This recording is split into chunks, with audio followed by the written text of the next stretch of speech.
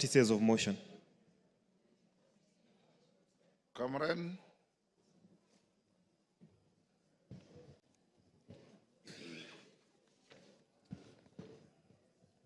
Thank you. Honorable Speaker, I beg to give notice of the following motion, that this House adopts the report of the Departmental Committee on Environment, Forestry and Mining on its consideration of the agreement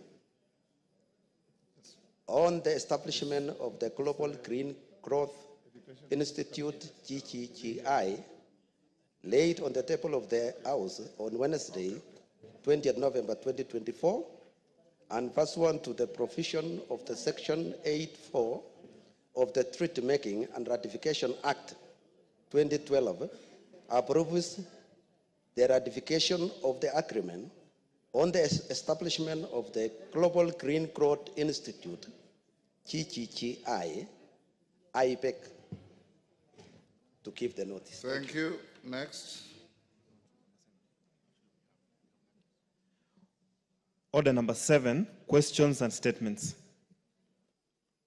Members, today we have 2 ministers.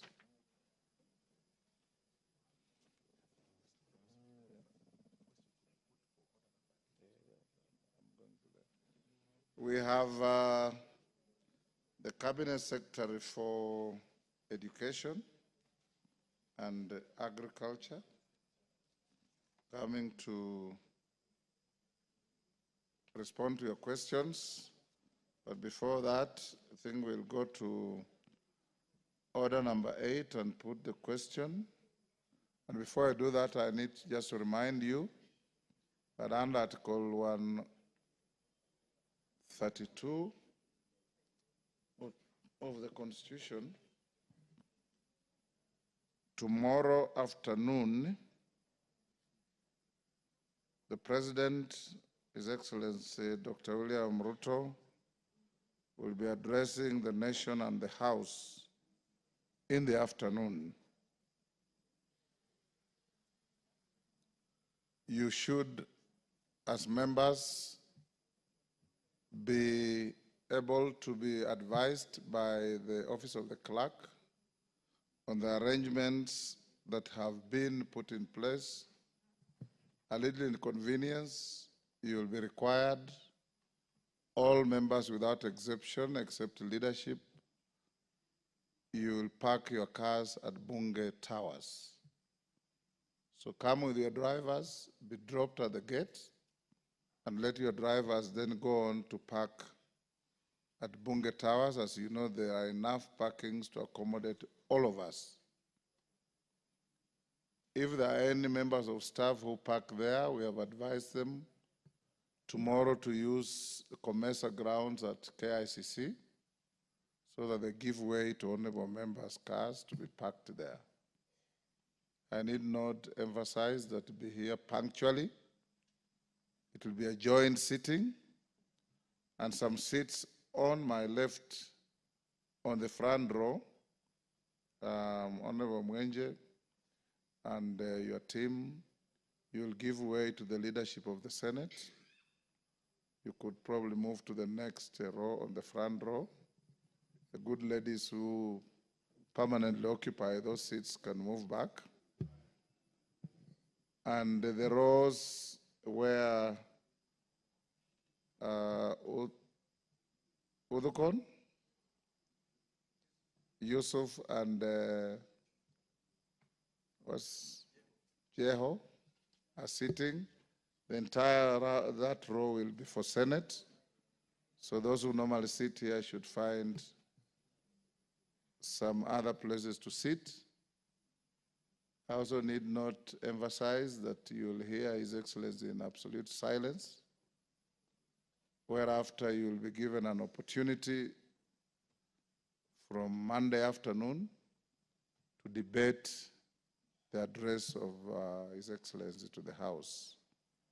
So keep time tomorrow. It will be out of order for you to enter the chamber when a distinguished person in the name of the President is already addressing. We should be found seated. That being the case, like I communicated, there will be no other business tomorrow except that address. We'll now call out Order 8, put the question, and while I do that, Majority Leader, go and search for and bring the Cabinet Secretary for Education to be ready to respond to your questions. In the interest of management of time, honorable members, we will be very strict, whether it's myself or my deputy.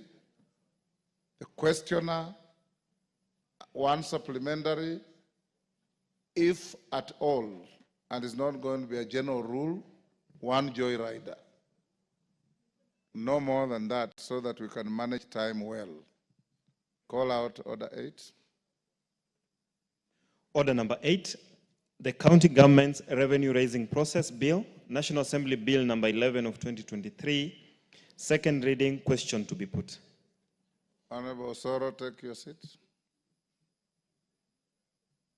Elijah, take your seat. Honorable members, I'll now put the question at order number 8, which is that the County Government's Revenue Raising Process Bill, National Assembly Bill number 11 of 2023, be now read a second time. As members of that opinion say aye. Will those of the contrary opinion say nay? The ayes have it.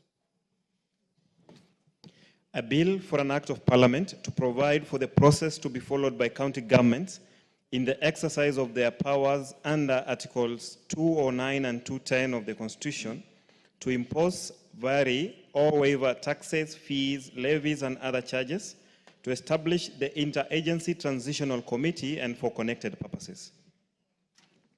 Thank you. Clerk, can you go back to order number 2? We have a communication that you brought in late. Order number 2, communication from the chair.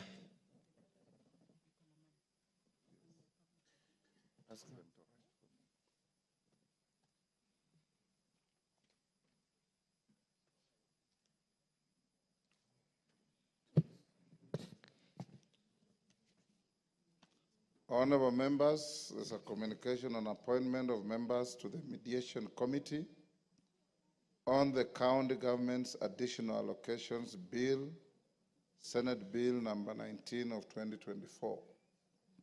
Honorable members, you may recall that on 14th August 2024, this House considered and passed the County Government's Additional Allocations Bill, Senate Bill number 19 of 2024 with amendments. Thereafter, I referred the bill back to the Senate for consideration in accordance with the provisions of Article 112(1)(b) of the Constitution. Further, you may recall that on 7th November 2024, I reported to this House a message from the Senate conveying that on Wednesday, 23rd October 2024, the Senate considered and rejected the National Assembly's amendments to the County Government's Additional Allocations Bill, Senate Bill number 19 of 2024. The decision of the Senate remitted the bill to a Mediation Committee pursuant to Article 1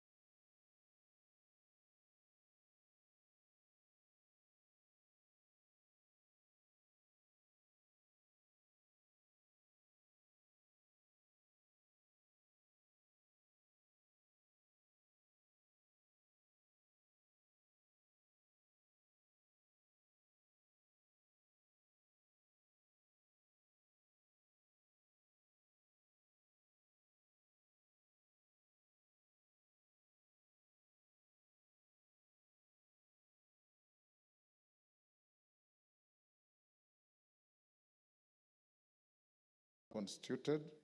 I therefore urge the members of this House to reach out to their Senate counterparts for purposes of commencing the mediation process. The mediation committee should, as soon as is practicable, meet and commence the process of developing a version of the bill for consideration by the Houses of Parliament in accordance with Article 113 of the Constitution. The House is accordingly guided. I thank you.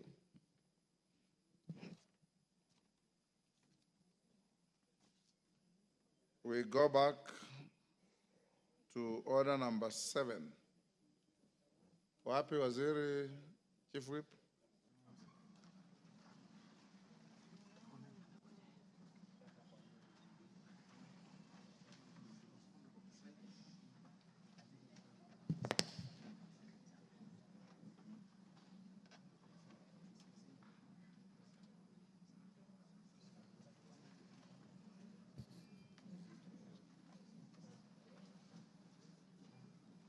Honorable Gisairo, before we get to the questions, can you make your request for a statement? Thank you, Honorable Speaker. Honorable Speaker, pursuant to Standing Order 44-2C, I wish to request for a statement from the Chairperson of the Departmental Committee on Communication, Information and Innovation regarding the policy applied by Safaricom PLC on transmission of political messages. Honorable Speaker, in recent months, numerous users of various premium rate service providers, PRSP, and customers whose applications for sender IDs are whitelisted as pre-approved entities have been experiencing blocking of transmission of political messages.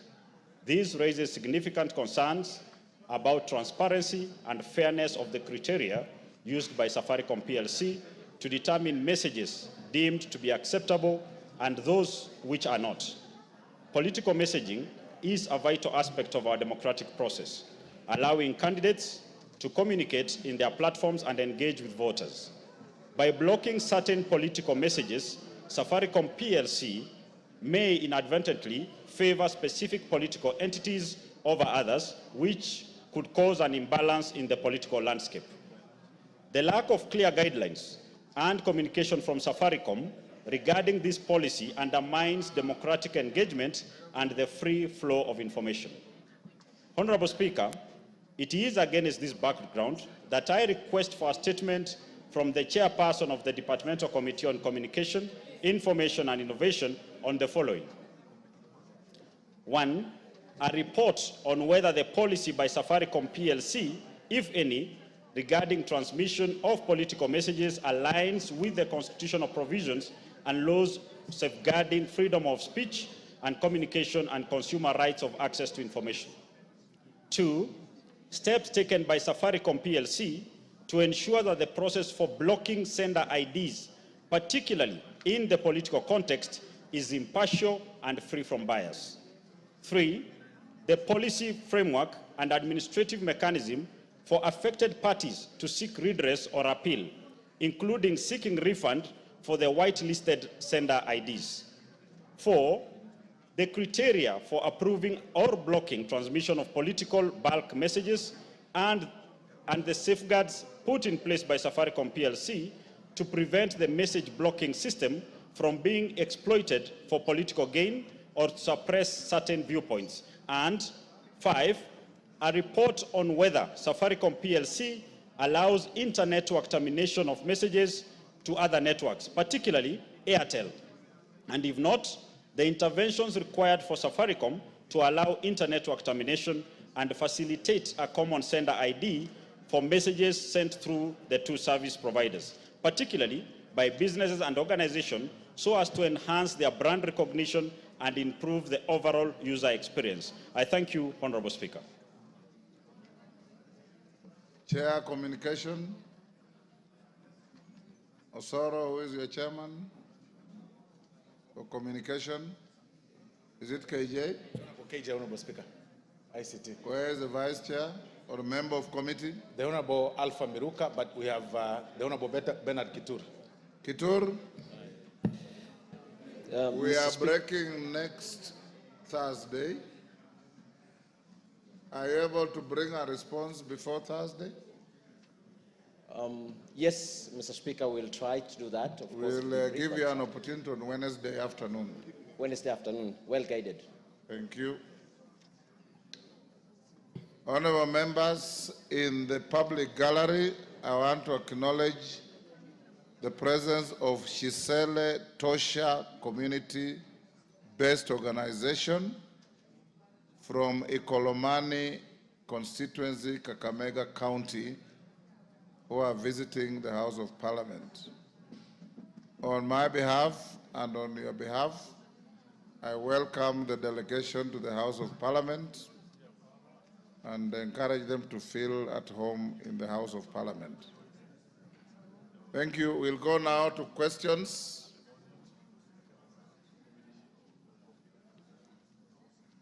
CS Education. We have quite a number of questions directed at your ministry. We are constrained with time. I expect your answers to be succinct, precise, and concise.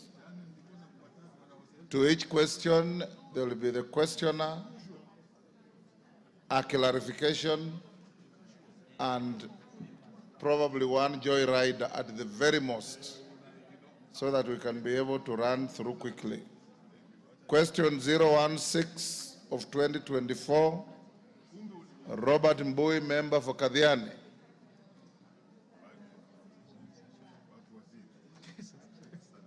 Question stayed. Question 089 of 2024, Honorable Stanley Mudhama, member for Lamu West.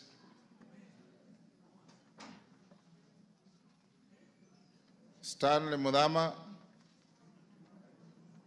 in fact, in enforcing your early attendance of the House, Robert Mbui's question is dropped.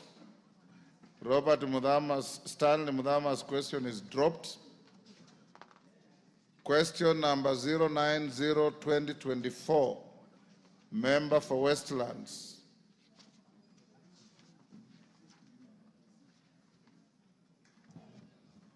Member for Westlands. Thank you, Honorable Speaker. Honorable Speaker, I ask the Cabinet Secretary for Education the following questions. Could the Cabinet Secretary explain the rationale and policy behind the directive transferring secondary school teachers in physics, chemistry, biology, and history to junior secondary schools? Number two, state the measures implemented to ensure harmony in primary schools, especially considering the different uniforms and titles for grade 7 pupils and class 8.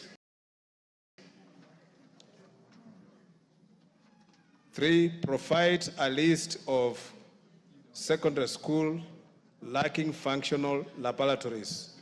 Clarify the number of times candidates in these schools have taken KCSE practical exams elsewhere, and state whether these schools will be equipped with laboratories before equipping junior secondary schools.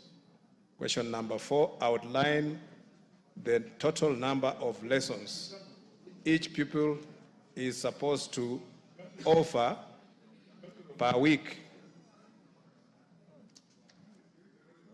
the requisite hours for rest, and why there has been an increase in the number of primary school pupils attending lessons over the weekends. Question number 5, give reasons why the book, the Diary of Wimpkit, which contains very obscene language, has not been banned from the circulation. Outline measures put in place to ensure books with improper language are not allowed into the country. Thank you, Honorable Speaker. CS.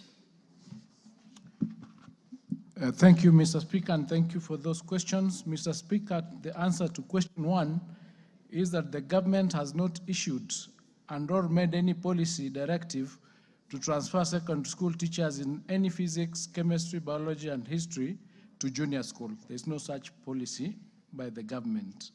Question 2, the measures taken. Mr. Speaker, junior schools are domiciled in existing primary schools. The ministry issued the guidelines for the implementation of junior school education in January 2023. Mr. Speaker, the guidelines stipulate that junior school leadership shall determine the uniform for their schools in consultation with the respective stakeholders and the sub-county director of education. This includes additional unique features for identification and branding of the institutions. The guidelines also provide clear that no learner shall be excluded from school for failure to afford a school uniform. Mr. Speaker, the determination of school uniforms through stakeholder involvement is meant to ensure that the specific school community decides on the uniforms that is sensitive to their needs of the school, thereby ensuring that there is harmony.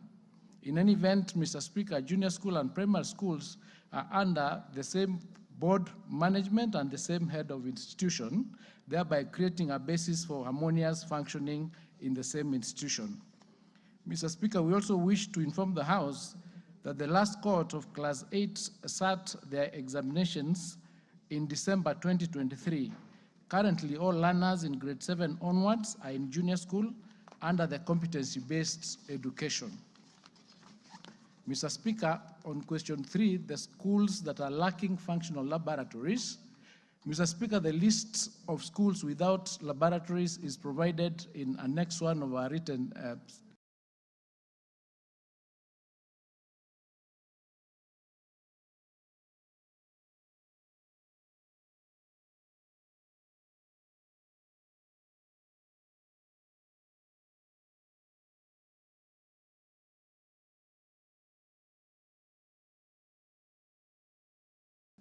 report. There are, however, a total of 1,366 secondary schools countrywide that do not have functioning laboratories. Mr. Speaker, in the next financial year, we have made a plan to construct approximately 2,000 laboratories in secondary schools, and that will be covered in these schools that do not have laboratories at the moment. Mr. Speaker, we will also be seeking the support of the House to provide further resources for the construction of these particular laboratories, especially as we approach the 100% transition to senior school next year. I wish to once again thank members of Parliament for the support they have given us in funding infrastructure development in schools through NGCDF. We look forward to further support in equipping these secondary schools and these labs. Mr. Speaker, I wish to request for additional time to be able to provide information on the actual number of times that candidates in each of these specific schools have taken KCSE practical exams elsewhere other than in the schools that they are supposed to have done because of the lack of the laboratories. I wasn't able to get that information, and I wish to get lower primary, which is grade 1 to 3, and upper primary, which is grade 4 to 6. The implementation of the curriculum is designed in a timetable that changes with the levels as the learners graduate or progress. The timetable for pre-primary level presents 5 lessons per day and 25 lessons per week, and they have 4 breaks each, including day break. At the lower primary level, grade 1 to 3, the timetable presents 6 lessons per day, 31 lessons per week with 4 breaks per day. At the upper primary level, grade 4 to 6, the timetable provides for 7 lessons per day, 35 lessons per week, which lasts for 30 minutes each. There are 4 breaks per day. At grade 7, 8, and 9, which is junior school, the timetable presents 8 lessons per day. Each lesson takes 40 minutes. There are 41 lessons per week, including pastoral times, and there are 4 breaks per day. Mr. Speaker, I wish to confirm that the official timetable does not accommodate any programs for attending lessons over the weekend. Learners are expected to rest on Saturdays and Sundays and on public holidays. Any instances in which learners are required to attend school over the weekend will be therefore irregular. The ministry will take appropriate corrective action once such cases are reported to us. In the response, Mr. Speaker, I have provided a table that stipulates what I have just indicated,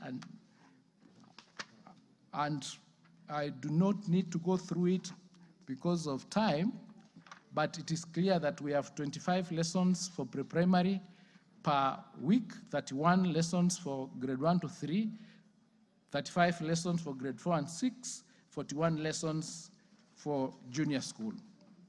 Mr. Speaker,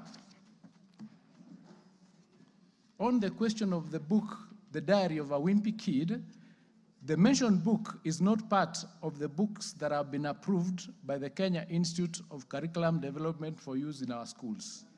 The regulation, however, of books circulating in Kenya is within the purview of the Ministry of Information, Communication and Digital Economy within the legal framework of the Books and Newspapers Act Cap 111. We have brought the subject matter to the attention of the said ministry for appropriate action, and we will follow up to confirm that that particular offending book has been deregistered from approval. Member for Westlands. Thank you, Honorable Speaker. I would like to ask the Minister, Bwana Sears, we have these teachers who are employed by the Board of Management, BOM. So sometimes when these teachers are absorbed by TSC, why is it that when they are absorbed by TSC, they are posted outside the jurisdiction where they have been operating? They are not even allowed to be posted back to the schools that have actually been supporting them. They are even posted outside the county. I remember within my constituency, there were teachers who were employed by a BOM, and when they were absorbed by TSC, they were posted to Kajiado and other counties outside Nairobi. Why is that so? And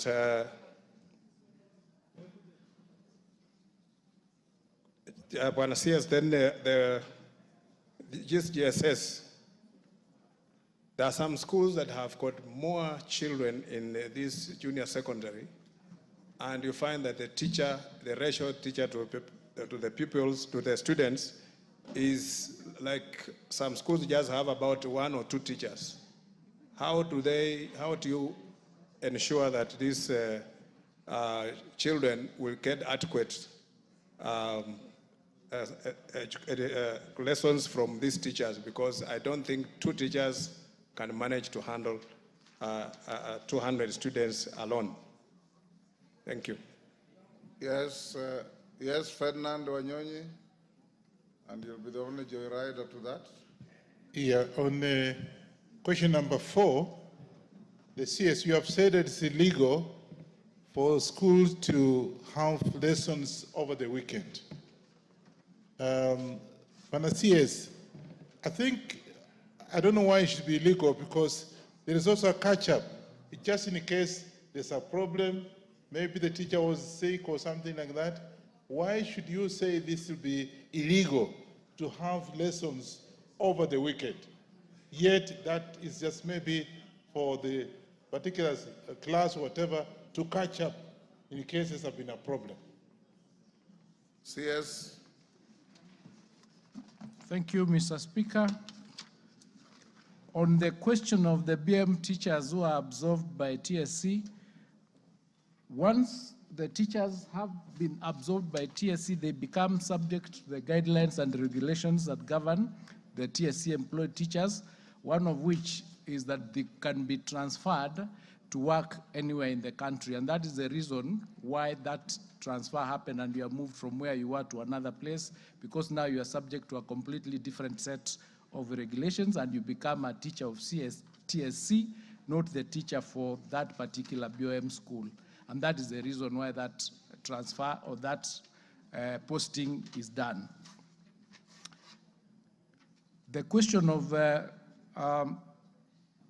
teacher-student ratio in JSS, it is true we have a shortage of the teachers, but the ministry through TSC and other stakeholders have employed 46,000 intern teachers to cap this shortage.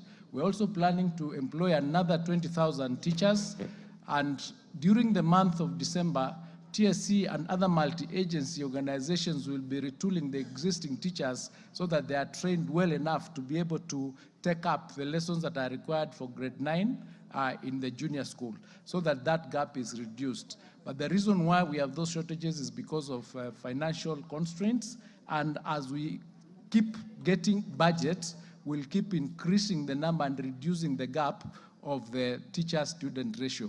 And we are going to be ensuring that we are using other aids, including digital teaching, so that the students get as much as possible out of the lessons they are getting in order for them to get the actual standard lessons that they need to get. I indicated that on the question of weekend lessons, they are not official. I didn't say they are illegal, Mheshimiwa Wanyonyi. I said it is irregular. It's not usual. It is irregular because it's not a legal requirement for us to have them over the weekends. But where teachers and the students agree and the parents, they can have those remedial classes in agreement by consent. But it's not a government policy that we should have lessons on weekends as a legal or as a circular or as a government position. It is something that they can do as an arrangement within themselves. But it is not illegal. I said it is irregular. There's a bit of a difference there. Thank you, Mwesh. Question 091 of 2024, member for Kinango. Honorable Gonzirai. Thank you, Mr. Speaker. I beg to ask question number 091. Could the Cabinet Secretary provide the status of the delayed pension payment for Mr. Salim Mndalundegwa, who was a teacher at Nzovuni Primary School up to 30th of June 2022, when he was put on compulsory retirement? Thank you, Mr. Speaker. Minister. Thank you, Mr. Speaker. The processing of Mr. Salim Mndalundegwa's pension stalled due to the disparities in his set of names as indicated on the various documents in the teacher service record. The teacher's names on record seem to refer to different persons. The Commission duly communicated this to the teacher. He was requested to obtain a deed poll if he intended to have changed his names. It is noted from the record that the teacher's documents bear the following different sets of names: Salim Mndalo as one set, Ndegwa Mundalo as another set, Mundalu Chirunga another set, and lastly Mundalu Salim Ndegwa Chirunga, respectively. These disparities were noted on the academic and professional testimonials, as well as the old generation identity card that that particular teacher used. A reminder was sent to the teacher via a letter dated 15 February 2024 to submit a deed poll in order to regularize his names. However, to date, that teacher has not submitted the same to facilitate the finalization of his claim. A copy of the letter to the teacher is provided as annexure number 2. Thank you, I submit. Gonzirai, I think that is very clear. Do you have any supplementary? It is very clear, but what is actually bothering me is that on 6th of February 2024, I wrote to them requesting if there was any problem. Today I'm being told they wrote on 15th and the teacher has not received that letter. Currently he's in hospital. So if I could just get a copy of that letter, I could just facilitate the deed plan for the exercise to be expedited. Thank you. Provide the details to... We'll provide the details before we leave. Raso.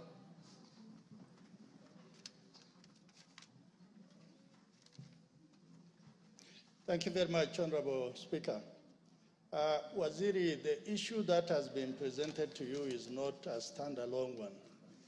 Teachers work for very many years, maybe 40 years, 45, stretching up to 50 years. But when it comes to pension, they actually slog. They spend a lot of money to come to Nairobi to look for their pension. Are you able to put a policy in place such that those who have worked for many years actually will receive their pension in ease? Thank you, Honorable Speaker. I'm discouraging many joyriders, but as give him give Honorable Melemba the mic. Thank you, Honorable Speaker, and I conform. The question, the way it has been answered, looks very simple and easy, but good luck. Somebody else has talked about it. What is the ministry doing about pensions for teachers? Because now it's a broad thing that's affecting many families, that many teachers are unable to get their pensions on time. Thank you. Dorothy, what is it? I said I want only one joyrider. Give Dorothy. Thank you, Honorable Speaker. Honorable Speaker, I too rise to ask the ministry what they are doing to streamline the pension payment to alleviate the suffering of teachers who retire. Honorable Speaker, it is evident that, as it has been alluded, that teachers work for close to 40 years, and after retire, they languish, and some of them eventually die even before receiving their pension payment. Thank you, Honorable Speaker. Thank you, Speaker. This concern is well noted, and since we are doing the review of the actual TSC acts and other legal instruments that govern this sector, we will indeed bring it upon ourselves to ensure that we have done an amendment to how the pension fund for the TSC is run, to include, I think, a provision that once a teacher is about to retire, 12 months to that retirement age, the processing of their documentation and what needs to happen when they retire in terms of their pension should be in place, so that they do not have to leave and then come back to TSC to be able to get their pension. It should be done while they're in service during the last year of their service. So we'll include it in our regulations.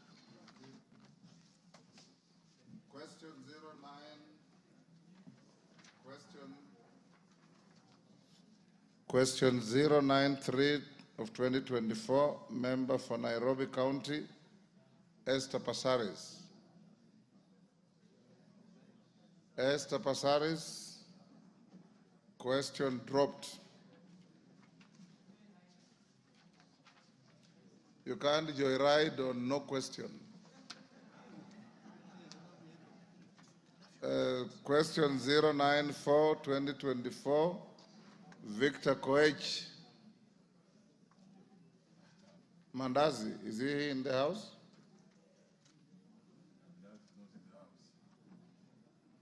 Honorable Victor Koech of Chepalungu. Question dropped. Question 096 of 2024, member for Nyeri Town, Duncan Madenge.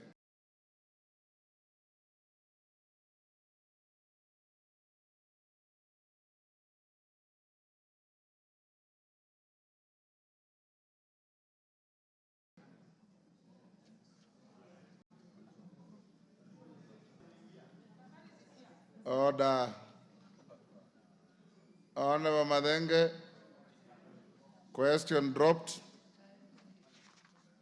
Question 097 of 2024, member for Emuhaya Omboko Milemba. Very well, Honorable Speaker. I'm asking the following question to the Cabinet Secretary for Education. Will the Cabinet Secretary explain why the Ministry is yet to provide authorization for purpose of conducting fresh parent associations election in various counties and sub-counties? Parent associations. Number two, provide a specific date when the parent association elections in various counties and sub-counties would be held. And number 3, state measures in place by the ministry to ensure that in future elections are conducted on a regular basis for effective management of schools. And further, is the Cabinet Secretary aware that a Teacher Service Commission was to do promotions of more teachers, but somewhat they have been curtailed by the Ministry of the Treasury to do what otherwise they would have done, because they don't need any monies from Treasury, but they just need to use their own monies, A, to promote about 45,000 teachers.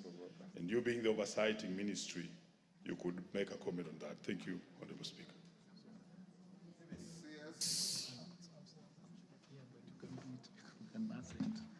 Thank you, Mr. Speaker. And for the record, Honorable Gonzirai has received the letter. You can confirm we have given you that letter for Ndalu. Thank you. Mr. Speaker, may I respond to the questions asked by Honorable Mboko as follows? Mr. Speaker, paragraph 5 of the 3rd schedule of the Basic Education Act 2013 provides that there shall be established a national parents associations, county parents associations, and sub-county parents associations elected by parents associations from schools through a delegate system. Just like other registered associations, Mr. Speaker, the National Parents Association is guided by its own constitution. The association does not require the authorization of the Ministry of Education to hold elections at the county and sub-county levels. The constitution of the association provides for the conduct of elections of its officials. As a ministry, Mr. Speaker, we are available upon request to provide any facilitative support to the extent possible to enable the associations undertake free, fair, and transparent elections in accordance with their constitutions. Mr. Speaker, in terms of management at the school levels, we have ensured compliance with the requirements of paragraph 1 of the 3rd schedule of the Basic Education Act 2013. There are functional parents associations in our schools.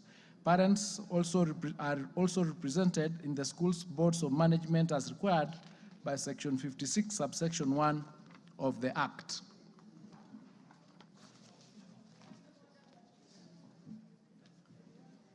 There was a question on promotion of teachers by TSC. I didn't have that question on record, so I don't have the data.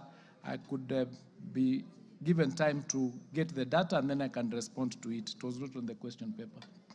Thank you. Milemba? Honorable Milemba? The Honorable Minister has given a very straightjacket answer to my question. But Parents Association, Honorable Speaker, was actually supposed to be managed in a way that we have a safety valve in our schools. And it was the responsibility of the ministry to make sure that that organ is operating, because originally we had several of them and were competing against each other in a way that education was not running properly. And he is aware of that. So as he says that he is waiting to be approached for any difficulties, is he aware that such elections have never been held for the last more than 6 years? And therefore, what is he doing as a minister to make sure that in all schools or in some specific schools? All schools, all places. So therefore, what is the ministry doing in its responsibility as a Minister of Education, running of education, to make sure that that happens? He cannot run away from it. Minister. Mr. Speaker, as I've indicated, the parents' associations in our schools are functional and they are available. What may not have taken place is the elections in the National Parents Associations, which is like an umbrella body. And I'm getting that information now that there have not been elections in 6 years. I'm going to be able to look into it and find out what role the ministry can do to undertake to ensure that that is done. Yeah, Thank you. Pasares. Thank you, Mr. Speaker. Mr. Speaker, I know you called my question when I wasn't here.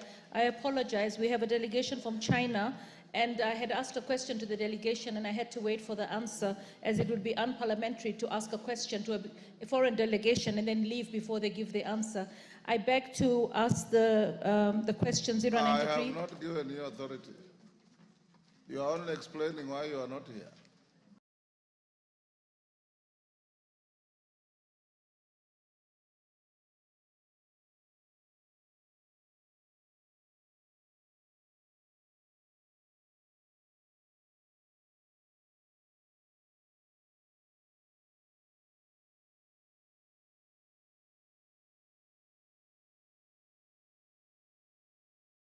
Yes, Mr. Speaker. And Mr. Speaker, you know that when we come with these questions, because we tend to include provision for hardship allowance to technical, vocational, hardship allowance to technical, vocational, education tech training tutors in Yata constituency, despite their counterparts employed by the Teachers Service Commission receiving such allowance. Thank you, Mr. Speaker. Minister. Thank you, Mr. Speaker. At the outset, Mr. Speaker, I wish to state that there are different allowances schemes for the teachers who are employed by the Teacher Service Commission and technical trainers who are part of the National Public Service. The current designation of hardship areas for the National Public Service is set out in the circular by the Chief of Staff and Head of Public Service dated 7th of December 2015 under reference number OB/CAB.1.31A. A copy of that circular is annexed as annexure number 5. The area where Yata Technical Vocational College is located is not among the designated areas or hardship areas. On the other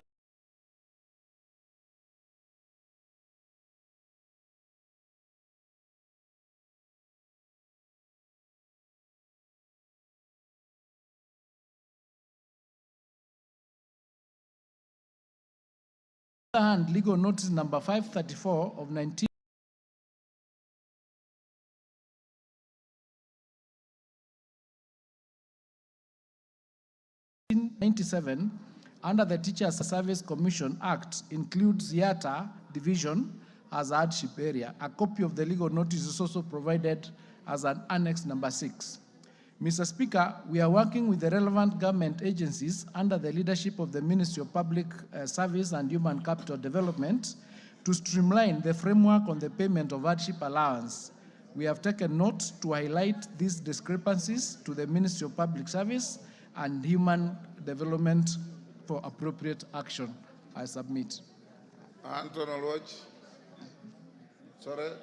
Basil. Thank you, Mr. Speaker. I think the response is not satisfactory and is actually discriminating when you say some tutors should not receive allowance like other tutors who are facing the same challenges like them. So I think the ministry needs to do some research to ensure there is parity when it comes to giving allowance to tutors. Mr. Speaker, I also have another question on the capitation funds. For 2023, there were arrears of more than 22% of capitation funds to my primary schools. So can the ministry explain why is it so? Number two, now we are in an examination period and my sub-account directors of education have no means of transport, Mr. Speaker, and I raised that question to the ministry. So can the ministry tell us whether they are going to give a vehicle for my sub-account directors to boost their mobility as they discharge or deliver services in the sub-county? Thank you.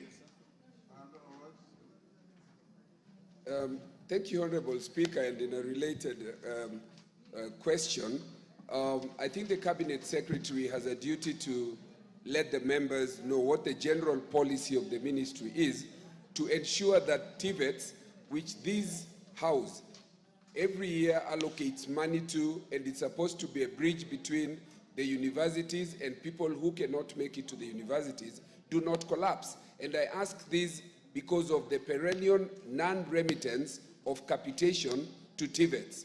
Could the Cabinet Secretary enlighten what the policy is generally to ensure TVETs do not collapse and that they get capitation like the universities? Thank you. Bartol. Thank you, Mr. Speaker. I have a related question on TVET. I want to ask the Cabinet Secretary, when is he planning to complete Moiben School of TVET, which has been incomplete for the last 15 years? Members, I said only one joyrider. Now I see so many hands. Tuitum.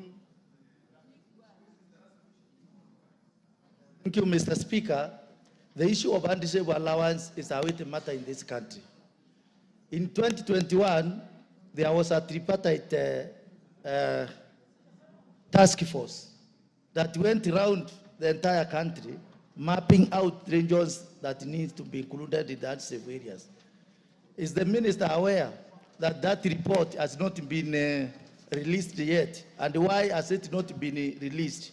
Because the task force involved the Ministry of Education, Ministry of Interior, and the TSC to map out new regions that require anti-slave allowance.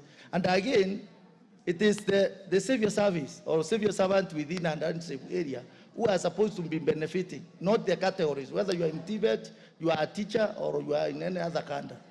Thank you. CS. Thank you, Mr. Speaker.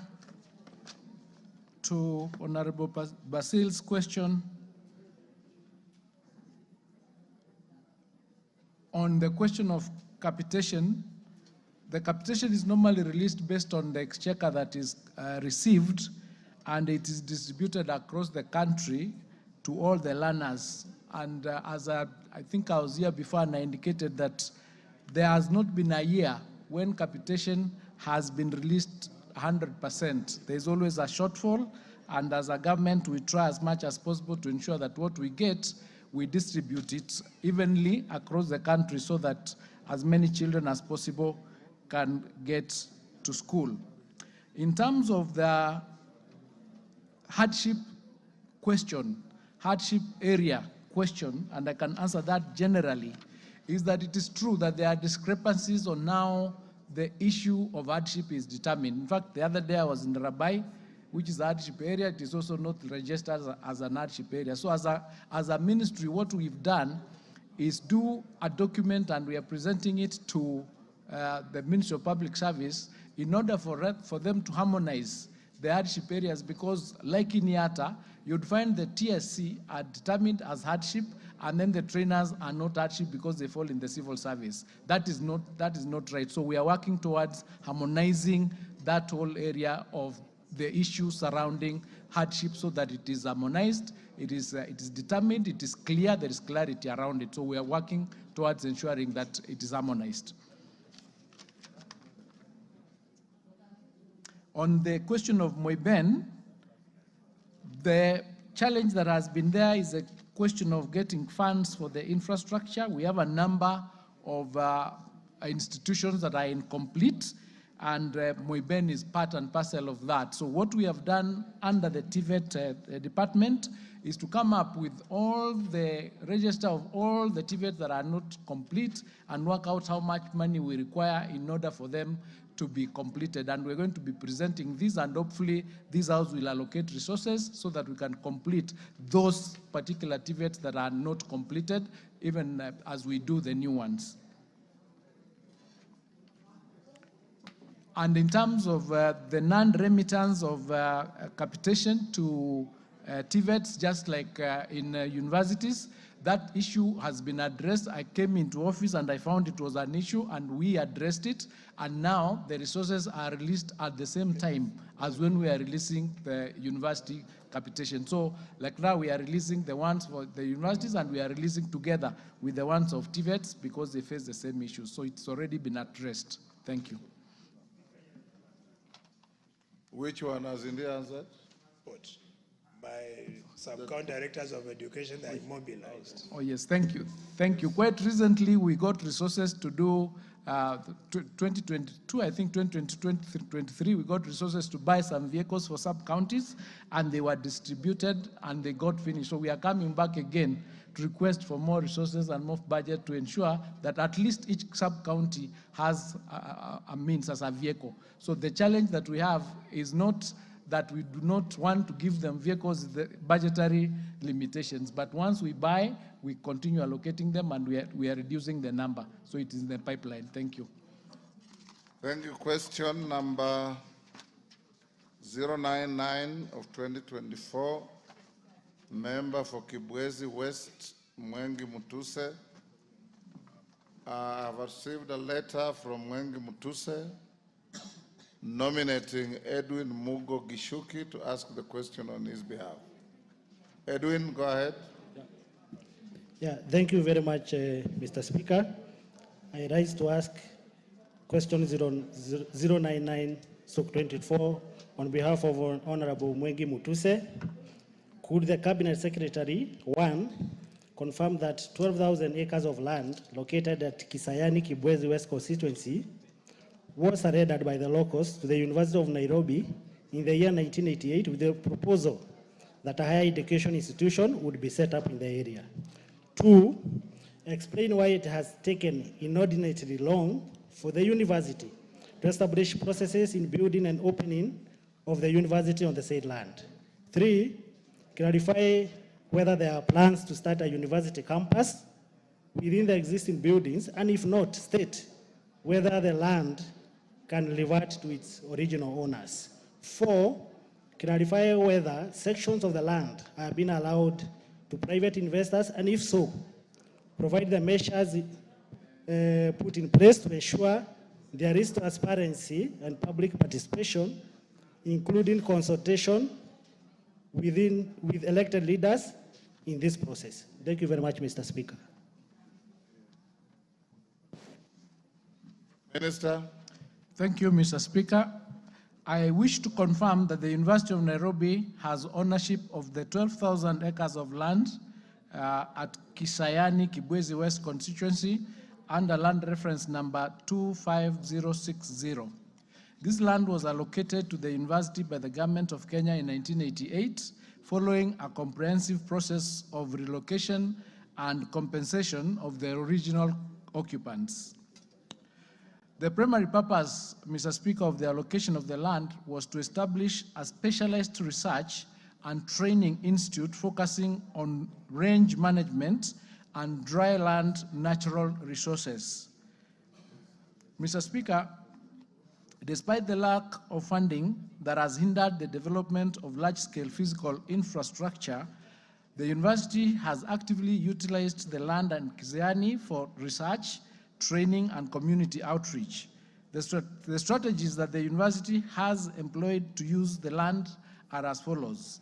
Between 1988 and 1992, the university developed essential infrastructure to support both short and long-term academic programs alongside research facilities and training infrastructure. Number two, through international collaboration, particularly with Mashavu University from Israel, and supported by USAID funding, the university implemented a state-of-the-art irrigation demonstration center.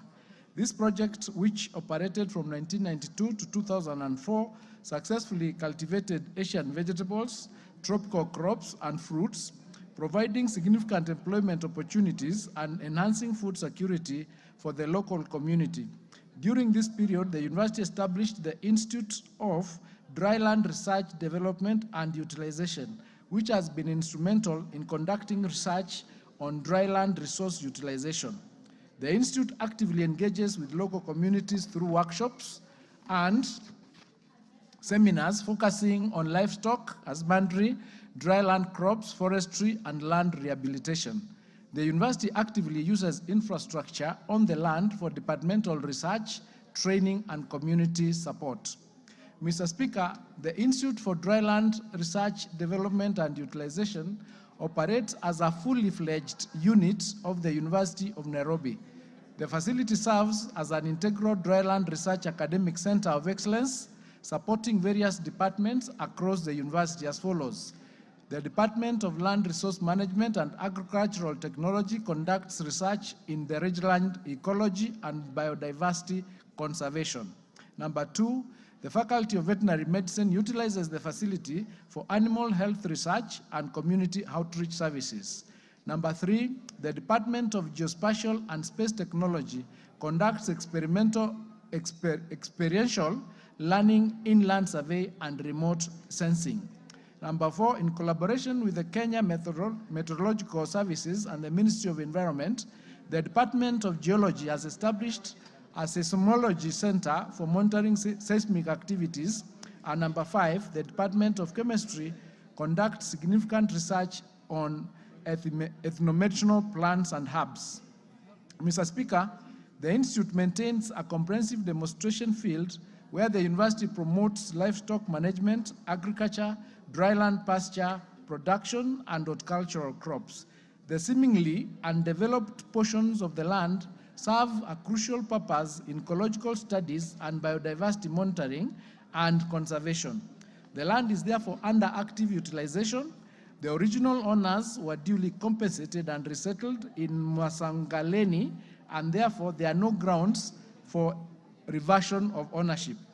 Going into the future, Mr. Speaker, the university's master plan envisions the advancement of the Kisayani site through the following plans: partnering with the county government of Makueni to integrate local development priorities into research and education, exploring carbon trading opportunities through reforestation and dryland biodiversity conservation initiatives, and 3, mobilizing resources in the area of climate resilience and fostering partnerships that advance the university's mission. Mr. Speaker, no part of the land has been allocated to private investors. The Land Commission acquired 2 hectares, that is measuring 6.8 acres of the land, for upgrading of the Kibwezi Mutomo Kitui Kabati Migwane Road project. The university has current partnership with the Kenya Forestry Research Institute and the International Institute of Tropical Agriculture, which advance the university's research objectives. KEFRI conducts valuable research on vacancy, benefiting dryland communities, while ITTA supports the Kibwezi Entrepreneur Youth Group, providing crucial agricultural entrepreneurship training. The university has also partnered with the Utafiti Day Boarding Primary School, which occupies a portion of the land. The land occupied by the school is not used for any private activities and does not affect the university's development. I submit. Thank you.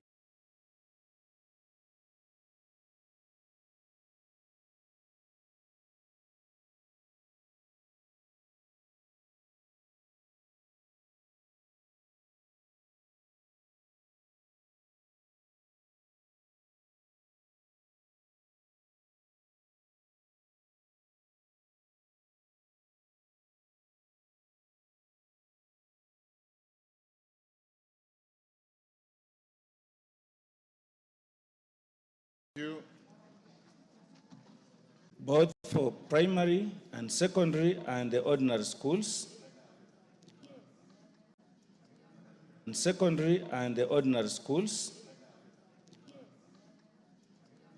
And 2, provide details of the criteria used to post teachers to special needs institutions, including whether it considered the ratio of teachers to pupils. And lastly, 3, elaborate on the measures being taken by the ministry to ensure that special needs institutions have enough teachers and necessary facilities as provided in the ordinary schools. Thank you, Honorable Speaker. Thank you, Mr. Speaker. There are 378 integrated primary schools. There are 378 integrated primary special needs education schools in the country with an enrollment of 40,282 learners. There are 2,514 special primary schools with an enrollment of 77,283 learners. There are 81 secondary schools, special needs education schools, with a total enrollment of 7,183 learners. There are 155 junior school special needs education institutions with an enrollment of 3,443 learners. We also have 112 pre-vocational special needs education institutions with a total enrollment of 2,067 learners. Mr. Speaker, the TSC Commission deploys teachers to special needs education schools based on 1, the ratio of teachers to pupils, number 2, the type of disability, and number 3, the level of disability. Accordingly, Mr. Speaker, pursuant to that classification of disability under the sector policy of learners and trainees with disabilities 2018, the pupil-teacher ratio for various categories of SNE of special needs education is as shown as follows. Number 1, the mentally handicapped have a teacher-student ratio of 1 to 10. Mentally handicapped that is severe has a teacher-student ratio of 1 to 4. Autism has a teacher-learner ratio of 1 to 4. Physically handicapped have a teacher-learner ratio of 1 to 15. Cerebral palsy has a teacher-learner ratio of 1 to 4. Hearing impaired has a teacher-learner ratio of 1 to 12. Visually impaired has a teacher-learner ratio of 1 to 15. The deaf-blind have a teacher-learner ratio of 1 to 1. To address the current teacher shortage in special schools and units, the Teacher Service Commission has employed the following measures. 1, it has deployed 5,363 qualified teachers from regular schools to special schools and units in the 2023-2024 and 2024-2025 financial year in 4 phases as follows. In phase 1, it was done in May 2024, and 1,763 teachers were deployed. In phase 2, September 2024, 1,200 teachers were deployed. In phase 3, January 2025, it is intended to deploy 1,200 teachers, and in phase 4, June 2025, we'll deploy another 1,200 teachers. Notably, Mr. Speaker, the Commission has completed the deployment of teachers in phase 1 and 2, and will commence the deployment of the phase 3 and 4 in January. Currently, the Commission is in the process of recruiting 344 special needs education teachers interns handling learners with special needs, namely cerebral palsy, hearing impaired, visually impaired, and physically impaired. I submit.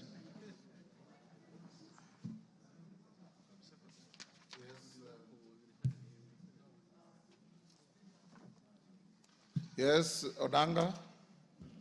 Thank you, Honorable Speaker. Honorable Speaker,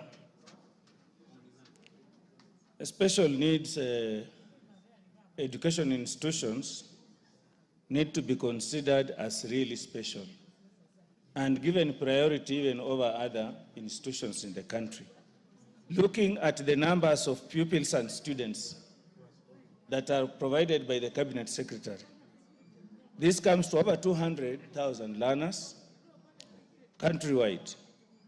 And I'm not satisfied that there are only 81 secondary school special needs education institutions. If that is true, then I think that Kenyans are being starved of special needs education institutions in the country, and something needs to be done to improve. Because if you have over 200,000, those are mainly pupils, and then 81 those are mainly pupils, and then main institutions, which are mainly in primary, and only 81 in secondary. Then that means that these pupils who complete primary in special needs education are disappearing somewhere. This needs to be addressed by the Cabinet Secretary, Honorable Speaker. Also, there are issues in number 2, when looking at the ratio of pupil or students to teachers. For a mentally handicapped institution to have a ratio of 1 to 10, this is far below the par. And this needs to be addressed. These are mentally handicapped children, having one teacher handling 10 of them. Then there's something totally wrong that needs to be addressed urgently. Honorable Speaker, the ratio is far too low, and this needs to be addressed. Honorable Speaker, many of these teachers, which the Cabinet Secretary have said, who have transited from the ordinary schools to the special needs institutions, take too long even to be paid their allowances. You know, they are paid some allowances. And even I'm bothered why some aspects of the trainers are handled in the Teacher Service Commission and other aspects are handled by the ministry. Why not all of them go to the Teacher Service Commission so that they are handled in one place? Because issues like approving and moving them from the ordinary schools to the special needs, the issues are handled at the ministry, the budget is being handled at the ministry. So there is an issue that needs to be addressed here to make sure that these teachers are supported. They are given their allowances. You can imagine the children they are handling. They take them to sports, they are teaching them throughout, and then they are not given their allowances on time, and even their payment, Honorable Speaker, is low. The aids, teachers need them, the assistive devices, they also need them. Instead of, Honorable Speaker? you are supposed to seek a clarification on the answer as given, but you are now debating.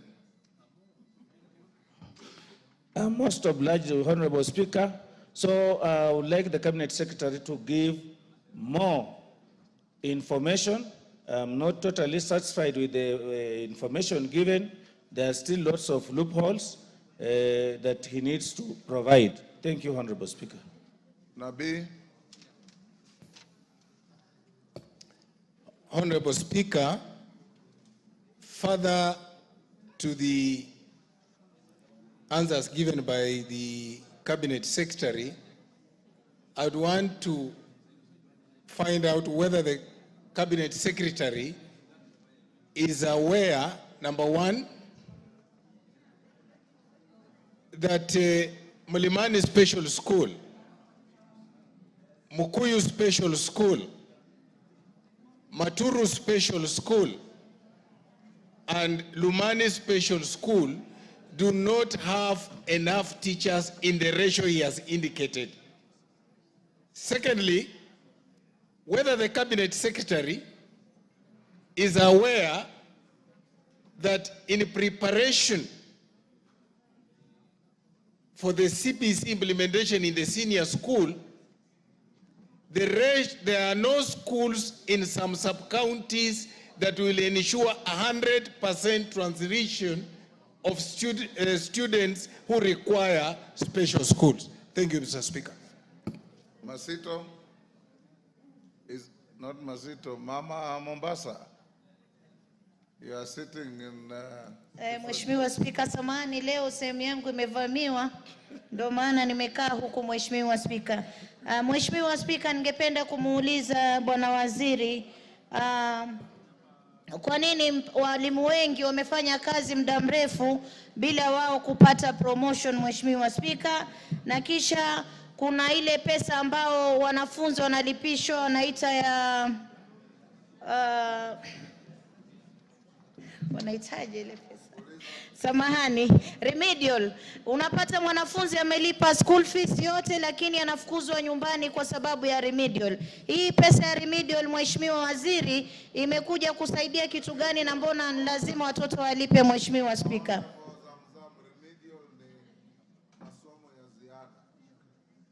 Masomo ya ziada. Asante Mheshimiwa Spika, wakati mwingine mwanafunzi mshinda mwalimu. Mheshimiwa Waziri, tungependa kujua kwa nini watoto wanalipa masomo ya ziada, ile pesa ya masomo ya ziada, na wakati ambapo watakuwa wamelipa ile karo na bado wanafukuzwa shule, Mheshimiwa Spika. Na hawa walimu pia wanalazimishwa kuhamishwa kwenda katika shule zingine za mbali sana na nyumbani, inawasumbua sana, wanaacha familia hawawezi kuweza kufocus na ile masomo, Mheshimiwa Spika. Asante sana Waziri. Minister. Thank you, Mr. Speaker. The ratios that we have given were analyzed in terms of the severity of the handicap and the disability, and where we will determine that there are shortages, it is because we do not have enough teachers. And what we are doing, as indicated earlier, the same challenges that we have in the ordinary schools are the same ones we have in the special needs school, but we'll give it special attention so that we can have many more teachers being employed for the special needs, so that we reduce the number of the gap of the teacher-learner ratio. In terms of the question relating to the teachers' allowances, that is handled by the Teacher Service Commission. They actually handle all the issues relating to both the teachers that are in normal schools and the teachers that are in the special needs schools. We do not deal with that aspect, we only deal with policy, and when issues like this have come, we liaise with TSC and we come up with policies that can make their work smoother and that much more cohesive. Now, in terms of the schools that Honorable Nabi has indicated that they do not have the the teacher-learner ratio that I've indicated, I don't have the details at hand of the numbers and the data, but once we determine, then we'll liaise with TSC to see whether there is something that can be done in that space. I don't have the actual numbers for those particular schools. That is Lumani, Makuyu School, and Mulanyu Special School. So we'll look into it and get the data so that we can be able to assist and work with TSC to see what can be done, especially in the 20,000 teachers that are going to be employed. We see whether we can have some done for that space. The question of 100% transition is the same thing that we are working on. As you are aware, we are doing a transition right now, and we are preparing the various classrooms, etc., to ensure that our students have transition seamlessly so that they can continue with their studies. So we are looking into that particular sector, and we are ongoing doing the infrastructure development. Walimu wengi bila kupata promotion, there is a program of promotion that is done by the TSC. I'm aware that they did promotion of a number of teachers, and the teachers normally apply for this promotion, and there is an interview that is done, and then the promotion is done for those teachers depending on the spaces that are available and the budgets that are available. But TSC is handling that particular aspect. Remedial school fees, masomo ya kurekebisha, za ziada, those are unauthorized levies. They are not approved by the ministry, and where we get to know that this is happening, then we take action on those teachers. No parent is supposed to pay remedial fees or remedial levies. They are irregular levies that are not authorized by the ministry. I submit. Thank you. Angela, what is it? Thank you, Mr. Speaker. Mr. Speaker, the government wants 100% transition to high schools. And Mr. Speaker, you find that the government pays the capitation for each student. But teachers have put up levy about 10,000, 6,000, 12,000 that they buy food that students must eat in school. They send away these children, they don't learn, they are forced to pay whether they ate or they did not eat. This is the money that makes our students drop out, Mr. Speaker. What is the minister doing to stop these other levies, extra levies that are levied against our students? And Mr. Speaker, we also passed a motion, and the Committee of Implementation was answered by this ministry that no school will be allowed now to sell uniforms to students.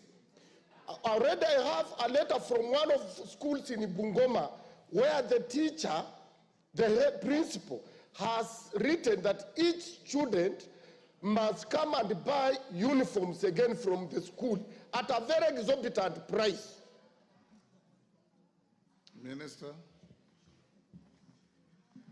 Thank you, Mr. Speaker. As I've indicated, those extra levies, those extra amounts that are being charged by teachers or by principals. Those issues relating to uniforms being directed by principals to be purchased from specific areas, all those are irregular and unlawful.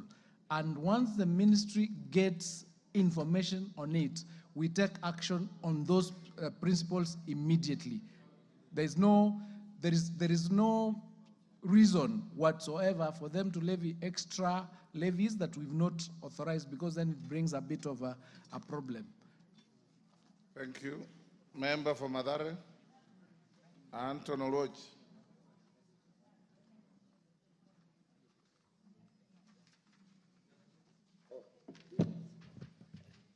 Thank you, Honorable Speaker. I rise to ask the CS question number 149 of 2024. Could the Cabinet Secretary clarify whether there exists a policy on school meals and nutrition, and if not, indicate the measures put in place by the Ministry to develop such a policy? 2, outline the measures taken to create working strategies with county governments to ensure both early childhood development and primary schools have access to school meals.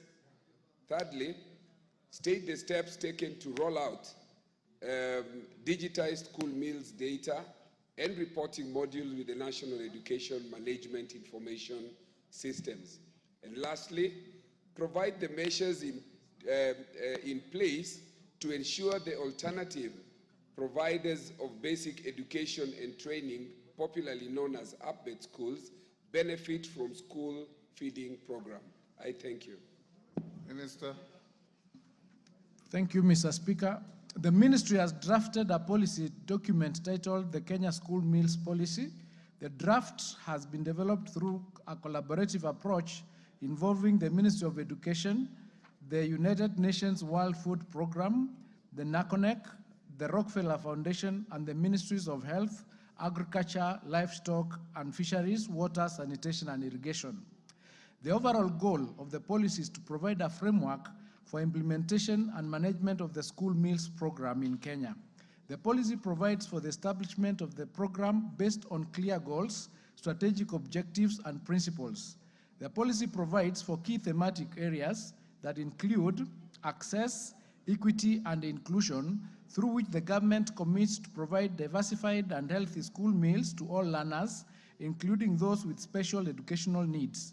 The second thematic area is food safety and quality, under which the government commits to ensure enhanced food safety and quality in the school meals program. The third thematic area is nutrition and health. Under this arm, the government commits to provide safe, diverse, and nutritious meals as part of the comprehensive package of school health and nutritional services. The fourth thematic area is on sourcing of food commodities. Under this policy, commitment is given by the government to promote provision of accessible and affordable locally available food commodities. This other thematic area is on partnerships, collaborations, and linkages. The government commits to promote a coordinated approach through partnerships, collaborations, and linkages. The draft policy, Mr. Speaker, document also provides for its implementation. It has provisions on resource mobilization to ensure the sustainability of the program and for monitoring and evaluation together with research. The draft document also outlines the institutional arrangement for the implementation of the policy. A policy will be implemented through the existing Ministry of Education structures at the national and county levels. The draft policy, Mr. Speaker, is to be subjected to the constitutional processes of stakeholder validation and public participation prior to its publication and adoption by the Cabinet. The Ministry targets to have the policy in place by the end of Term 1 of 2025.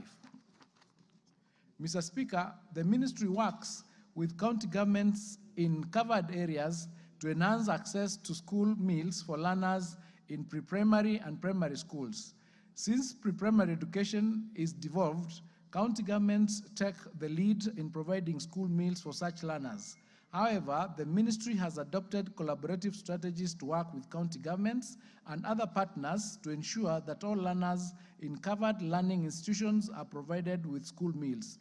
These include entering into intergovernmental partnership agreements, as is the case with the Nairobi City County. The agreement provides a framework for collaboration between the national government and the Nairobi City County government for providing school meals to learners from pre-primary to primary school. Mr. Speaker, a school meals module has been developed within the NEMIS platform and successfully piloted in Isiolo. To ensure effective implementation, it is essential that all learners are registered on NEMIS, enabling school meals data to be generated directly from the platform. Additionally, a mobile application linked to NEMIS has been introduced for reporting daily learner attendance. The application allows schools to track the number of learners who received meals each day and monitor food stock balances in real time. Head teachers and school meals program coordinators in Garissa, Wajir, Mandera, Kwale, and Isiolo have already been trained on using the NEMIS school meals module and the mobile application, ensuring readiness for full implementation. Plans are also in place to ensure that digitization is implemented in all our counties benefiting from the school meals program. Mr. Speaker, the alternative providers of basic education and training schools institutions in Kenya provide education for students who may not have access to mainstream schools, often due to socioeconomic and geographical difficulties. These schools are primarily operated by private individuals, faith-based organizations, and community-based groups rather than by the government. These institutions complement the government's efforts to provide education training for all. Mr. Speaker, ABET schools typically serve communities in the urban informal settlement areas within the cities, towns, and former municipalities. It is mainly in these environments that ABET institutions have emerged as viable options of responding to educational needs of children, youth, and adults who are unable to join formal education institutions. Currently, Mr. Speaker, there is no legal or policy framework for the Ministry of Education to provide school meals to learners in ABET institutions. The current budgetary provisions is also limiting in terms of the scope that the school meals program can cover. Currently, the school meals program covers a total of 2.6 million learners in 8,185 schools across the country as of 2024. This extends over 26 ASAL counties and informal urban settlements. It is also important to note, Mr. Speaker, that the budget for school meals this financial year was reduced to 3 billion from Kenya shillings 5.4 billion in the year 2023-2024. An expansion of the program will necessarily require additional budget. I submit.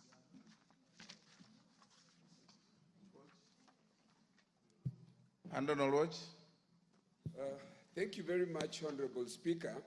And let me congratulate the CS for one thing, a recognition of the existence and role of alternative provisions for basic education, otherwise known as ABET. And the reason I'm doing this, Honorable Speaker, is that there are about 3 million students in the Republic of Kenya who are neither in public or private schools and are excluded in what under Article 43 is a basic right and compulsory education for all students. So I want to thank you for the recognition that this exists. However, Cabinet Secretary, are you aware that the bureaucracy underneath your office, beginning with the sub-county directors, actually undermine legal notice of 2015 that anchors the idea of ABET? To begin with, NEMIS, which is a requirement for recognition and following up for students from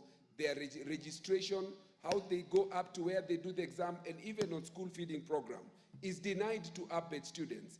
Are you also aware that even for registration for exams, teachers in ABET call me every time exams are about to be done for registration that they cannot register students because these students are neither in public schools nor private schools? Lastly, Cabinet Secretary, there is a bill that I put in the last parliament, which was the amendment to the Basic Education Act, to anchor these ABET schools. Are you aware that this bill has passed through the committee and is about to be published, and that the members of the Nairobi County, members of parliament, who are most affected by these, which are in informal settlements, would like to have a stakeholder engagement with you, including the Honorable Kajwang here, and we would like to leave here with an appointment that we will get an engagement with you before or just after the publication of this bill. I thank you. Minister.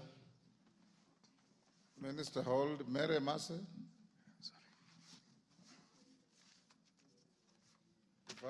Thank you, Speaker. It's good that you've given me before the minister a response because it's related to questions that have been raised by members. Honorable Minister, I put it to you that all directives by the ministry to schools are disregarded. And I'm particularly concerned, Speaker, I'm from my constituency, that for every 10 births that are recorded in the hospital, 6 of them are children under the age of 18. And this is caused by children being sent home and spending most of the time at home because they have not paid for feeding program. They have not paid, and some of them, their homes are next to the schools. They can literally walk home, go eat, and go back. But they are forced to pay the money. You have to pay that money, even if your home is next to the school. So when kids are sent home for school fees, spend most of the time at home, then we're expected to have so many child mothers, because these are children bearing children. So it is a concern to us. The ministry has to do something about when you give directives, you must have a system of compliance to ensure that the schools, the teachers are complying so that our kids stay in school. Thank you. Yes, Kajwang.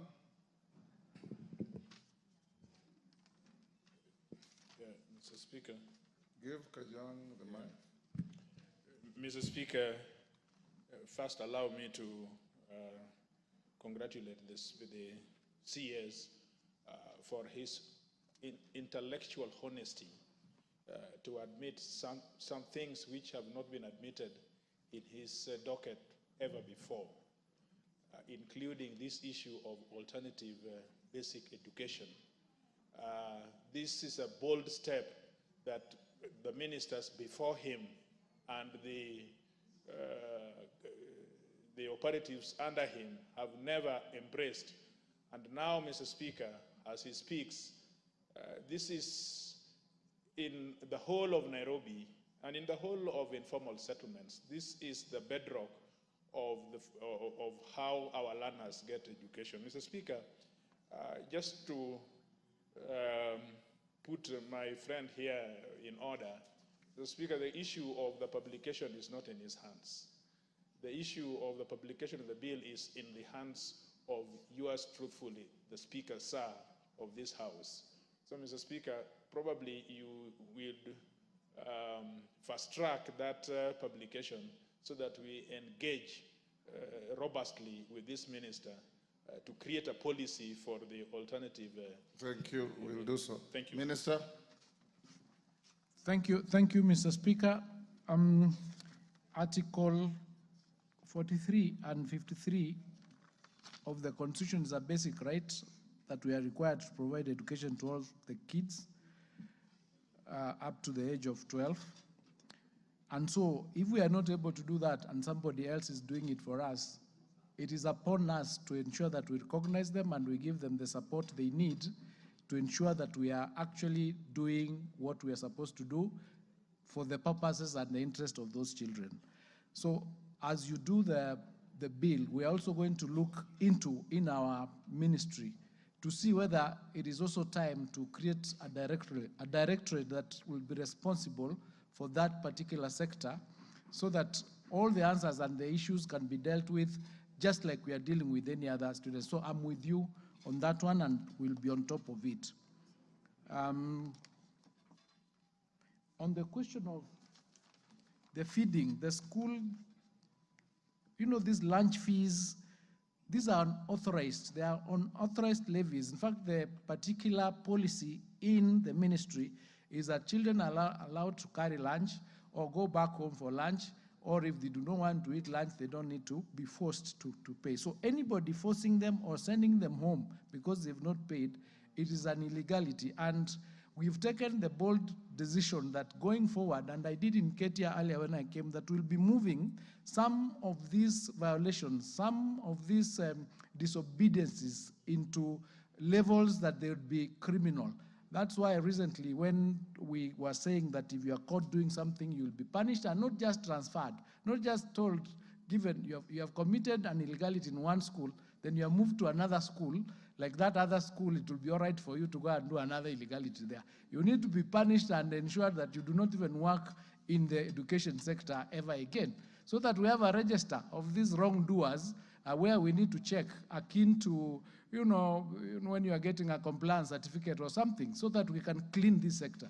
We are willing, we'll bite the bullet and make the decisions that need to be made so that we do right by children. Thank you.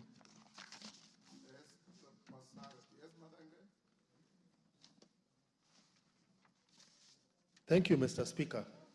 First, allow me to apologize for coming late, but I want to seek the Speaker's indulgence to kindly, with a lot of humility, allow the reinstatement of my question number 096 of 2024. Where were you when I called out? Honorable Speaker, I had to rush to the constituency, having been here earlier in the morning due to something I needed to attend. Okay. And in view of the question and what is happening in our universities, I kindly seek your indulgence, Honorable Speaker. Take your seat. Esther Pasares, you can ask your question. Thank you, Mr. Speaker. Mr. Speaker, I rise to ask question number 93 of 2024. Could the Cabinet Secretary provide details on the status of implementing the House resolution regarding the standardization of uniforms across the country to be based on the level of education? Could the Cabinet Secretary clarify whether the Ministry has considered adopting a policy of bulk purchasing and distribution of boarding items such as mattresses, buckets, metal boxes, game kits, rubber shoes, slippers to public schools akin to its approach with books? 3, could the Cabinet Secretary highlight measures taken to address unhealthy and illegal practices in schools, particularly regarding alcohol and drug abuse? Thank you. Minister. Thank you, Mr. Speaker. The Ministry recognizes that the objective of the resolution to standardize school uniforms across the country is to ensure that school uniforms do not become prohibitively expensive.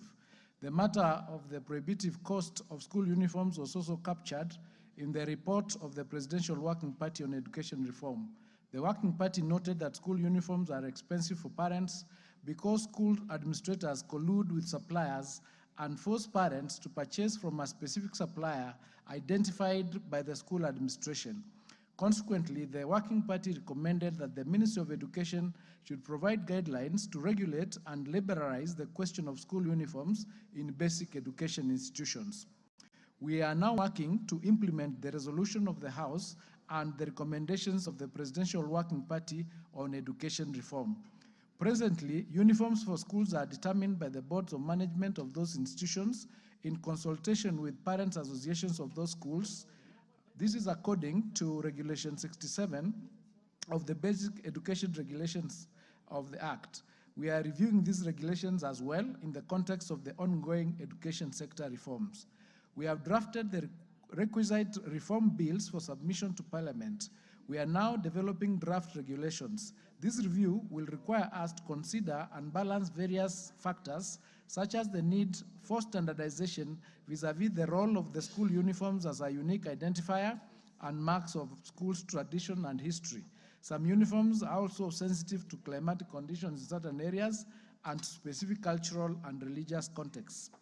In the meantime, as we work to provide an appropriate legal and policy framework, we are already implementing measures to ensure that school uniforms are not prohibitively expensive.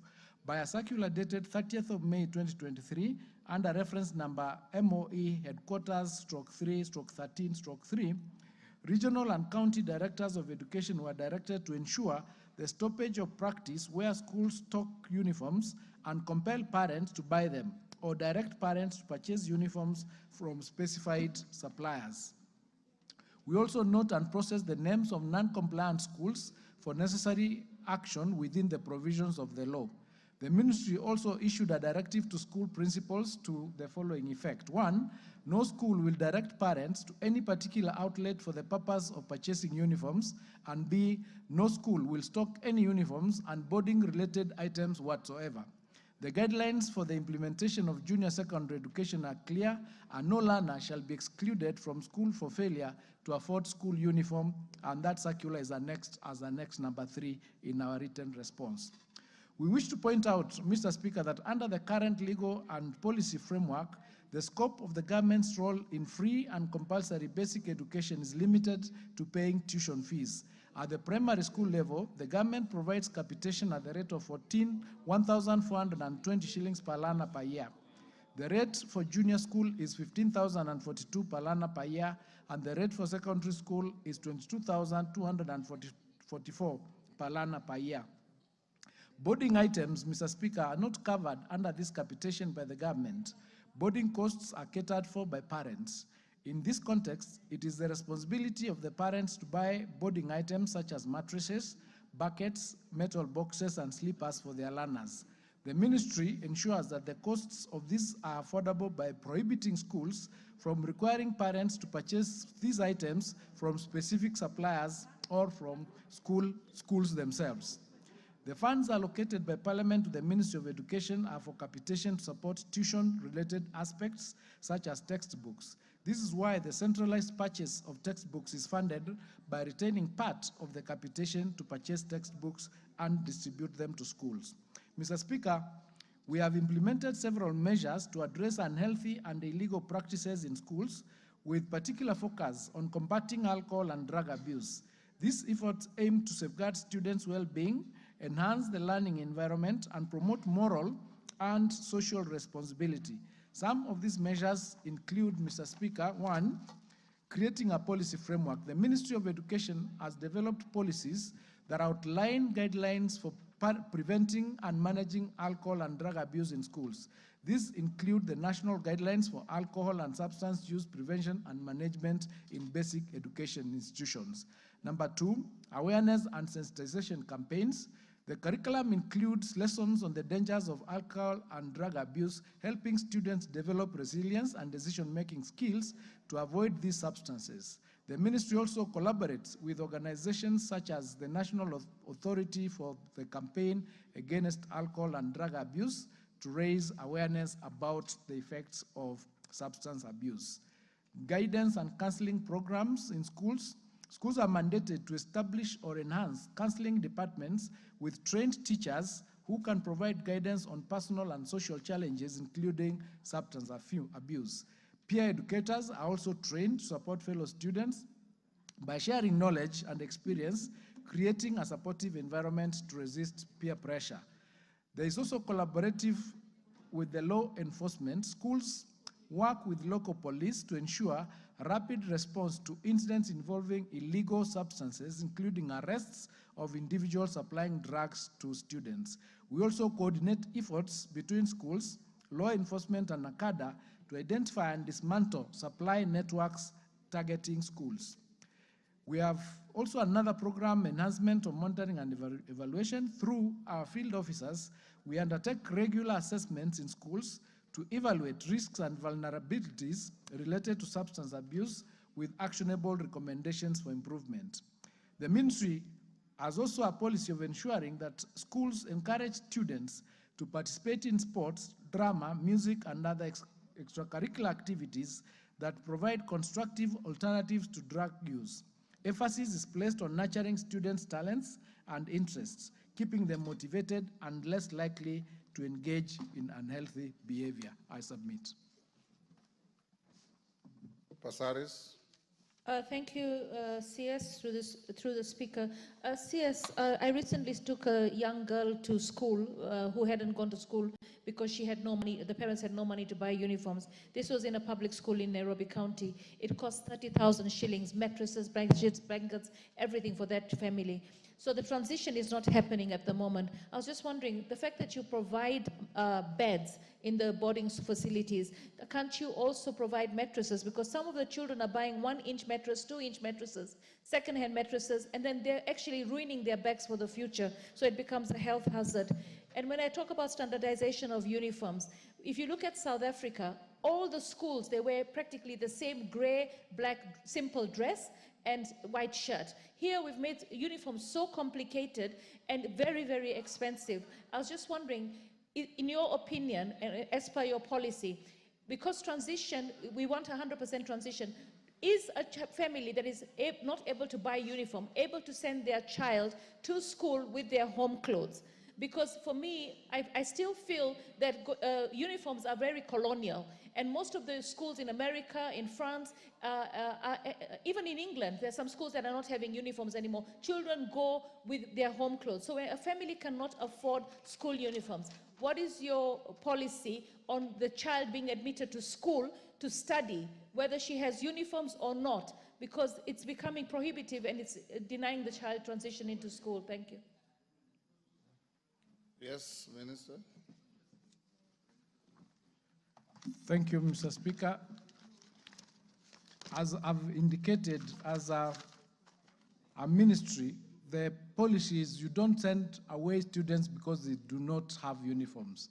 That's not allowed. You are supposed to admit them whether or not they have been able to afford the units. That is the current policy that is in place.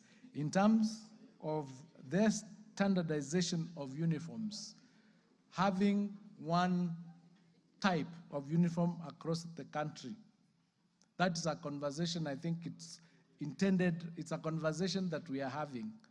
I think eventually we might reach there, but as of now, the various schools, through the board of management and through the parents association and the teachers, determine what they want for their particular schools, what uniforms they want for their particular schools. But maybe as a country, that's a conversation we have to move towards that bulk purchases or bulk organization relating, just like we moved from books. It took a long time to transition to it, to the bulk purchasing of books. So it's a conversation that we'll continue having to see how that will work. And I think the other question was,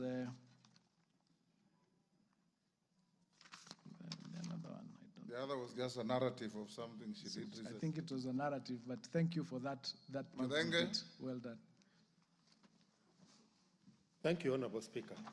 Honorable Speaker, could the Cabinet Secretary explain why undergraduate students and master students at the University of Nairobi Dental School are not receiving lecturers and lectures for orthodontics? Secondly, could the Cabinet Secretary elaborate on how students will qualify to graduate without completing the stated required coursework and modules that addresses yet these are doctors who are supposed to be handling human life? Thank you, Honorable Speaker. Minister. Thank you, Mr. Speaker. Mr. Speaker, the University of Nairobi has clarified that the dental school continues to deliver orthodontics education, even though there were transitions in the teaching staff. In particular, Mr. Speaker, 2 key members of faculty left.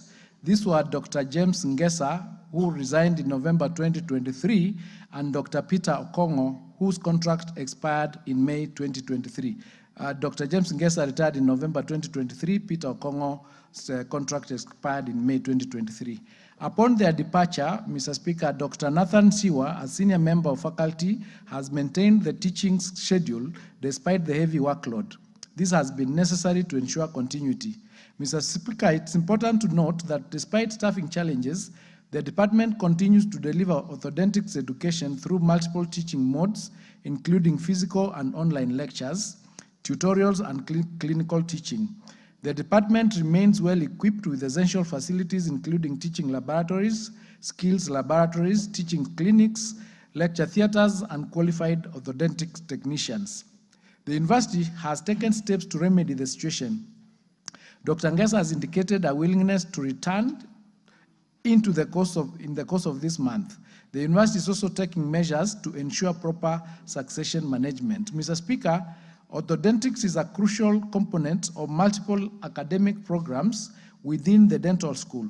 It is offered in the Bachelor's Dental Surgery program through 2 course units, VDS 490 and VDS 590. At the postgraduate level, orthodontics is taught as part of the Master's Dental Surgery in Oral and Maxillofacial Surgery under code VMS 590, and the Master of Dental Surgery in Pediatric Dentistry, which includes 2 courses, VPE 822 and HDS 6340.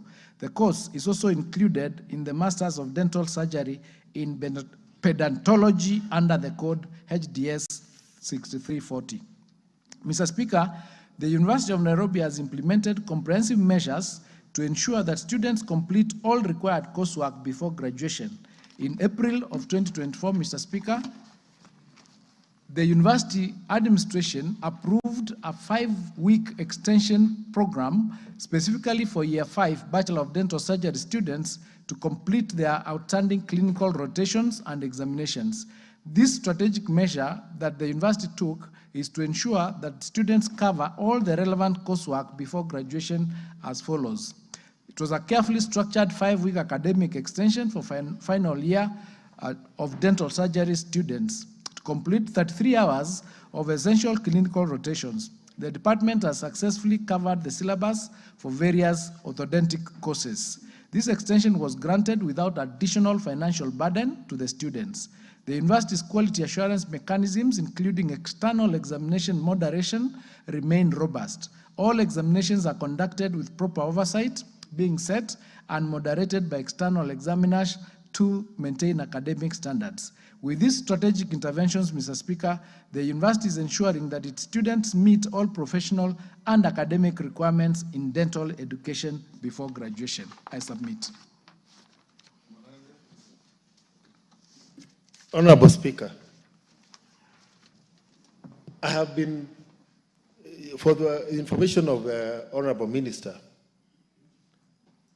I am in the dental profession as a dental technologist, and therefore I'm in touch with my professional colleagues, including students.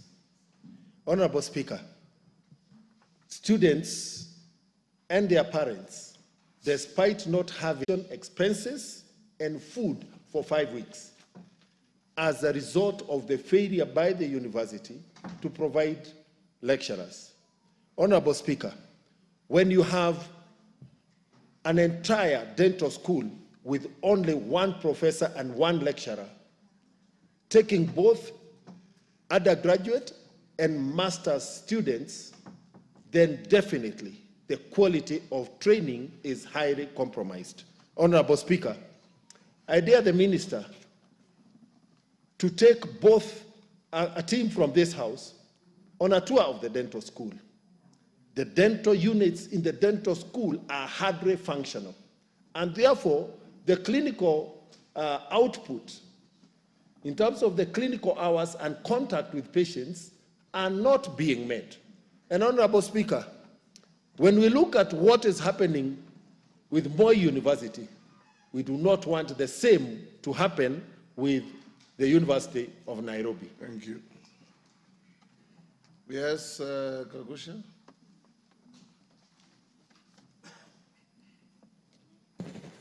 Thank you, Mr. Speaker.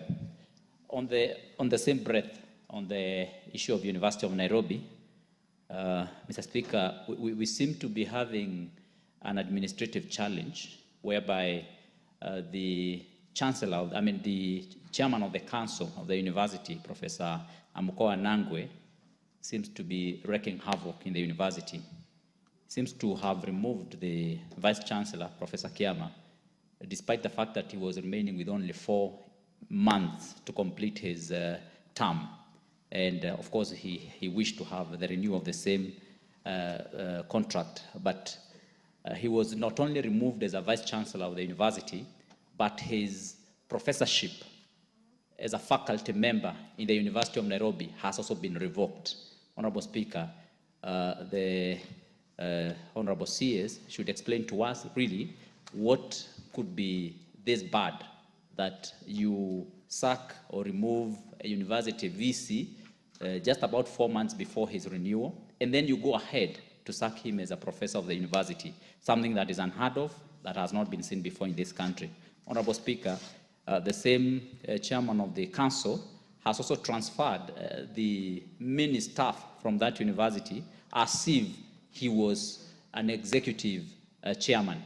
And yet, you know, he's not supposed to be in the day-to-day operations and running of that university. He has, for example, transferred the registrar admin, Mr. Benan Jogona, to Kisumu from a registrar position. He has also transferred the estate manager, Andrew Buka. Honorable Speaker, the University of Nairobi, again, perhaps to ensure that the council chairman has an overriding say in that university, has ensured that all the senior positions in that university remain vacant. If you go to the position of the VC, there's no VC, no DVC, not even a single one. Honorable Speaker, even the finance officer is not there. The procurement officer is not there. That is procurement manager, chief medical officer, and also the chief security officer. And all these are actually positions which are very important for the running of the university. And in the absence of this, we have acting people in that capacity. And Honorable Speaker, what has happened is now that the council chairman has now taken on the responsibility to run these positions. Honorable Speaker, I don't know whether the CS is even aware that the council chairman has even secured a house within the university to stay and to sleep in. And where is the evidence for all this? Honorable Speaker, I can provide this evidence. I can provide this evidence. He has secured a house to sleep in the university. He has acquired an office in the university, and now he comes there. Honorable Speaker, it's even rumored that he intends to... Order. This house will not Honorable Speaker, I refuse... Honorable Speaker, I withdraw. I withdraw on the rumor. But Honorable Speaker, the EACC has written to the chairman of the council, asking him to remove Brian Ouma from a position that he holds with fake papers, a position that is not provided for in the university. Honorable Kagusha, as a lawyer, you know you are treading on very dangerous grounds. You are making very outrageous allegations with no evidence. Honorable Speaker, if you give me time, even within a few minutes, I'll provide evidence. I'll table evidence in this National Assembly. You will go ahead and do so. I'll do so, Honorable Speaker. Yes. Okay. Yes, Rachel Nyamai. Thank you, Honorable Speaker, for giving me a chance to also joyride on this. I would like to ask the Cabinet Secretary whether he is going to assure this House that there will be no crisis in this school of dentistry. Listening to him very carefully, and he was very careful when he was responding to this question, there seems to be a problem of human power. With only one professor in the dentistry department, one lecturer who has resigned, and one whose contract has come to an end. Can he assure this House that he is going to administratively ensure that students from the University of Nairobi are not going to be left without training for this very important course, which concerns, which is actually a matter of life and death, because it's about teeth, it's about the mouth, Honorable Speaker, and this is about life, Honorable Speaker. Dentistry is very important, and we cannot play around with it, because dentistry is also part of core medicine. Thank you, Honorable Speaker. Majority Leader. Thank you, Honorable Speaker, and I will just go straight to my question on university education. And CS is aware that besides the issues that were being alluded to by Honorable Kagusha regarding the University of Nairobi, and I repeat, the University of Nairobi. Yes, the University. The University of Nairobi. Yes. CS, you're also aware that more universities... Robert, you behave like you didn't go to the University of Nairobi. Go on. Honorable Speaker, on a light note, Robert Mbui attended one of the other universities named after individuals. I was telling CS is also aware that Moi University has been in a crisis for some time, and would want to hear what policy initiatives the CS and the ministry has put in place to ensure that, one, we have changed the funding model, and now universities have almost adequate resources. I say almost because this has just begun, but we are certain that they will have adequate resources now to be able to run their programs. But the question of governance in universities remains a major challenge, not just in Nairobi University, Moi University, but in almost all our public universities. CS, if you visit almost all of our public universities, they all have major stalled projects. Some of them include gates and gatehouses that are built at the cost of hundreds of millions. I would want to hear what the ministry and the CS you are doing in terms of policy changes to ensure that public universities do not spend public money that they are getting through the new funding model, because they will definitely get more money to invest in white elephant, mega white elephant projects that are never completed. And they're usually always, not usually, they are always a conduit for pilferage of public resources. CS, my question is just that, what policy initiatives or what policy interventions you are putting in place as a new cabinet secretary in charge of education to specifically deal with that issue in our public universities? Because if the lack of exchequer releases to universities was a problem, the bigger problem is how that exchequer is expended once it gets to those universities. And see, as visit these universities, you will see, whether you go to Moi, whether you go to Nairobi, go to Lwakabete, they had projects there that were left there in the Nyayo days. You go to Kikuyu campus of Nairobi University, the same. Go to Chuka University, the same. Embu University, everywhere. Southeastern University, not a single university doesn't have a mega project that is stalled. And those who sit in the Budget and Appropriations Committee will tell you the kind of lobbying that is usually there during the budget making process to allocate resources to this and that university, but those projects never come to fruition and are never completed. Thank you, Honorable CS. Yes, Minister. Thank you, Mr. Speaker. On the issue of the University of Nairobi Dentistry Unit, we requested for that clarification and we got that report about what they are doing vis-a-vis the challenges they had when the two professors left and what steps they are taking to ensure that there is continuity in the learning. With respect to the particular equipment and the particular laboratories that are dilapidated, this is a replica of almost everything that is going on in almost all the universities. But I can assure you that we are going to make a point of bringing our universities back to what they used to be. And I want to answer the question that was raised by Honorable Kagusha together, generally, because I don't want to go into specifics, because as we speak, we are taking action on the issue of governance in universities. Governance is a very big challenge, is a very big problem that has bedeviled almost all our universities. 23 of our public universities, we keep saying in English they're technically insolvent, but I think they're insolvent. So we need to ensure that as we deal with the budget, we also deal with the governance, because you can give an institution money, but if the governance is wanting, that money would not do what it is supposed to do. So we are doing something about it. We are doing currently something about the challenges that Nairobi University is facing. I don't want to go into details because it's alive and active even as we speak. There's a team working on it as we speak.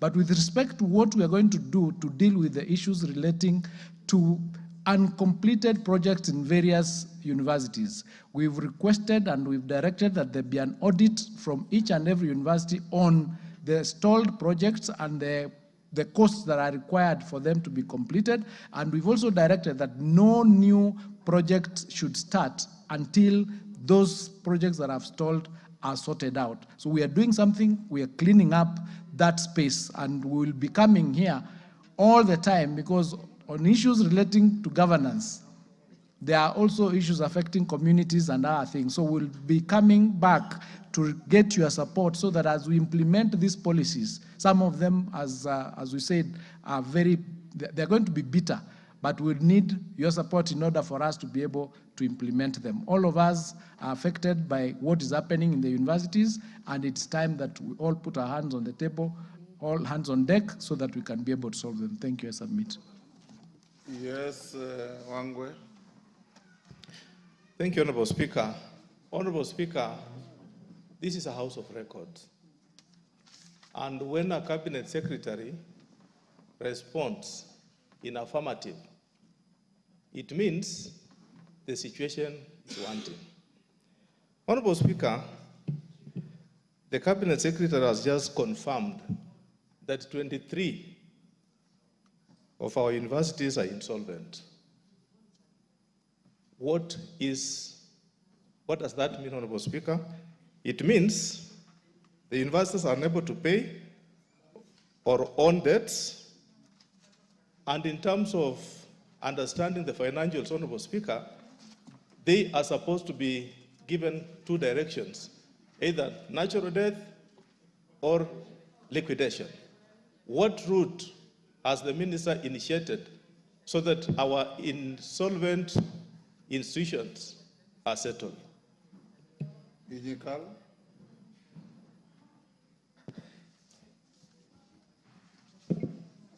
Dr. Nyikal.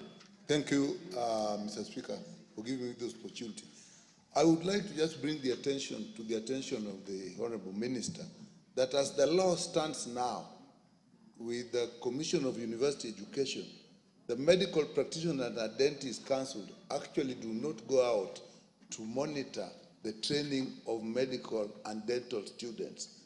And that work is left to the Commission of University Education, and I'm not so sure whether they have the capacity.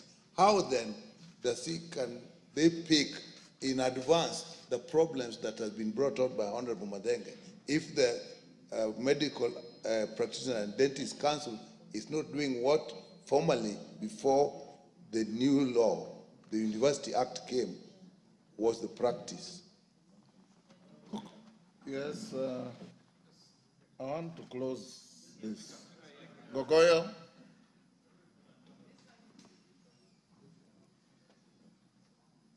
Thank you. Speaker, mine is just brief. Earlier on the CS, because I want clarity, Mr. CS, you are aware that TSC has confirmed that they lack science teachers in this country. What are you doing? Because it is the ministry that owns the colleges. What are you doing to make sure that we have science teachers? In my constituency, there is no deployment of any teacher for the science lesson for JSS. All that we have are in the arts. What are you doing to make sure that in the present and in the future, you will have science teachers to go to schools? Because it is clear that there is a deficit. And TSC has said they have none to deploy. Minister. Thank you. On the question of the insolvency or the technical insolvency of the universities, this is why the new funding model was introduced in order to ensure that universities have sufficient funds to be able to turn around. Based on that, and based on the simulations that have been done, all our universities that are in this situation with proper governance will come out of the doldrums in the next 3 or 4 years. So that is the program that is in place to ensure that we do not lose our universities. On the question of the university, the Commission of University Education and the Council, we are undertaking currently the amendments of the laws, including the Commission of University Education Act, to ensure that it is harmonized and it is aligned, to ensure that there is no contradiction on the duties and responsibility that the various organizations that deal with the various medical institutions or other educational institutions, including engineers, there is no conflict. We are working on the harmonization so that it is smoother and it will that be more effective on what it was initially intended to do. And Q is working with all the professional bodies to ensure that whatever issues that are of conflict within their mandates are aligned, and we have a body that is fit for purpose.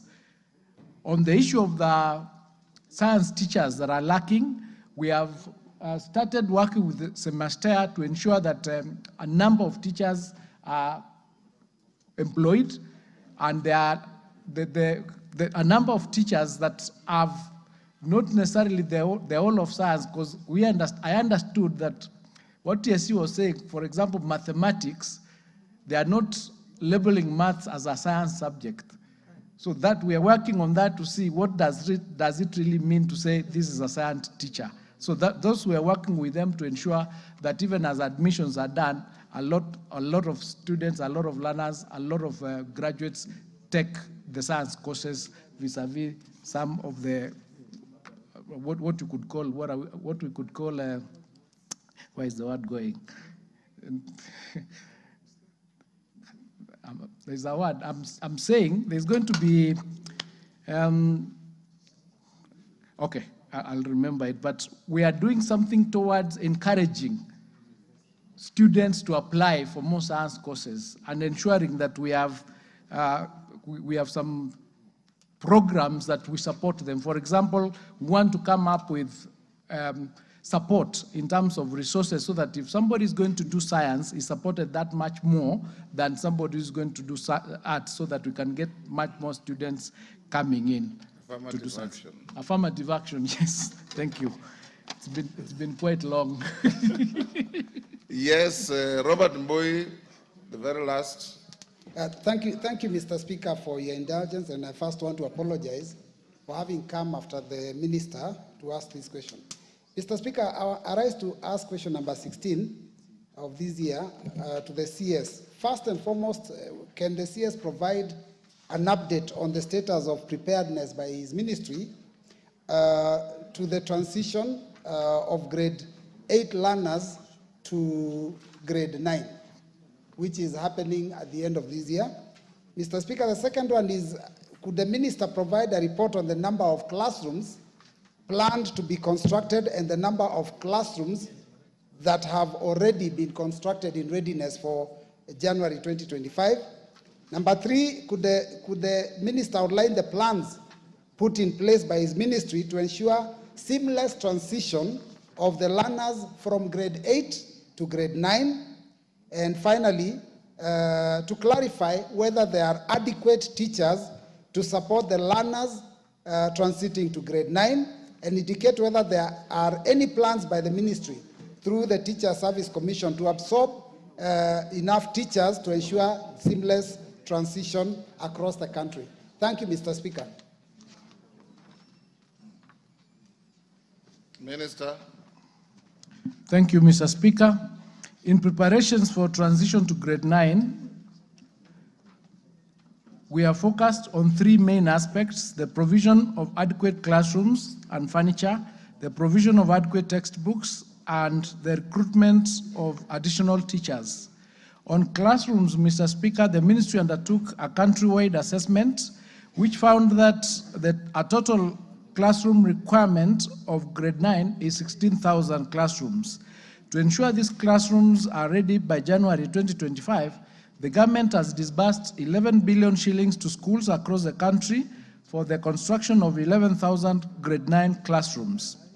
A further 6.8 billion has been allocated to the National Government Constituency Development Fund, being 3.4 billion from the Ministry of Education, matched with 3.4 billion from CDF, for 6,800 classrooms. The 18 constituencies in Nairobi County have been allocated another 1 billion shillings for infrastructure development through CDF. Mr. Speaker, we take the opportunity to thank the members for the work they are doing in their respective constituencies in constructing the classrooms, and we really value that support and partnership. Mr. Speaker, every public junior school with learners on NEMIS get 15,042 shillings per learner per year. There is a vote on the repairs and improvement of school infrastructure, which is currently 4,000 per learner per year. The ministry has directed that the money under this vote for this term be strictly used for the provision of desks and chairs for grade 9. On the issue of teachers, the Teacher Service Commission, through a multi-agency approach, has trained 60,642 junior school teachers. The teachers will undergo further retooling in November and December to prepare them for grade 9. During the same period, the 19,960 junior school head teachers will be retooled. The Commission, in collaboration with the Center for Mathematics, Science and Technology Education, Africa, has provided specialized tailor-made retooling programs for 7,700 teachers integrated in science and mathematics.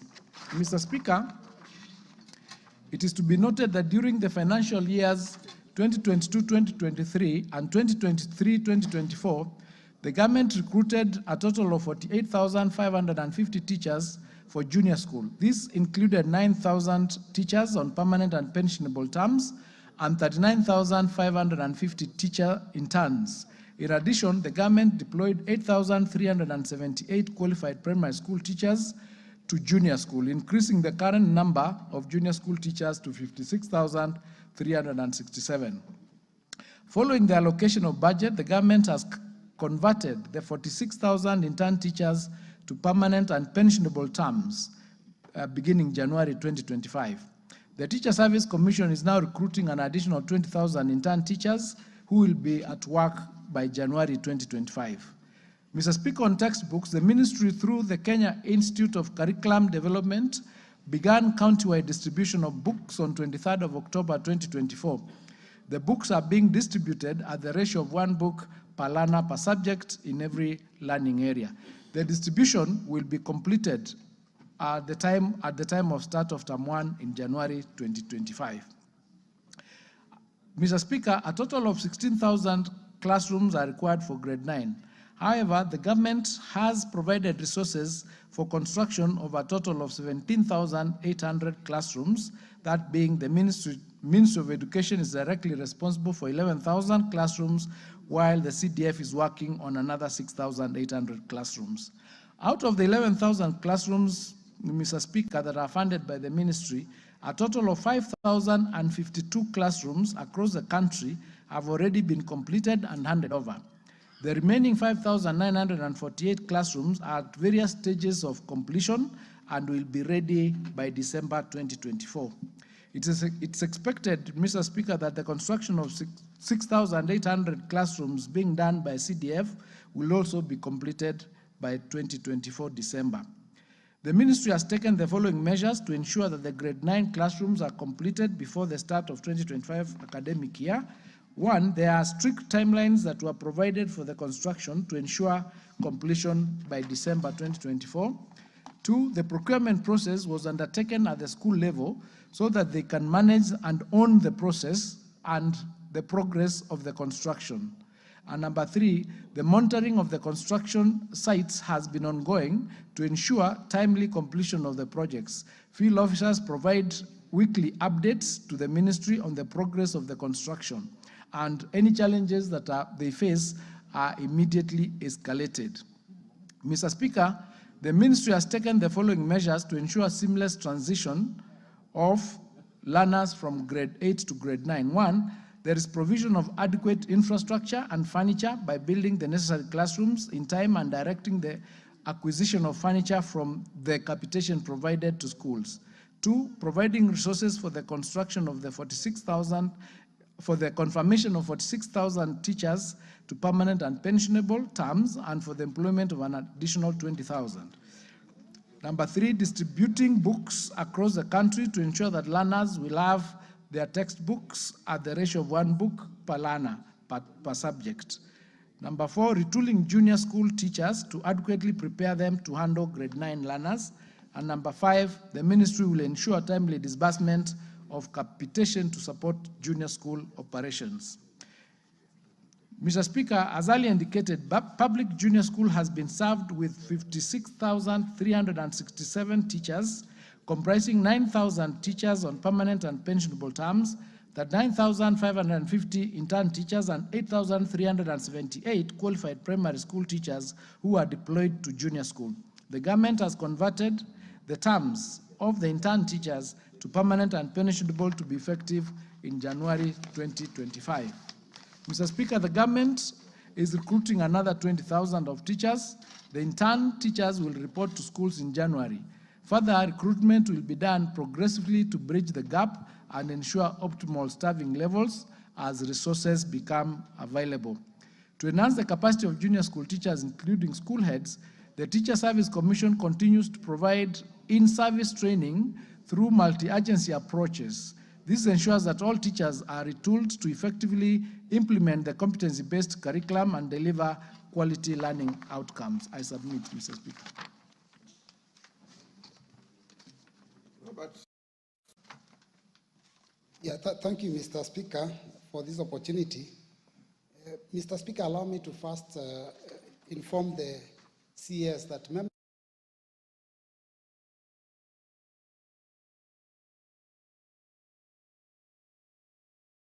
fund that does that, not members of parliament. But Mr. Speaker, numbers don't lie. The CS has clearly indicated that there is a total of about 16,000 classrooms that are going to be built for purposes of junior secondary school. But Mr. Speaker, the government policy was that every primary school is supposed to transition to junior secondary school, and therefore they must have a grade 9 class by January next year. At the same time, Mr. Speaker, some of the schools do not have a single stream. They have more than a single stream, either double or triple. Mr. Speaker, there is over 32,000 primary schools in Kenya. Now, if he's talking about 16,000 classrooms, that obviously does not even reach half the schools. So, Mr. Speaker, I want the CS to tell us, all those schools, more than half in the Republic, that will not have a class ready in January, what exactly are the principals or the heads of the institution supposed to do? Mr. Speaker, secondly, it's also important to note that the number of teachers that he has enumerated here are not enough to teach in all those schools the junior grades. Because junior secondary starts from grade 7, grade 8, and in January 2025, it will be up to grade 9. We don't have enough teachers. What advice is he giving the principals and the heads of the institutions to be able to figure out what to do when the children report in January? And thirdly, Mr. Speaker. Enough, Minister. Mr. Speaker, I am not done. Yes. You are now... Thank you, Mr. Speaker. You know, Mr. Speaker, the minister was taking a joyride on my question and was talking about, resources and textbooks.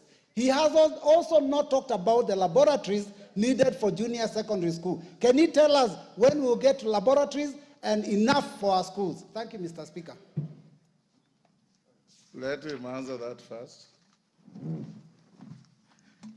Thank you, Mr. Speaker. What I indicated is that an assessment was done to determine how many classrooms that would be required for the transition from grade 8 to grade 9 of the students that we have, and it came to 16,000 classrooms. And those are the classrooms that the construction by the ministry is being undertaken. Additionally, the National Government Constituency Development Fund, in partnership with the ministry, would be constructing another 6,800, making a total of 16,000 that I've indicated, 16,000 classrooms. And there is a method that was used in assessing which schools require to have which classroom. Minister, the more important issue is asking, yes, what will you do where classrooms will not be ready when children go to school? And the second one is, can you tell the country whether you have prepared necessary facilities like laboratories in the schools? The others, you are just repeating what you have said. Yes, so what I'm saying, Mr. Speaker, is that the 16,000 classrooms will be ready in January to admit the students. This is the assessment that has been done by the ministry, and we are saying we will be ready in January. In terms of the laboratories, there is a program to construct 2,000 labs next year, and we'll start once we finish with these classrooms. So they are not there as we speak. Yes, Makali Mulu. Yeah, thank you very much, Honorable Speaker. Honorable Speaker, I want to agree with what Honorable Mboy was saying in terms of construction of classrooms by members of Parliament, because this is a House of Record. But I also want to follow up on another matter, Honorable Speaker, which I think is quite serious, and I think we need your indulgence, Honorable Speaker. The CS did mention in his statement that the universities are insolvent. And those of us who have a financial background, if we allow that to go to the record, Honorable Speaker, it will have serious repercussions in terms of universities. I want to plead with you, Honorable Speaker, if it's possible, that we allow the CS to retain technical insolvency other than saying, confirming that the universities are insolvent, because that could have a serious, Minister, are they implication. technical insolvent or insolvent? Technical insolvent, Mr. Speaker. So the words actually insolvent are expunged. They are expunged. Thank you. Thank you, Mr. Speaker. Order, honorable members. Order. Order, honorable members. Order. Honorable members, before we go on, allow me to recognize a delegation from the National People's Congress of the People's Republic of China. I wish to introduce to you a delegation comprising members of the Foreign Affairs Committee of the National People's Congress of the People's Republic of China, seated in the Speaker's row. They are Professor Hao Ping, member of the Standing Committee of the National People's Congress, Vice Chairman of Foreign Affairs Committee, and leader of the delegation. Mr. Ma Yiming, a member of the delegation. Mr. Zhang Li, a member. The delegation is accompanied by 3 officers and is in the country for bilateral meetings with members of the Kenya-China Parliamentary Friendship Group in the National Assembly. Honorable members, on behalf of the National Assembly and on my own behalf, I welcome them to Parliament and wish them fruitful engagements during their stay in the country. Thank you. Yes, Sunguli. Minister, you hold Mr. Speaker, I wish to join you in welcoming the members of the NPC, the National People's Congress of the People's Republic of China, where I served as ambassador for 5 years. This delegation... You should also be honest to say through the courtesy of yours truly. And Mr. Speaker, I still recall in those days, after you had given me an appointment letter, that you subsequently gave me another letter to say that I was one of the best serving ambassadors. But it was during your great leadership in the Ministry of Foreign Affairs that the People's Republic of China and Kenya became really good partners, and that a lot of investments went through because of the leadership that we had at that time. We want to urge the House to continue treating the People's Republic of China as great friends. I know that you have not recognized Ambassador Joe Ping. Is the ambassador there as well? Yeah. Oh, I didn't. He was not on my list. Welcome, Your Excellency, to the House of Parliament. Ambassador Joe is the real glue that is holding the relationship now, and is promoting the relationship between this House and the People's Republic and the National People's Congress of the People's Republic of China. So we want to welcome them and to assure them that the Republic of Kenya is a great friend and values the great contribution of China in the development of our republic. Thank you very much. Thank you. Shakil, do you need to say anything? Mr. Speaker, sir, thank you very much for the honor. As the chair of the Kenya-China Parliamentary Friendship Group, we welcome our visitors. They are members of the Communist Party Congress. They are parliamentarians, and we've already had a successful third bilateral meeting with them. We shall be meeting you a little later on.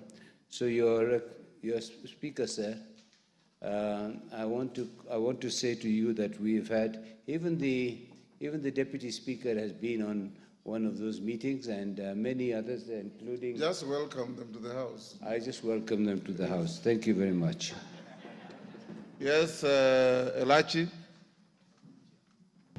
Thank you, Mr. Speaker. Allow me also this afternoon to really thank you for giving us an opportunity to meet the Foreign Affairs Committee of the National People's Congress, and to really thank Professor Hao Ping for indeed the visit that they gave us in China. And I just want to say to the ambassador, indeed you are a true friend as a country, and indeed we will learn a lot from you.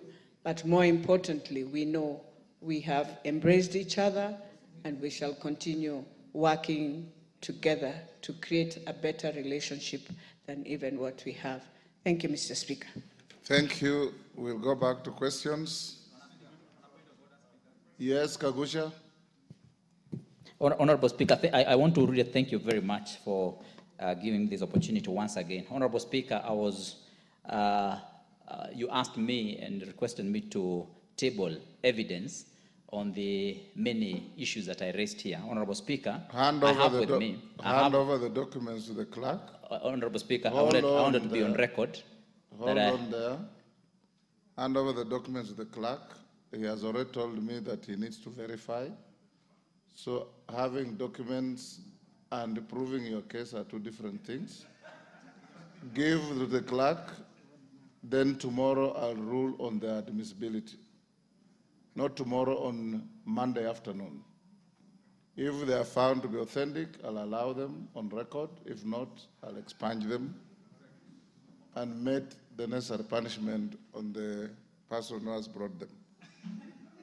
Honorable Speaker, just on the same, as I table them, I realize that the minister did not in any way answer the issues which I raised, even those which did not need documentation and evidence. Once I verify, we can summon him anytime.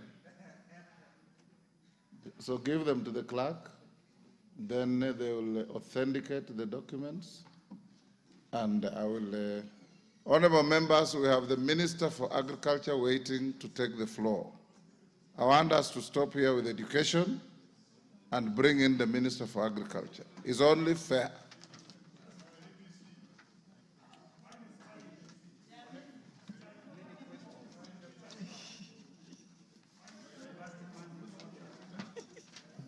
Order, members, in the interest of fairness, you are about 10 of you raising hands. I reject all of them. Yes. Let's get the Minister for Agriculture. Minister for Education, you are released to go back to your office. Thank you so much, Mr. Speaker. All the issues members are raising. Yes. As you go away, honorable members, as the minister goes away, Order Mwenje, take your seat. As the minister goes away, if, and this is something that you need to come and address the House, if the JSS is going to be domiciled in primary schools, right? Yes. If the JSS is going to be domiciled in primary schools, what it means, there are not going to be Form 1 students in secondary schools, right? Yes. What is going to happen to physical facilities in the existing secondary schools in terms of classrooms and boarding facilities? What are you planning to do with them now that you are going to domicile this in, and also the teachers in those schools, the Form 1 teachers in secondary schools? What are you going to do with them? I think next time you come to the House, it will be important that you come and satisfy members of parliament and the country so that we don't engage in any wastage of public facilities and public resources. Well noted, Mr. Speaker. Thank you. Majority Leader, can you now release your minister and bring in the Minister of Agriculture?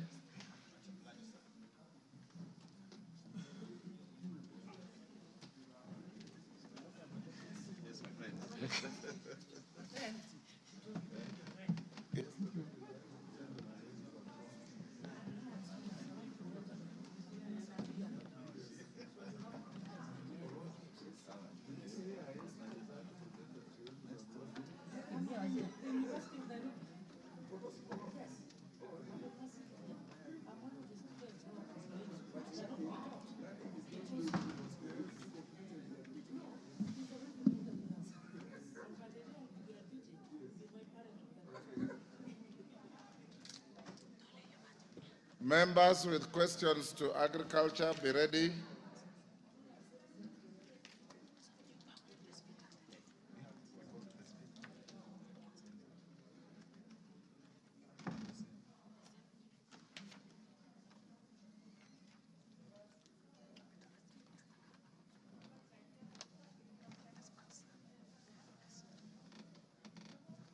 Minister, you are welcome, and your team.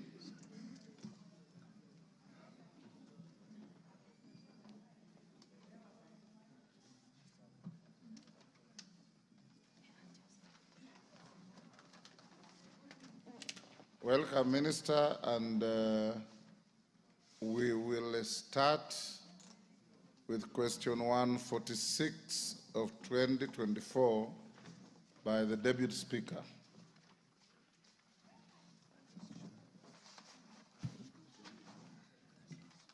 Thank you, Honorable Speaker. My question is directed at the Cabinet Secretary for Agriculture and Livestock Development, but I will just in 1 minute explain to him the background because it's followed up from an action of the previous minister. So Cabinet Secretary, on the 31st of August 2023, I wrote to the then Minister of Agriculture, relating to the use of carcinogenic pesticides in Kenya. And at that time, I had already brought a motion to Parliament in September 2019. That was the 12th Parliament. And again in 2022, in the 13th Parliament, I again raised the same issue. And then again in the year 2023, I sought a motion for even the removal from office from the members of the Pest Control Products Board, reason being that 76% of the total volume of pesticides used in Kenya have one or more active ingredients categorized as highly hazardous pesticides. This information is with the Ministry of Agriculture. Also, it was confirmed that some of the pesticides, in fact, over 40% of the pesticides that come into the country are pesticides that have been banned in the United States and other parts of North America, and also in the entire Europe. However, those same pesticides are manufactured in those countries, but for export only to countries such as Kenya. And therefore, we want to ask, what is the status of implementing the recommendations of the National Assembly with regards to that public petition, petition number 70 of 2019, and what steps have been taken by the ministry to withdraw those harmful chemical pesticides in the Kenyan market, and also what has the minister done to respond to my letter of 31st August 2023, which I also had an opportunity to bring it to your attention during the time you are being vetted for appointment as minister. And lastly, there is also what is being done about ensuring that the pesticide which was formerly called Roundup, which currently is being sold under a different trade name, but with the same ingredients. What steps have been taken to remove it from the Kenyan market, even though it is known and is public knowledge, again, to the Pest Products Control Board, that, in fact, farmers in the United States were paid $230 million for having developed cancer as a result of use of those pesticides. Thank you, Honorable Speaker. Minister. Thank you, Mr. Speaker, sir. First of all, is to say that, yes, the issue has been, we have been seized of the issue for a long time, and it has been discussed many times with various committees and tabled on 26th August and to the Committee on Implementation. A comprehensive report was tabled in that committee. But what regarding the question, the status of recommended National Assembly Department Committee of Health, we had several issues which were raised there, and the Honorable Member, Boss Chere, is raising, and I'll go through them so that I will indicate what the ministry has done to each particular issue. And the public petition number 70 of 2019 had 7 recommendations that had been addressed by the Ministry of Livestock and Agriculture and Livestock Development. One of the issues was on regulation and distributing and retailing of pesticides. And our response is that the ministry has already gazetted the pest control products and inspection and certification regulations of 2024 on 18th June 2024. The regulation sets the requirements for certification of distributors and retailing of pest control products. So those regulations were the ones which were recommended by the studying that committee, and we have already done the gazettement. So that action has been taken. The other one was the analysis of the products in the Kenyan market. We were requested to analyze the products, pesticide products in the Kenyan market, and the response is that 31 active ingredients and associated end-use products have been reviewed, and we have provided an annex, Mr. Speaker, Annex 4 in our report, which details all those pesticides which have been analyzed. And the active ingredients have been analyzed, as we were requested by the committee to do. The development of the highly hazardous pesticide, what we call HHPS strategy, is also ongoing in partnership with the East African community. This is not a one-nation affair. We are also liaising with our East African community member states, so that because some of these pesticides are used across the East African community. And in the last 3 years, 79 pest control products have also been voluntarily withdrawn by litigants for various reasons. So various litigants or registrations have been, 79 of them have voluntarily withdrawn their for various reasons. The other issue, Mr. Speaker, which was raised, number 3, was on funding. It was noted that in order for PCPB to do a good job, it had to have adequate funding. And PCPB has been underfunded until the current financial year, when funding was enhanced, and we accepted that. The raw funding caused the delays in reviewing the active ingredients in the petition, review of the regulations in the Pest Control Products Bill. However, development and review of regulations require public participation and also conduct of regulatory impact assessment, which requires a lot of resources, as you agree with me. And the funding needs to be to enhance so that the PCPB can do its work. So from this year, we have seen increased funding for PCPB, and we are hoping that it will do a better job in terms of making sure it does what it was requested to do. The other issue which was raised is the annual publication of pest control products that have been withdrawn or banned. And I report, Mr. Speaker, sir, that PCB publishes normally a list of withdrawn active ingredients and decisions, a list of withdrawn active ingredients and decisions. It also publishes a list of banned products, a list of the registered products, and a list of restricted products on its website. And we have provided also in our report an Annex 5, which indicates some of these products which has been withdrawn or restricted. So, and the ones which has been banned, actually in Annex 5 is on banned products in Kenya. So you see, members, you see there are 45 of them which have been banned in Kenya, and they are listed there from the herbicides, insecticides, and other products. So I don't have to go through the whole list of the products which have been banned, but the list is provided as it was requested. Then number 5 was the amendment to the Pest Control Act. We were requested to do the amendment to the Pest Control Act. The cabinet memo, I can report that the cabinet memo on the Pest Control Products Bill is on the National Treasury, awaiting concurrence and thereafter submission to cabinet. So we have prepared the Pest Control Products Bill, and it is on way to cabinet for approval. The regulations anchored on the PCPB Act of 346 of 1982 were recently gazetted. So we had proceeded to actually do the regulations before the bill, even the bill comes into place. So that is our response, and we have taken action. The other issue was access to data. And PCB has been accessing technical information on the data package supporting the safety of human health and environment. This data includes the chemistry, toxicology, effects on the environment and beneficial organisms, efficacy and residue studies, fate and behavior in the environment.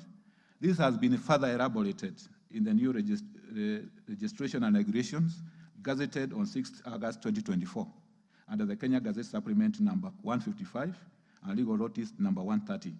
The proposal for the proposed PCPB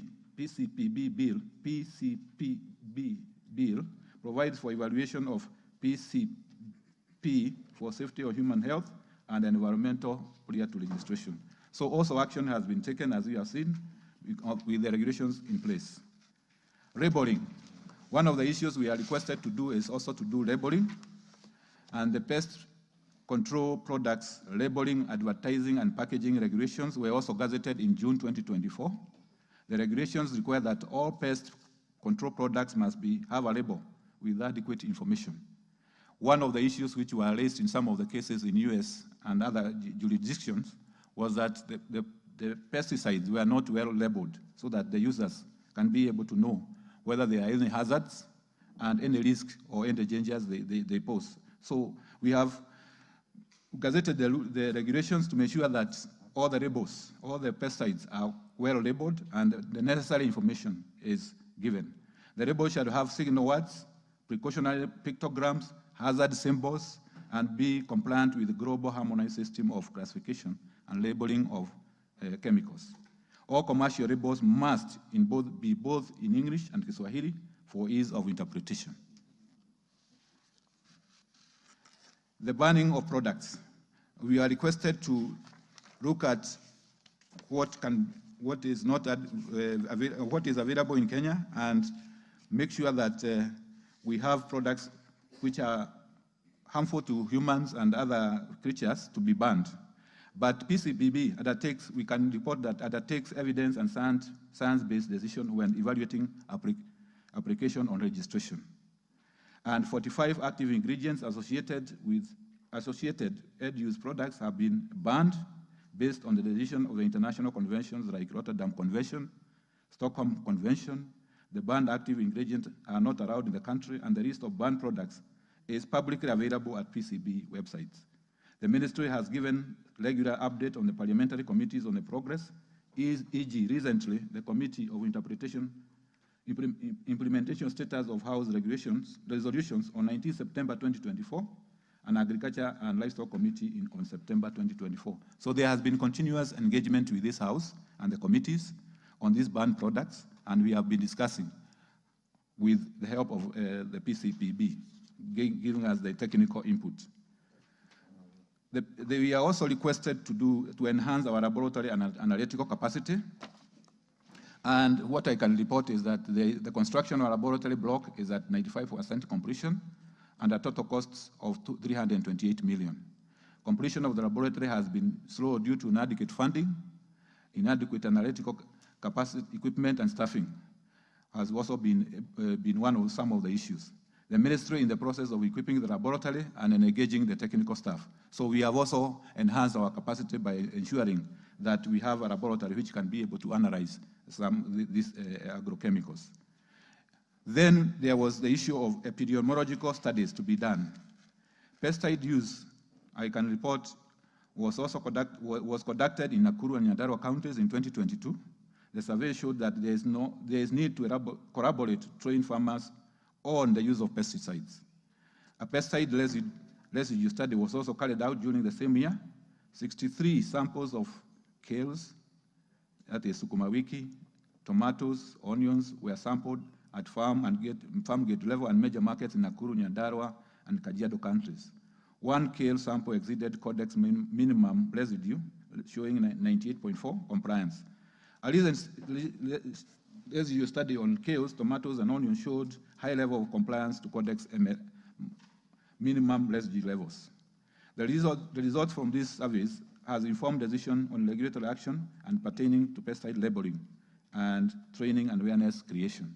So we have been constantly undertaking field studies to ensure that we are informed about if there is any minimum levels being exceeded and any epidemiological issues which have been coming up.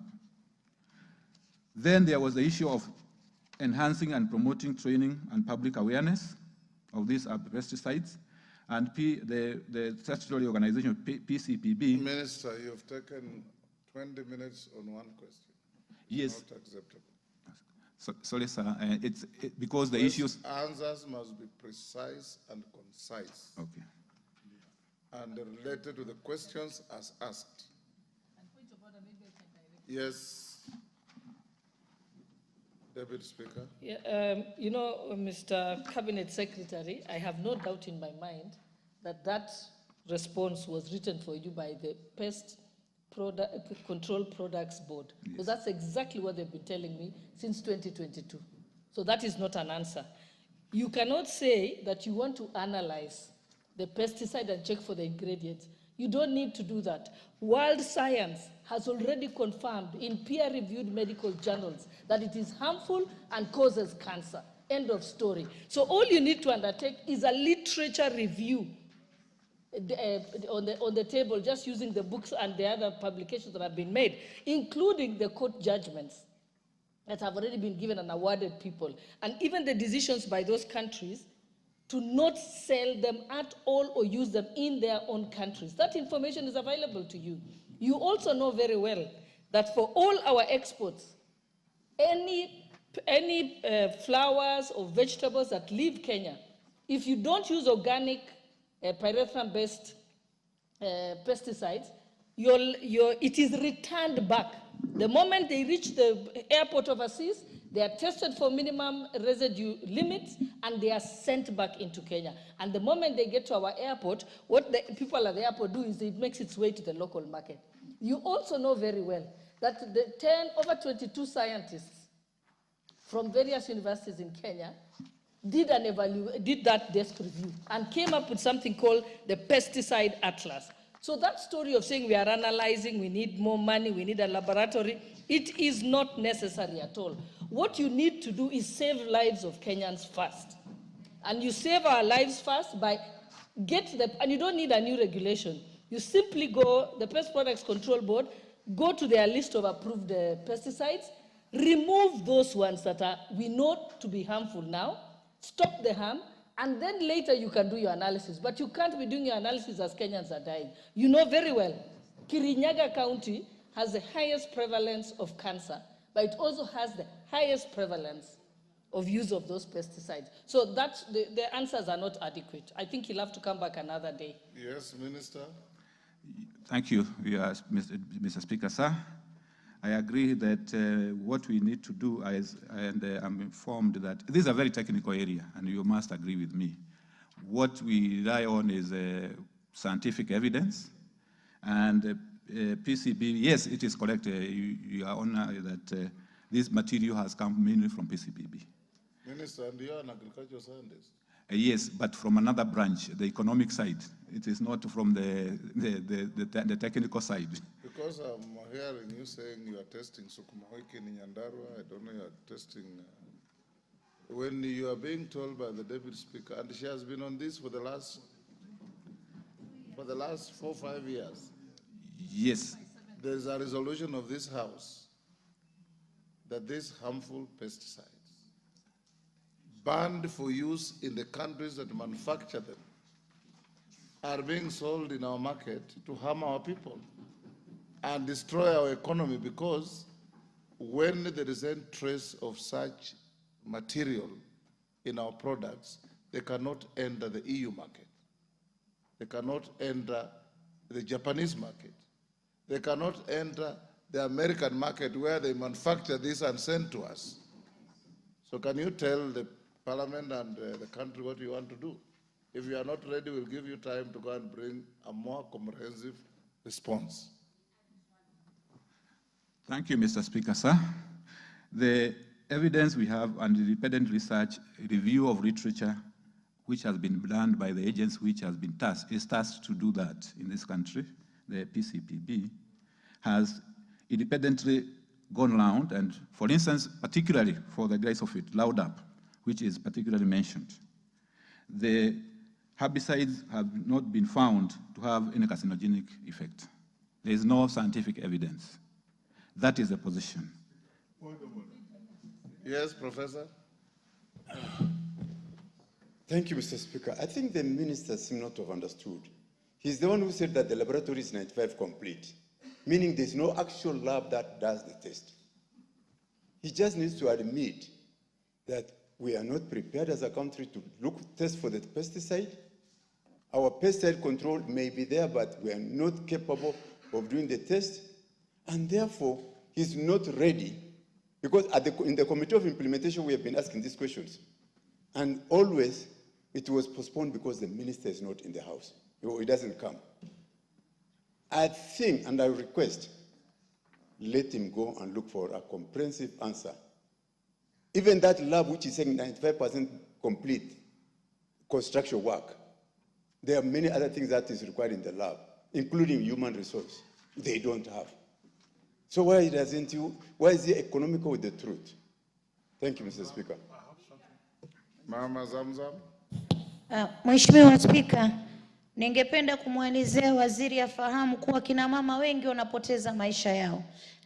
Na hata hapa mbeleni kidogo tulikuwa tunaongea na Mheshimiwa Meli Adhiambo, kuna mtoto wa dadake ambaye ni lawyer, ukimwona Mheshimiwa Spika huwezi kuamini. Anapoteza maini kwa kansa, Mheshimiwa Spika. Nataka kumwambia waziri, kama huna majibu, chukua huyu Mheshimiwa Deputy Speaker, amefanya research ya kutosha aweze kukusaidia. Hatuwezi kukubali Wakenya wanakufa na sisi tunataka kuinua uchumi kwa sababu ya mtu mmoja ataka kupata faida na pesticide. Hii ni hatari, itolewe. Kenya kuna vitu vingine ambavyo tuweza kutumia kwa ukulima tukatoa mazao mazuri, Mheshimiwa Spika. Kwa hiyo waziri, mimi nakuomba kwa heshima na taadhima, mimi ni mama, siko tayari kufa kwa kansa. Kwa heshima, mfuate mheshimiwa aweze kukupa ile ambayo ametoa ya haki, na uweze kufuata tutoe hichi kitu katika market yetu. Asante sana. Obo. Bwana Spika, mimi niko na shida nyingine. Katika haya mambo waziri anazungumzia, hii ya dawa za wadudu zinapuliziwa kwenye mimea. Bwana Spika, kuna tatizo lingine afaa pia aliangalie. Tatizo lilioko kule kwangu Lamu Mashariki, wakulima wangu hawatumii aina yoyote ya madawa. Sisi ni wakulima wa simsim. Lakini shida imetokea, wale wakulima jirani wanatumia madawa kupuliza, ile bidhaa zao zimepelekwa, simsim yao imepelekwa nje, imerudishwa. Sasa soko limeharibiwa za wakulima wote wa simsim. Hivi ninavyokuambia, simsim imejazana Lamu East, Lamu Mashariki. Ana mipango gani ya kuwasaidia hawa wakulima kuhakikisha hizi simsim zimeuzwa? Manake wao tuko tayari zipimwe. Zetu Lamu Mashariki hatutumii hizi pesticide. Kwa hivyo atusaidie, ajue hata kama vile mnavyofanya kwenye maziwa, saa ingine maziwa ikizidi serikali inanunua, basi mnunue zile simsim wakulima wetu wapate kufaidika. Asante. Chairman of Agriculture. Thank you, Honorable Speaker. Honorable Speaker, I stand on the view that the minister needs to be better prepared with reasons. Number one, Honorable Speaker, we are talking about a very sensitive issue. It is sensitive in the sense that it is science. And let's not joke around, Honorable Speaker, there's a problem here. The problem being that any rejection of any product from any country must be explained. And they talk about maximum residual levels of the chemicals or the pests themselves or pesticides in that particular product. There's an international body called Context Alimentarius, which sets the standards. Kenya's products sometimes were rejected in the European market as a result of the European supermarkets coming up with a Europe gap, which was a standard. Kenya developed Kenyan gap, which was a higher standard than their market standard. And all our products were getting into Europe. So when I was speaking, let's not mix issues. Number one, we need scientific evidence. And scientific evidence must be from refereed journals, not gray literature. When I was speaking, I stand here as a person who knows what I'm talking about. Gray literature is only studied out by somebody and purporting to have referred to other literature. When you follow it up, you find that it doesn't end up. Again, that particular study was denounced by the international bodies. So the minister needs to be thoroughly prepared before we make a very serious decision which can be counterproductive to the country. And why am I saying this? We followed this issue on our speaker, and as a committee, we engaged the PCPB on a retreat. And we told them, with Honorable Morocco, I'm wondering why Honorable Morocco is not in today. We told them, please tell us. We had mentions of names, the references. We followed up the references. Some of them were struck off the record of the respected writers in that particular field, based on what they said, which was denounced by another body. So now, Speaker, let us really be there as a country, because we might be banning our own. In Europe, I was in Europe last month. We were in Denmark. They are using Roundup. They are selling across the world. I was with the minister there, and we had presentations. I'm not talking for the ministry. I'm not talking for the I'm talking for the country, Kenya, because besides anything, we need to do international trade. And if we have to do international trade, we must do trade under the WTO trading systems and the regulations that have been set for anything that is eaten, Context Alimentarius standards. So that, Honorable Speaker, let the minister come up with the details. Let anybody else who has any evidence bring the evidence. Let the evidence be cross-checked so that, Honorable Speaker, we quote something that is quotable. Thank you, Honorable Speaker. Yes,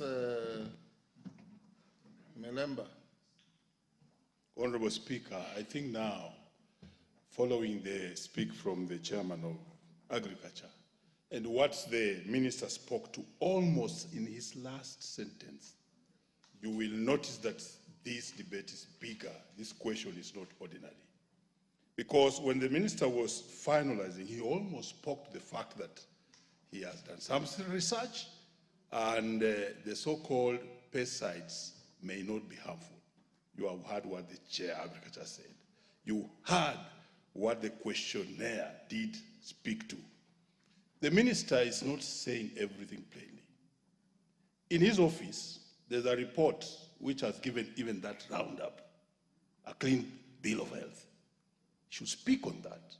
And that's why I think the chairman is quite specific, that these are scientific things that will need real scientific proof. So he needs to be more prepared, because equally the questionnaire is having evidence. And when you hear her speak, she's exact. She's having references. So this is a matter that Honorable Speaker needs more so that we can clear with that roundup. And the minister was avoiding to touch the word roundup all along until now it has emerged from other quarters. Thank you, Honorable Speaker.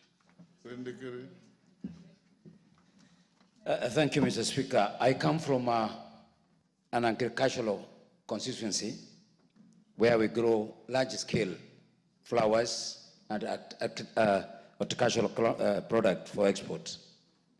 Mr. Speaker, Meru, Kirinyaga are among the highest counties with a high level of cancers. Mr. Speaker, when I heard the minister speak, he spoke of carrying out some research somewhere in Nyahururu, but in the deep areas where the cancer is more prevalent. He hasn't even touched it, Mr. Speaker. So there's a deficiency in his answer, because where the current of the research is not where the cases harmful effect on human and animals is. So my request is that the minister carries out more research in the most deep agricultural zones, particularly Meru County, and specifically in Mori constituency, Mr. Speaker, where we have a high level of women miscarriage, the ones around the farms, within the farm workers. We grow potatoes, we grow cabbages, we grow almost all export products. And some of these products, Mr. Speaker, are some of the ones that are being returned. So really, this is not an issue that need to be just be given, because laymen like us are really understanding the problem. But the people who are supposed to be giving a solution, they are not. This pest control board, I think, is where the problem is. And I think something needs to be done. There's a human deficiency in that institution that are not telling Kenyans the truth. If a lawyer is able to disseminate the information from our own research, and a scientist at the pest control board is not able to explain, then this country is in danger. We're in danger. And I'm saying this, Mr. Speaker, because my constituency has been taken as a research, as a center of focus by National AIDS Control Council, by the Minister of Health, everybody. But the Minister of Agriculture is silent. There are information that makes them know where they need to focus and get the answer to our problem. Okay. Thank you, Mr. Speaker.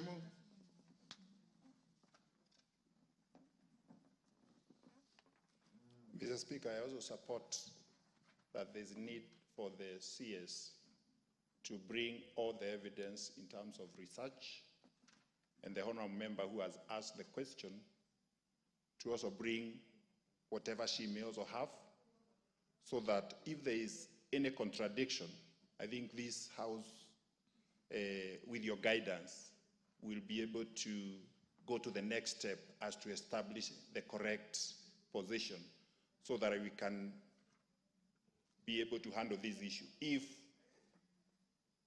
these pesticides are the ones that are causing cancer to our people, then we can be able to know how to address it.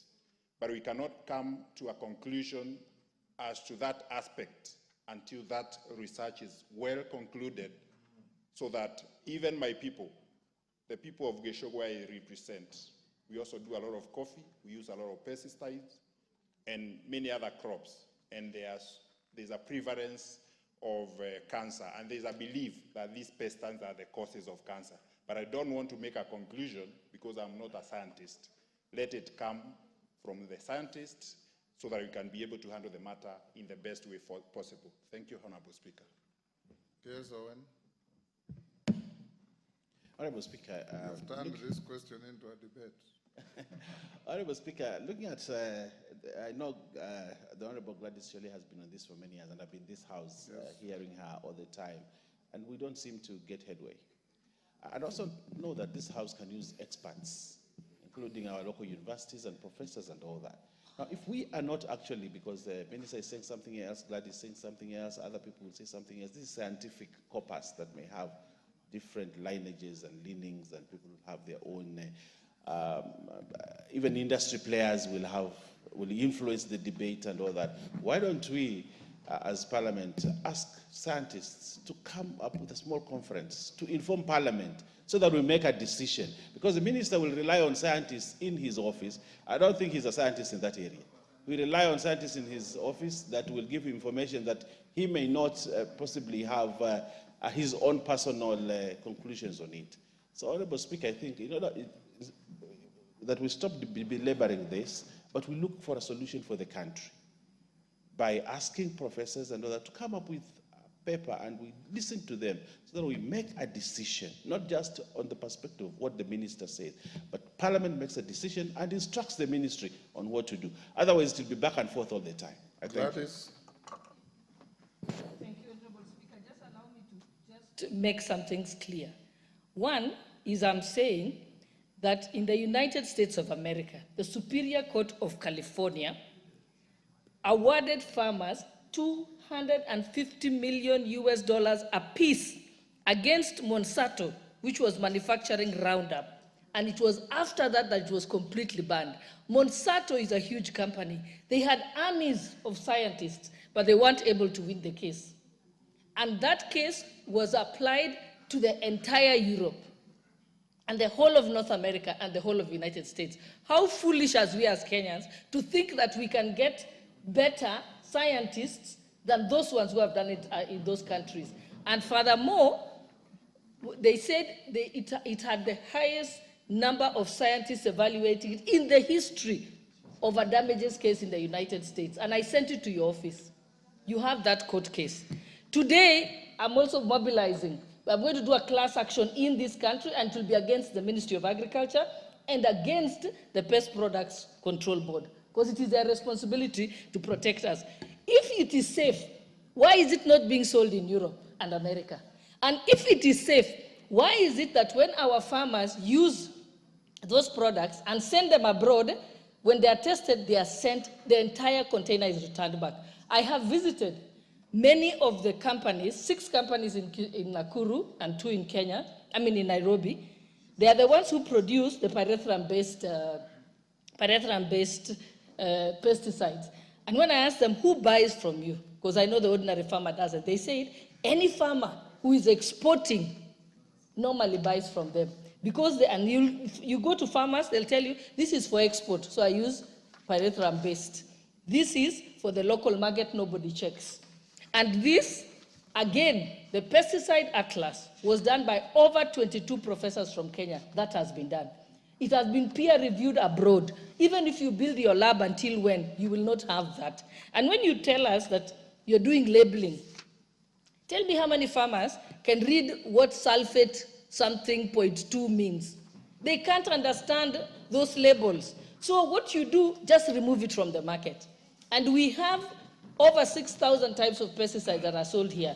If we remove 267 that I have isolated as being harmful, we'll still be able to have pesticides in the country. So why you removed, out of the 267, they have removed 7.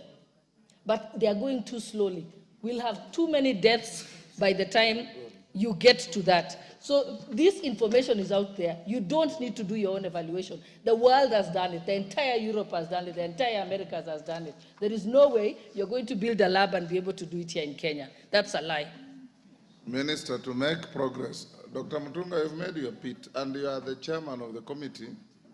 So I don't want you to appear also to be holding brief for the minister who is present.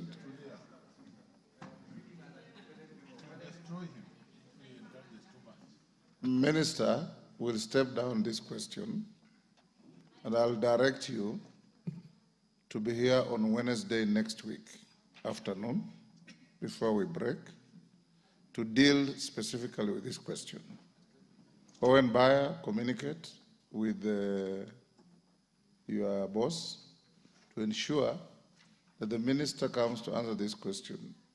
As patriotic Kenyans, and as a country whose economy is rooted on agriculture, employing 70% plus of our workforce, it should concern you, members, that we do the right things. If our products go to Europe, we now have duty-free, quota-free access. But then they hit non-tariff barriers in terms of scientific checks and comeback, then we lose as a country. And it harms our economy. Those like the member for Gishugu, whose base of economy is horticulture, they'll suffer, and everybody else. So, Minister, you have a duty to ensure that Kenya benefits from scientific development, both internally and externally. What is developed in America or Europe is universal. We don't want to hear members crying about prevalence of cancer cases. And one can ask, Why do we have serious prevalence of cancer cases in areas where these chemicals are in use, lesser than in pastoralist areas, and so on and so forth? So go and prepare, come back on Wednesday on this particular question. So we'll go to the other questions so that you can be able to satisfy, not only, you are not addressing Parliament, you are addressing the country. Yes. We are well guided, Mr. Speaker, sir. We go to now the first question by private notice by Geoffrey Ruku. Question 015 of 2024 by Geoffrey Ruku. Question dropped. Question by Joyce Kamene. I have a letter authorizing Honorable Kiamba to ask the question on her behalf. Kiamba, go ahead. Question 027 of 2024. Thank you, Honorable Speaker. I wish to ask this question on behalf of Honorable Joyce Kamene of Machakos County. Question to the Cabinet Secretary for Agriculture and Livestock Development. Could the Cabinet Secretary state the long-term sustainable measures the ministry is putting in place to lower the cost of agricultural inputs other than the provision of subsidized fertilizer, considering the rising food prices in the country and on account of inflation? 2, state the programs and the policies the ministry has implemented to reduce importation of food to the country and ensure food self-sufficiency. Thank you, Honorable Speaker. Yes. Thank you, Mr. Speaker, sir. On the first question, the sustainable measures the ministry is putting in place to lower the cost of inputs. First of all, we note that, yes, the question indicated the prices, the food prices were rising, but this has, from recent figures, we note that the prices of most foodstuff have come down, and also inflation has come down. But what we are doing to make sure that this cost of production and sustainable measures are put in place, one of them is we are promoting local fertilizer production, and we are hoping that by doing so, the cost of fertilizer will further come down. We are also doing blended fertilizer production.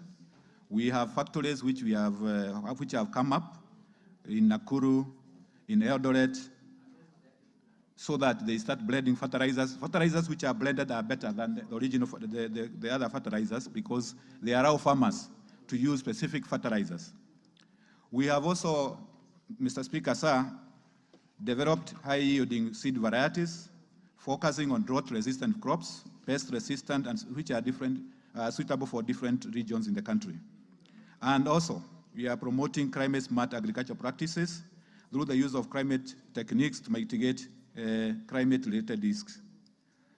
And we are also put in place subsidies on input credit programs, such as Smart Input Subsidy Program using e-vouchers to target smallholder farmers, input credit facilities tailored towards farmers such as the Agriculture Finance Corporation, Commodity Fund, the new KPCU, among others. We are also promoting soil health and sustainable farming practices. And on the second question, state the programs and policies the ministry is using to reduce importation of food in the country and ensure self-sufficiency.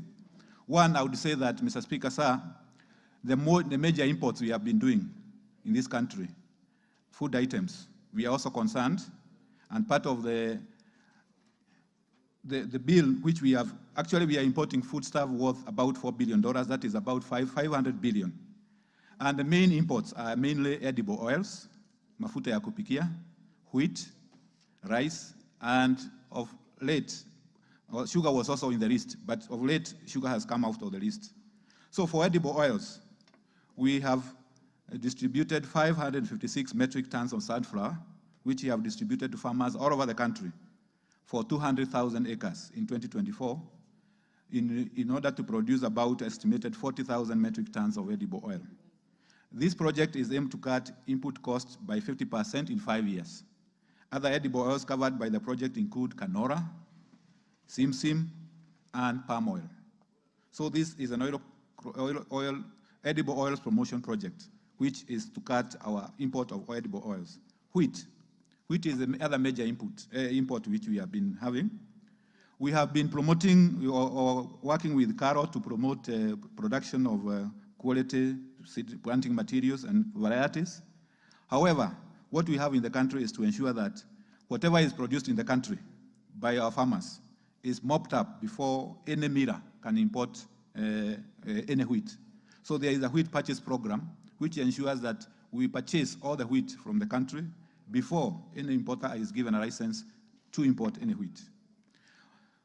We have also embarked on what we are calling Land Commercialization Initiative. This is an initiative where we are teaming up with the private sector to encourage them to come and lease land from government institutions like ADC, Agriculture Development Corporation, ADC. And we are giving leases from 10 to 35 years. And some of them have come up with leases which they are able to grow some of these crops like canola, simsim, and also sunflower. So this will help us also improve our local production. On livestock, because livestock is also an important area, like milk, we are importing also a big chunk of especially value-added products like cheese.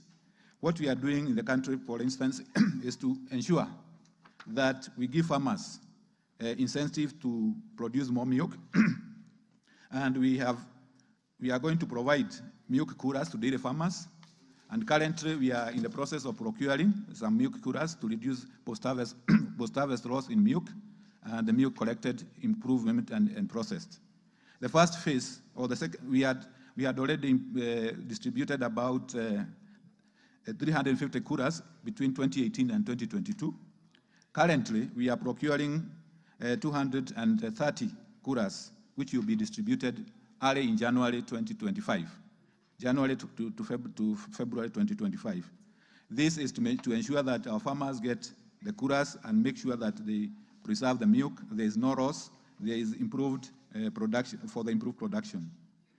We are also intervening in the livestock sector by making sure that we have a livestock vaccination program. The National Livestock Vaccination Programs are mainly aimed at maybe transboundary diseases like foot and mouth, and the one for the small ruminants. And we are making sure that we vaccinate all our animals. In the past, counties have tried to vaccinate the animals, but this has not been effective because one county vaccinates, the other one doesn't vaccinate. That doesn't solve the disease issue. There has been an issue about this particular intervention, but what I can inform this House, Mr. Speaker, sir, Madam Speaker, is that we are using local vaccine manufactured by our local institution called Kenya Veterinary Vaccine Institute, KVVAPI. So we are not importing any vaccine to use for vaccination. The vaccination is using local vaccine. And I would like to invite members of this House who are interested, even we can facilitate you to go to KVVAPI to see how this vaccine is being made. So it is not something which is coming from outside.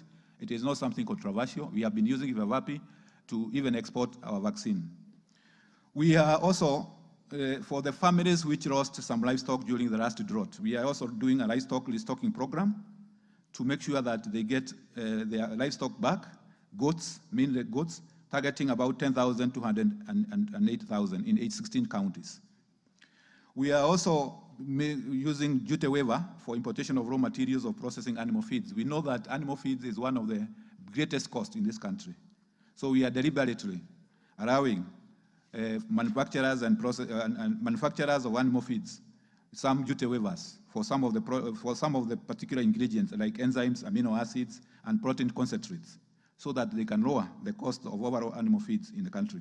So those are the measures, some of the key measures we are taking to make sure that we are lowering the cost of making sure that the import bill is down, and also we are lowering the cost of agriculture and those who are in it. Thank you.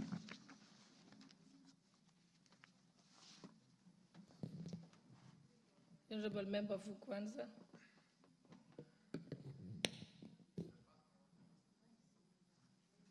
I think it's much more than what the minister is saying.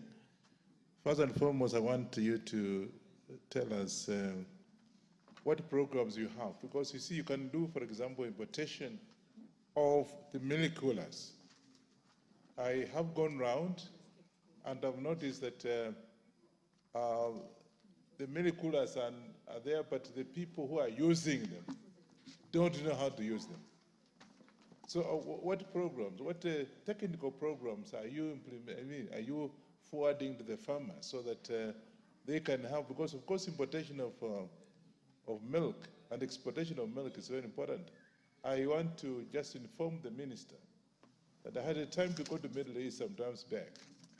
And Chair, Madam Speaker, you would go to the have breakfast and get milk from this country. Today you go to Middle East, you can't get milk, you get milk from Uganda. So what are you doing about it? Because we want to increase the exportation of milk, but the program is not clear. You now want to bring in the milk coolers. What programs you have, technical programs you have to make sure they succeed? Because I understand you have almost 300 and something coming in. I'm not sure what programs you have, so can be able to work on that. Done. The member who asked on behalf of Honorable Joyce Kamene, do you want to get a clarification? Thank you, Honorable Speaker. I was only requesting the Cabinet Minister, because I asked on behalf of the member whether we could have a written copy of the response. So thank you. I think normally the standard practice that they provide the written copy. So I think you can get it from the clerk's desk. The Honorable Member.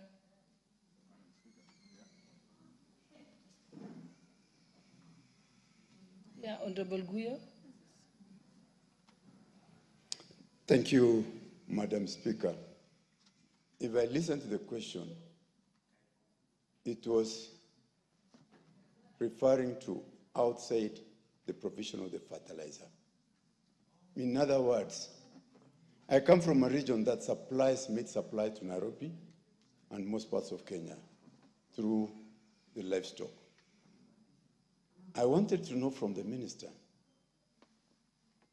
for the livestock farmers, especially the ones from the northern Kenya, who are facing imminent drought, what the ministry is thinking or planning to do, especially considering that we are expected to have failed short rains, and how many of our animals may die because of the drought. So the minister should have actually, instead of zeroing so much on agricultural issues, he should have given us a bit of history on livestock. What are their ministry, actually, what is the ministry budget that looks after the pastoral communities in northern Kenya? Thank you. I'll allow you to answer that. Or maybe I can take one more question. I'll take one more question, Honorable Rueda, and then I'll come to you. Speaker, mwanzo swali langu niliuliza halikujibiwa. Limepotea na ile kaambiwa aende arudi, lakini hili langu anaweza jibu ni mambo ya simsim. Ni labda niregelee tena. Kwa sababu ni muhimu, watu wangu walikuja kwangu wakaniambia wako na shida sahihi, kuna wakulima wa simsim kule Lamu Mashariki. Kwa sababu ya jirani zetu wanatumia hizi madawa, bidhaa zao ziliregeshwa. Sasa imefanya wale wetu pia wamepoteza soko, simsim iko nyingi kule na haina soko. Je, mna mipangilio gani kusaidia hao wakulima wala Mashariki, nao ni wa Kenya?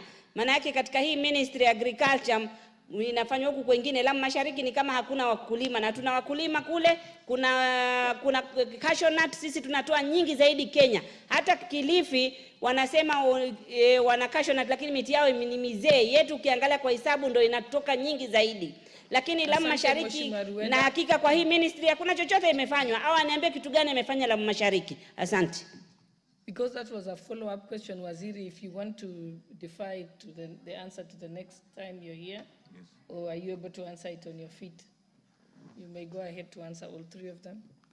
Thank you, Madam Speaker.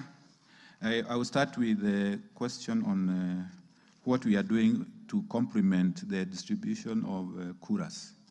I would say that, first of all, this time loud, we don't want to make the mistakes we made the last time. The last time we issued the kuras, and some of them are not being utilized because they were not positioned in the right places. So this time we have done, we have gone out in the field, mapped the areas where the farmers need the kuras, and we have assessed whether they have the necessary infrastructure. For instance, power, whether they need the housing, all that is being done. Two, we want also to complement that, and we are working with the county governments. We want to complement that by making sure that those farmers, especially those who are organized in cooperatives, they have access to technical information, including how they get their semen, how they get their feeds, how they get all those other services. So this time loud, we are more, particularly for the honorable member, we are a bit more cautious, we are a bit more organized. We don't want to give just a kura, we are giving a service, and that service has to come with all the complementary services. The other one is the issue about livestock, what we are doing about livestock. Yes, I agree 100%. Livestock is one of the critical areas, one of the biggest potential. We are, the northeastern and the rains are being said to be coming to on shortage of rains.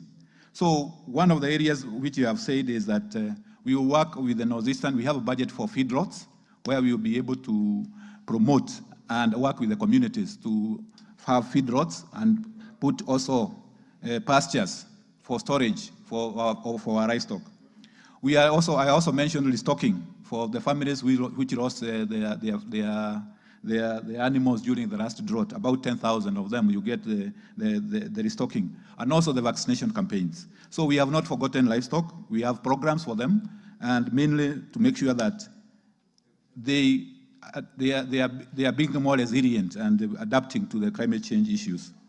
On the simsim, sijasahau mambo ya simsim. Ni kusema ya kwamba hiyo imekuja kwa, it has come on the floor, and what we are going to do is contact, because this is a shared responsibility, we are also going to contact work with the Ramu County government to see how we can help the simsim farmers. Thank you.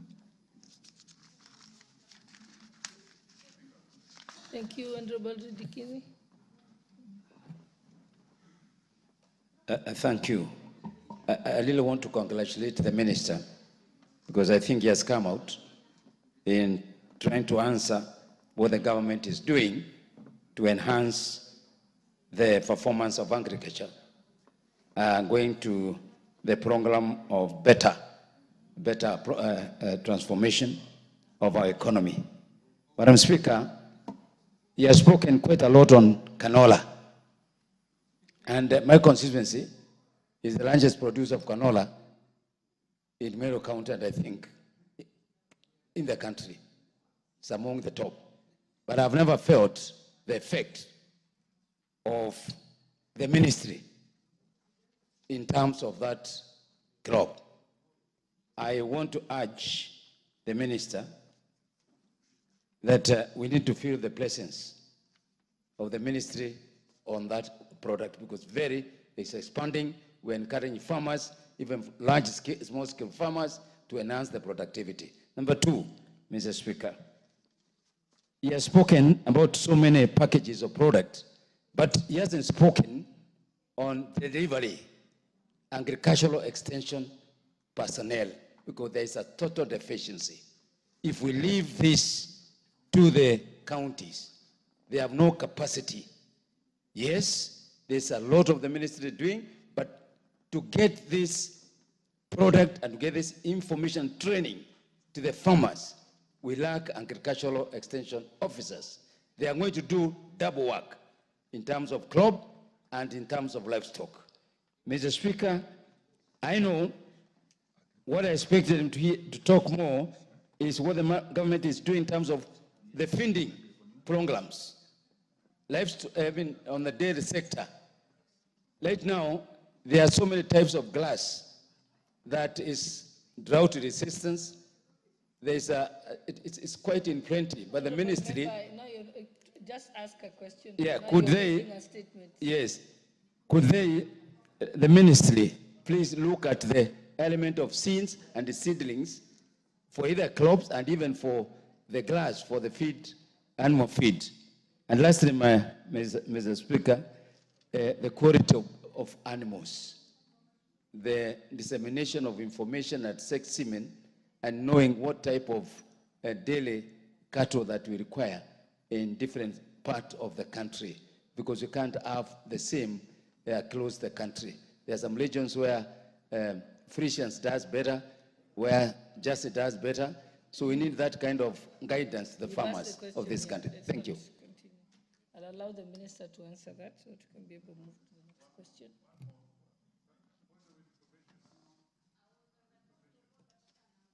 Honorable Gashimu, what is the point of information? You have a question coming up soon.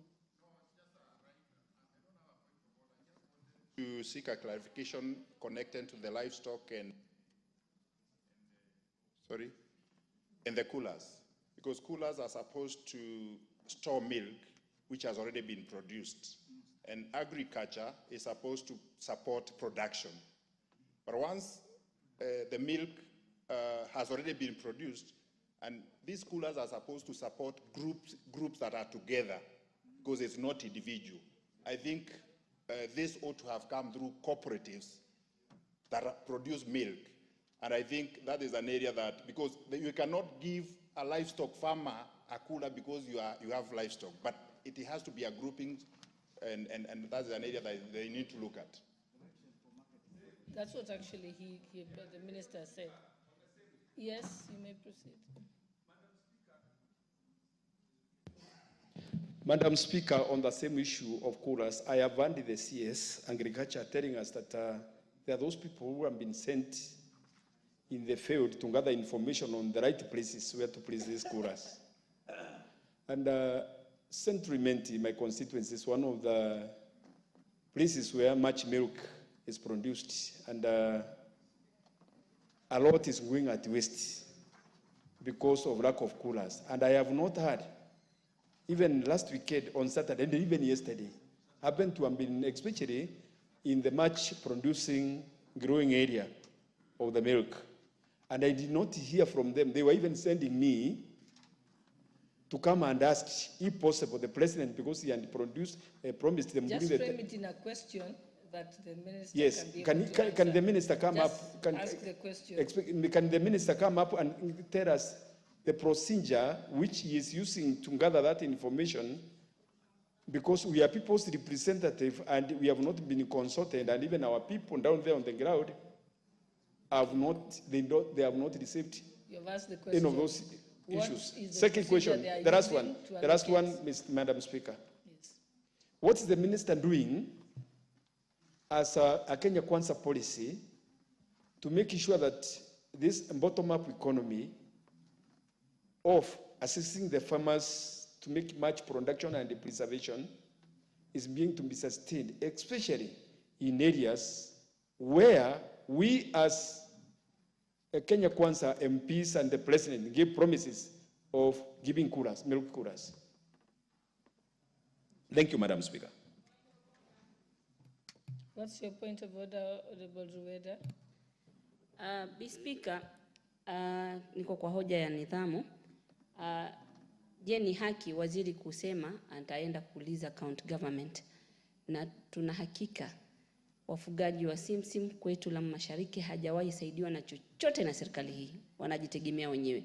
Na sehemu zingine maziwa, majani, kahawa, mugokaa, wote wanapata fedha kutoka kwa serikali ya national government. Nilikuwa natarajia aniambie mikakati, na kama hana sahihi aniambie nitarudi. Hiyo Wednesday akirudi anielezea na mikakati gani. Lakini kunifanya mimi niambiwe county government. Mimi si senator, mimi si MCA, kama nitaenda huko tena nikaulize governor. Okay, Honorable Rueda, I think he has heard you, and you also can take his contacts, and then he can brief you after he has you can direct him at the places to go and speak. I think, honorable members, let us proceed with the minister to speak, and then we can go to the next question. Yeah, thank you, Madam. You'll have a chance for follow-up questions from the next questions. Yeah, thank you, Madam. Yeah, thank you, Madam Speaker. I'll start with the last one. I think we will be able to respond more comprehensively when we come here. And I'll give you my contact. We can also liaise with you so that we get to the details. Because I don't want to be seen as if I'm biased against the SIM. It's a crop like any other crop we have to handle. Well, in terms of kuras, if I can start there, identification. Why we are identifying? We are identifying the locations based on the needs which we have received. And also, as it has been said, His Excellency the President has also been able to promise some of the areas, some kuras. So we are taking that into account. And we are also working with cooperatives. We are not giving individuals. We cannot give a kura to an individual. We are giving mainly to cooperatives and other associations, which involve a group of farmers. So that is very clear. And then the issue about what we are doing in terms of production of the milk and the quality of the animals, yes, we are also, the government is also gearing up in terms of making sure that we have good genetic materials, sexed semen being one of them, and being distributed across the country. We are even investing a lot more in our the center which produces the semen in Kabete. And we are also having plans to make sure that the semen, some of the semen is distributed across these cooperatives which we are working with. The same with the seeds and seedlings. I would like to assure members that we have worked across the clock to make sure that this country have enough seeds and seedlings. The Kenya Seed and other seed producing companies have worked very hard, and we are sure that come next season, we will be having enough seed in this country. We are also working to eradicate the menace for fake seeds so that farmers don't get fake seeds. Then the issue about extension. We know this agriculture mostly in terms of extension is a devolved function. We are in constant, we even have, last month we had a meeting with the county governments in Mombasa. About 20 governors came. One of the issues we are discussing is about how to revive extension and how the national government can work with the counties to build their capacity in order to revive the extension. And one of the areas we agreed upon is, and what the national government is doing, is what we are calling the agripreneur model, where we are recruiting some young people who we are taking to the counties. Already 2,800 of them have been recruited and sent to the counties. We want to, at the end, to have about 18,000 of them, which will be supporting. We're working together with the counties so that we strengthen our extension, because it has gone down, and we are doing everything possible to make sure that the extension is up and running. Canola is the one crop which we think has a lot of potential, and as we have said, there is an oil crop program which we are working on, including sunflower and canola. And this time loud, I can assure the member, we are going to see more in terms of the government coming in terms of canola. Thank you.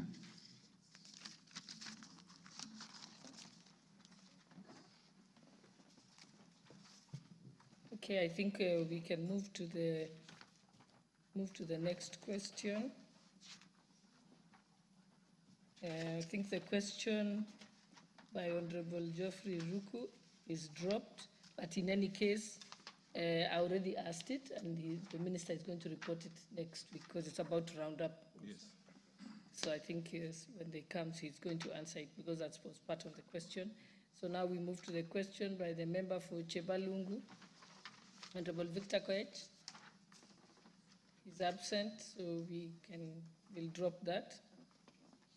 And then there is now next is question number 103 of 2024 by the member for Geshugu, Honorable Robert Kishimu.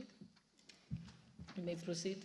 Thank you, Honorable Speaker. And as I ask my questions, at least the CS has considered that actually these are matters of cooperatives.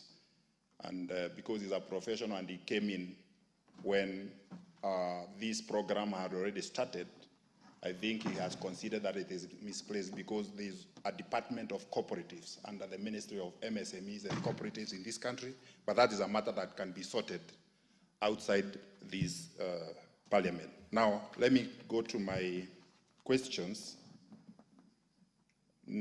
Question number 103 of 2024.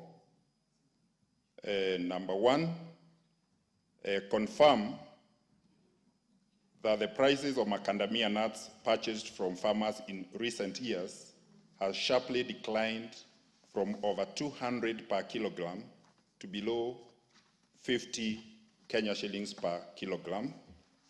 Number 2, explain why there has been such sharp decline in macadamia nut prices and outline measures aimed at boosting these prices, considering that the vital role they play as a source of income for many farmers. Number 3, Honorable Speaker, elucidate on why the regulations in respect of macadamia nuts prices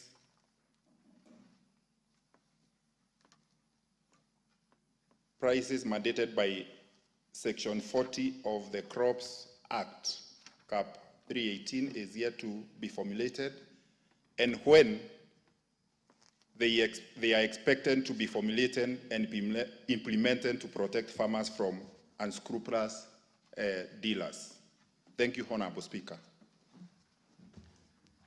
Thank you, Honorable Member. Madam Speaker, confirming that the price of macadamia declined from 200 shillings to 50, I would like to confirm that was the case, because that happened between when we had 2022 and 2023, because the sales could not, most of the companies could not sell because of the COVID and blockage. So actually some areas, the price went up to 30 shillings. So that is confirmed, that is not denied. Then the issue about the sharp decline in macadamia and how we are boosting the prices is to note that since then, the price of macadamia has actually risen because the outlets, the demand has risen again. And last year, end of last year, the farmers were fetching around 80 shillings. And currently, some of them are going up to 120 shillings. So there has been a revival because of, first of all, the government came in and ensured that the demand is improved by actually allowing the nut in shell exports, which we did. That improved, made sure there is competition in the market, and the prices had improved. And we also note that 95% of our macadamia is exported. And largely, mainly, so the prices which we get also depend on what is happening in the global market. And what happened during that time when there was a decline, there was also attributed to the global turmoil in some of the markets where we sell our macadamia, like in US, EU, and China. But since then, as I have indicated, the prices have gone up. One of the consequences is that our manufacturers, local processors, which are a big number, actually almost about 35 or 38, which they could not even get the macadamia to process in the country because of the glut which was there. And China has emerged as one of the macadamia producers, and this is causing also a glut in the market. So the prices, the dynamics about the prices in Kenya are mainly global and also local, whether we are exporting a nut in shell, whether the local companies can be able to process. What are the measures are we taking?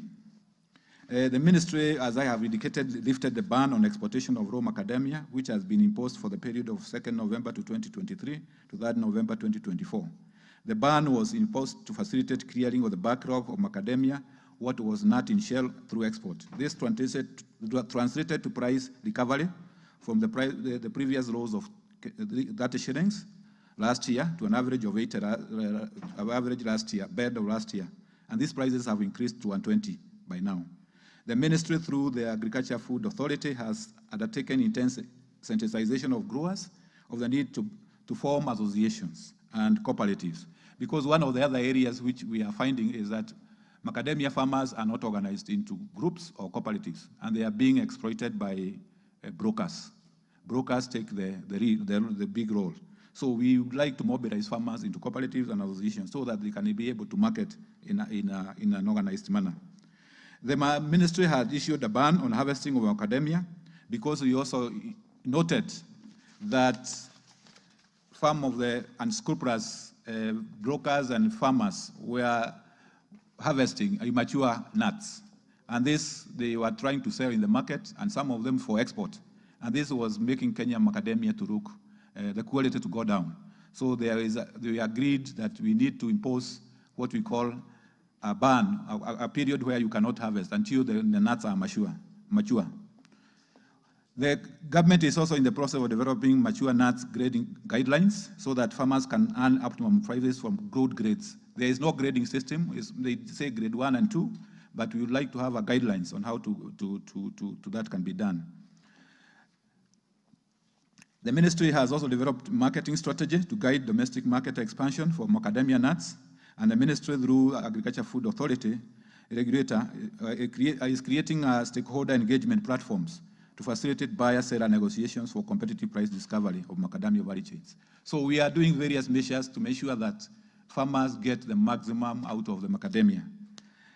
Then number 3 is why we have not, as mandated by Section 40 of the Crops Act, yes, is to be formulated, and they expected implemented to protect the farmers and scrupulous dealers. As I have indicated, the response is that the ministry has formulated already the regulations anchored on Section 40 of the Crops Act 2013, which addresses marketing as various subsections. We have quoted the subsections. They are 40A, 40R, 40S. So there are already regulations which have been formulated, and those regulations addresses various aspects of marketing. For instance, they provide for rising of quality planting material, arising from quality planting material, making sure that we have quality planting materials. Regulation 22 also provides for contracting, signing, and between growers and dealers so that we manage the marketing. Another regulation provides for harvesting and maturity of macadamia nuts. Another regulation, development of traceability system so that we can be able to trace where the macadamia is coming from. So we have a large array of regulations which have been formulated to make sure that we streamline the marketing and pricing and management of the macadamia market industry. With some of them even providing for sampling and compliance with standards which support production of quality and which will consistently be boosting prices. In general, I would say we have made all the efforts, most of the efforts, to make sure that we have regulations to make sure that that sector, which is actually coming up very well, we have order so that we are not left to the whims of traders and farmers are left vulnerable. So that is what I can say. Thank you very much. Yes, Honorable Mbui.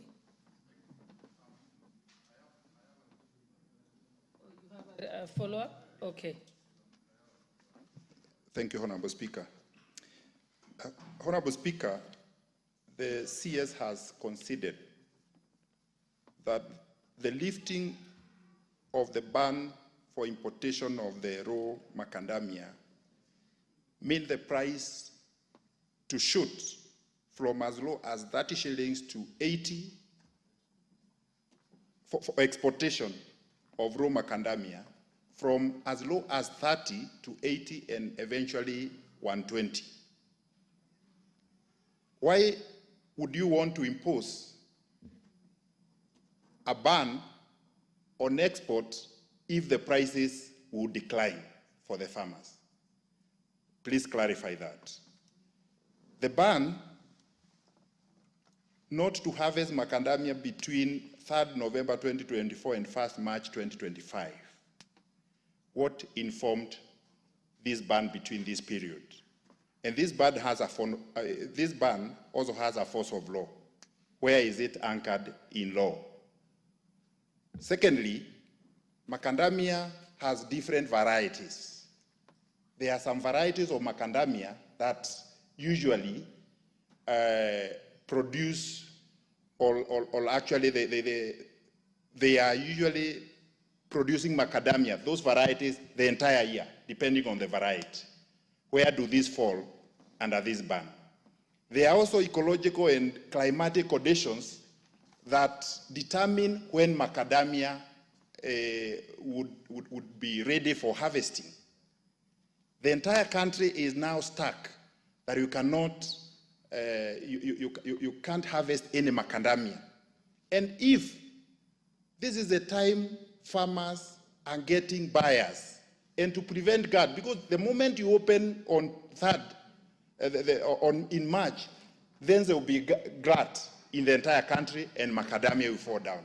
Why don't we allow free harvesting of macadamia, selling, so that farmers can have money the entire year? Yeah, and if the buyer is comfortable with buying macadamia which is not even ready, what is your problem? If my buyer can buy macadamia, even if it is not very, whatever you are calling physiological mature, the person who is consuming the macadamia is the buyer. And if that person can buy, why are you limiting me to sell macadamia? And why are you limiting that buyer who would want, even if you don't want to, you want to buy and go and keep, that is your problem. So please explain on this. Because farmers are suffering. Geshogo farmers, even today they called me. There is a problem and they want to sell the macadamia. They want to put money into their pockets the way you told them. Okay, maybe give another follow-up to Honorable Mbui and then you can answer. Thank you, Madam Speaker. The CS made reference to regulations on macadamia. I just want to confirm, have these regulations been gazetted and tabled in Parliament within the statutory timelines as expected? And secondly, can you assure the government, the country, that you have sealed all loopholes since you are a new CS for the possible production or sale of fake fertilizer?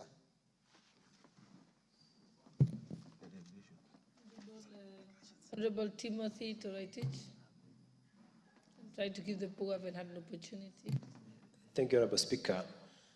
Now, CS, you have attributed some of the challenges facing the macadamia sector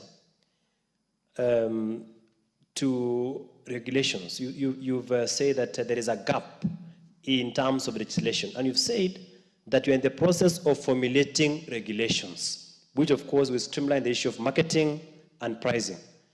Now, if you have recognized that as a challenge, and you have said you are formulating the regulations, how far are the said formulated regulations? Are they before the committee or not yet? Thank you, Chair. Honorable Speaker. Okay, the Honorable Member for South Imenti. Member for South Imenti.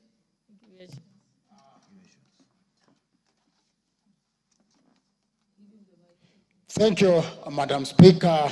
First, I will start by congratulating the CS and the Ministry of Agriculture and Livestock at large for the role they are playing to develop agriculture. My question is direct. I would like the CS to tell us what action are they taking to make sure that there is an increase in production, since if we have increased production, it means that the prices or export market can be expanded.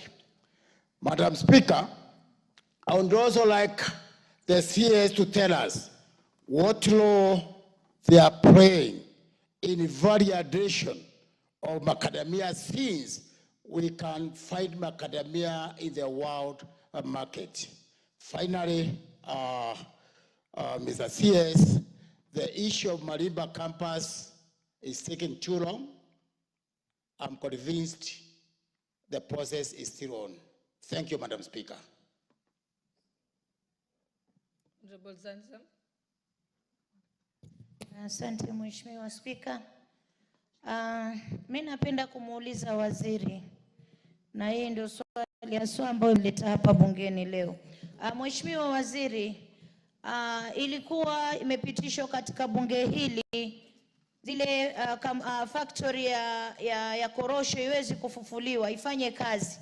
Lakini Mheshimiwa Waziri, niko katika kamati ya implementation, tuliweza kuwa kule Pwani, tukawa tunategemea waziri wa kilimo aweze kufika kule ili aweze kutoa utatuzi wa shida hizi. Mheshimiwa Waziri, watu 4,000 walikuwa wanafanya kazi katika hizi factory na wengine ambao wanategemea watu 50,000 katika huu ukulima wa cashew nut. Lakini mpaka sasa, licha ya kuwa imepewa mtu ambaye ni mtu private ambaye anafanya shughuli hizi, Mheshimiwa Waziri, mpaka sasa hatujaona manufaa yoyote ya ukulima ndani ya kaunti za Pwani, Mheshimiwa Waziri. Na Mheshimiwa Waziri, mimi nasikia uchungu nikisikia jumba hili linazungumzia juu ya kahawa vile inavyostawi, majani na ukulima mwingine. Lakini Pwani sisi tumesaulika sana, Mheshimiwa Waziri, ndio maana tuliwahitaji sana wakati huo tukienda kutembelea ule mtambo ambao umechukuliwa na private investor, lakini pia hatukuruhusiwa kuingia ndani. Na mswada huu uliletwa hapa na Mheshimiwa Owen Baya, ikawa imepitishwa kuwa ifufuliwe factory ya cashew nut ama ya korosho kule Pwani. Lakini mpaka sasa hatujaona kitu chochote. Tukiangalia pia ukulima wa nazi umedorora, umerudi chini. Ile port ni port yetu ndani ya Mombasa, lakini inaingiza nazi kutoka nje, inaingiza korosho kutoka nje, wakati wakulima wetu wa Pwani wanahangaika, wanabobea kwenye, tuseme wameishiwa kabisa, wamekuwa maskini na miti ya korosho iko. Mheshimiwa Waziri, Mheshimiwa Spika, ningependa Mheshimiwa Waziri aweze kunipa yakini. Najua hakuwepo, ilikuwa kwa yule mwenzake, lakini yeye anafanya mikakati gani kuhakikisha kuwa factory ya korosho inafufuliwa kama tulivyopitishwa katika bunge hili, mumea wa maembe ndani ya Mombasa unazinduliwa, unainuka vizuri, na nazi pia, nazi zetu pia zinafufuliwa. Mheshimiwa Spika, mimi nasikia uchungu nikiona wenzangu wazungumza Macadamia bei imeshuka chini, wakati ambapo korosho, maskini ya Mungu, hata hatuna mahali tunaonekana. Na ndio nilisikia uchungu hata waziri wa elimu akitoka, kwa sababu nilitaka kumuuliza zile nafasi alitoa za kazi. Mombasa tulipata 6 kutoka kwa 56,000. Jamani, tuko broad based government sahihi, na tunataka tuone matunda, ili za sisi tukisimama kwenye majukwaa tumwambie rais na tuambie wananchi rais amefanya. Lakini tunataka tuone waziri, na nyinyi ndio rais ameweka kwenye mikono yenu, muweze kumsaidia kazi, akija kule nje aseme hapa nimefanya hiki, nimefanya hiki, lakini mkimwangusha atapata shida kule mashinani. Kwa hiyo mimi naombea kaunti za Pwani mkorosho uweze kufufuliwa. Asante sana. Okay, Waziri.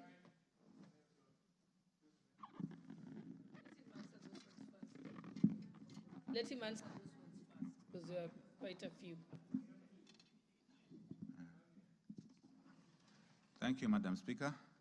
First of all is the issue about Macadamia, about export versus local. When you look at when we export nuts, we call it nut in shell. That is nut, you export the whole nut.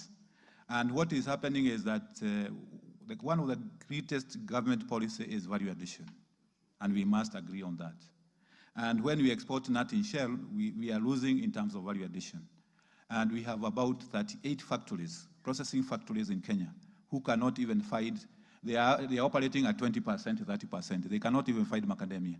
So we are asking ourselves, why should we give macadamia when we can be able to add value to macadamia in the country? So one of the major concerns, and one of them which informs us when we are making that decision, is one, we want to make value addition. Yeah. What's your point of information? Thank you. With tremendous respect, yes, we have those processing companies in Kenya. But the CS has just indicated they are in the process of trying to organize farmers to form cooperatives. But there's none of those factories is owned by farmers. These are individual business people, and that is where the problem is, because they want to take advantage. What's your question? The question is? The issue of value addition, yes, but why don't you allow farmers to sell the way they are selling, as you organize them to form cooperative societies and then have their own factories so that they can reap the benefits of their sweat? Otherwise, they are being exploited by local cartels. And how about if the prices will be down in that March? Unless you tell us that the price will be over 120 as it is now, the way they are selling, then we can buy your argument. But if these cartels just want to have farmers produce and then they exploit them, we will not accept that, Madam Speaker. Okay, Waziri. Okay, much we have had, but I would say that also being investors in Kenya, individuals are allowed by, it's business, normal business. I think we cannot criminalize the people who are investing in this country. So what we are also agreeing with the processors is that while we would like you to add value, we also guarantee a minimum price for the farmer. That is what we are saying, and that's what we have agreed, and we are going to give a minimum price which they have to buy on. And if they regulate on that, then we open it up. Yes, when you open up. I think allow him, the minister, to... Yes.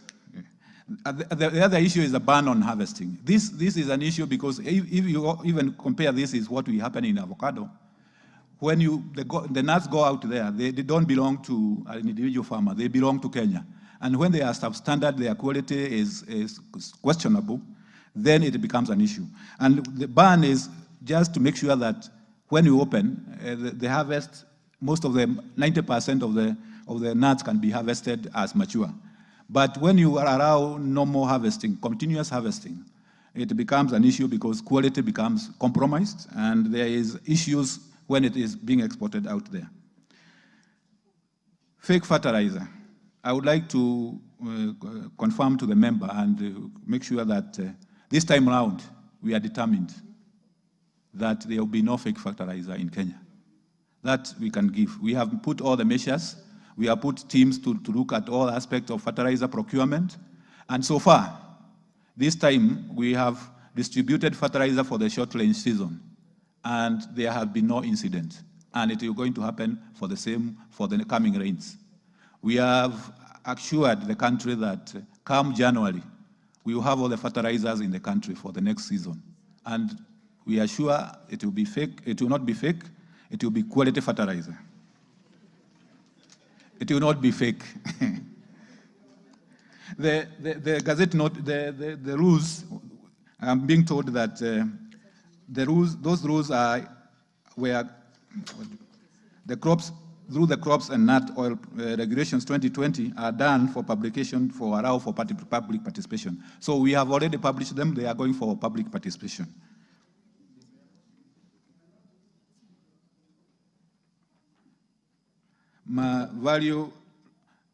Role of value addition. Yes, as I have indicated, the bottom-up transformation agenda, one of the key planks is value addition. And we have identified that the value chains which we are going to work on. So value addition is the key. And we are emphasizing, not only, for instance, even in our tea, our major commodities like tea, we need to add value. We don't want to export raw commodities.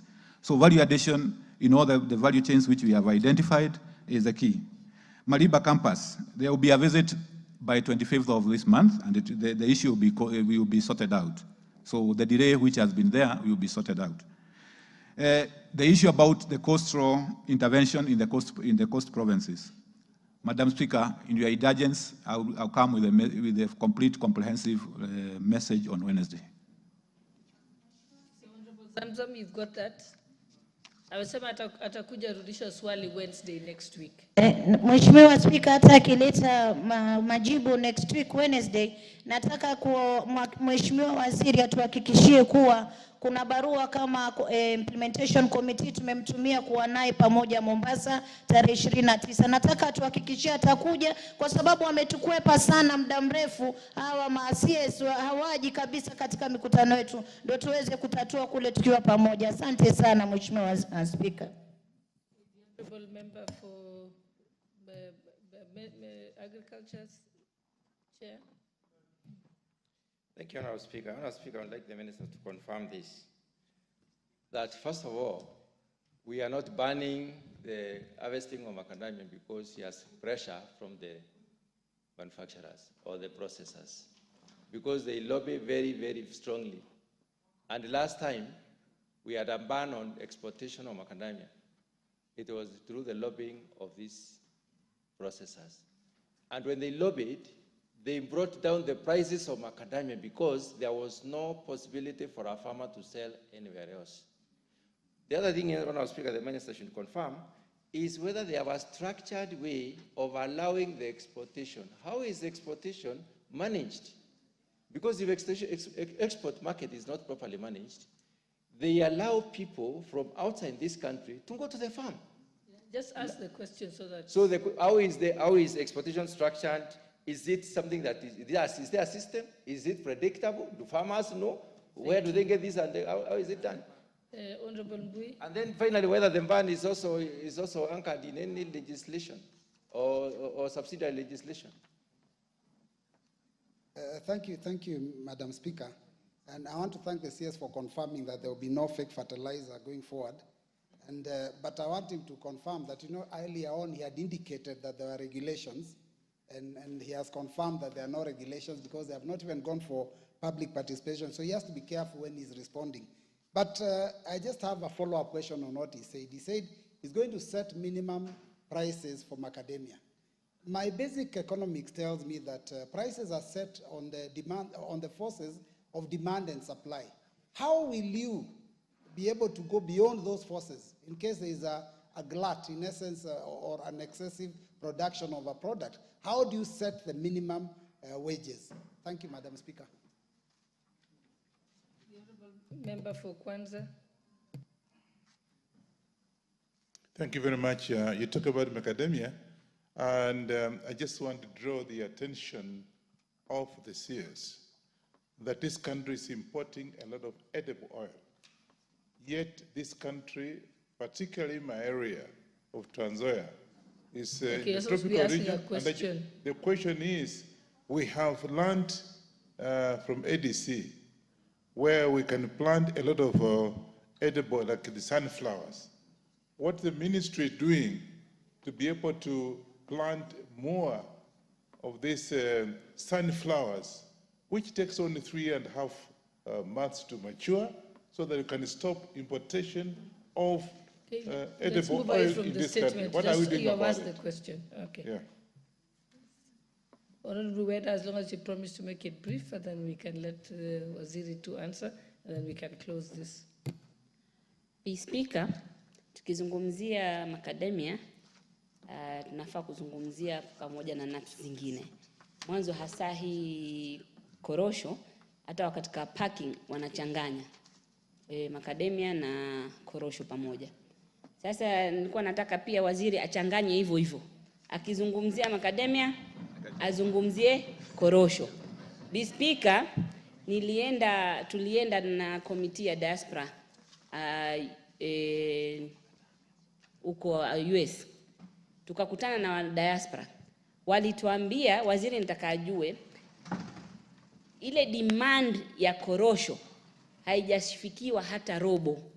Wanahitaji korosho sana kule. Lakini sijui kwa sababu mmea huu unatoka pwani ndio haufanywi bidii. Tunaomba waziri, mimi naona serikali hii inazingatia na wale wengine. Naomba mshughulikie sana, hii itainua Kenya kwa jumla.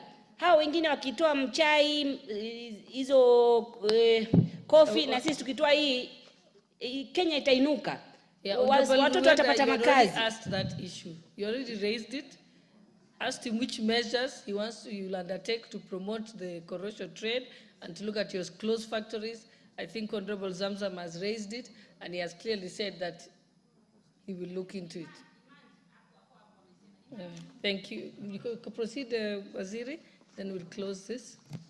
Okay, thank you, Madam Speaker. About the edible oils, I think I will start there. I had already mentioned that we have distributed 556 metric tons of sunflower this season, which we have distributed across the country for production of 200 acres of sunflower. This is one of the key interventions we are doing this season to make sure that we have edible oils in the country. So with ADC and everybody else, and actually most of it, the seed was multiplied in ADC farms in Kitare. We bought it from Zambia. We multiplied it in Kenya seed at ADC farms in Kitare, and we are now distributing across the country. So next season you'll see a lot of sunflower, Honorable Member. The issue about minimum price, this is would like during even the last time when there was a ban on export of nut in shell, there was an agreement that we have to have a minimum price of 100, and it should be observed. And the condition was that if the ROCO, they don't pay 100 shillings that time, then we had the option of opening it up to competition for nut in shell exports. So it is a condition that, because I understand the farmer, the major concern for the farmer is his price. What does he get? It doesn't matter really much whether it is, for us as a government, it matters much because if it is value addition, that it adds more jobs, it adds the other things. But the farmer, if he gets his fair price, let's say 120, it doesn't matter whether it is nut in shell being exported or is being value added. But for a government or for a nation as a national interest, we would like also to have to promote the value addition. So I think that is the issue. It is not about pressure from the processors. Yes, the processors would like us to make sure that we are utilizing the capacity they have installed, but we are also interested in the welfare of the farmer. If the farmer can get a fair price, that is the first priority. That is, to me, the first priority. Then the rest can happen. Whether you are exporting or whether you are adding value here, it is important, but it is not the primary condition. The primary condition is the welfare of the farmer to get the maximum we can get. And that's why we are trying as much as we can to organize the farmers into those associations and cooperatives so that they can be able to also to collectively sell and market their macadamia nuts. I know this is a new sector which has not matured like coffee and others, but it will get there. That's why we are talking about making sure that we have regulations so that it starts getting semblance of order, because currently it doesn't have much order in terms of what is happening.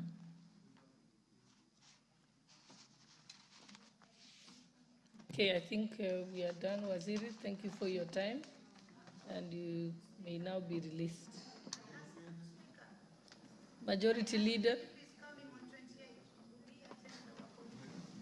I think already the Speaker has already put in that request.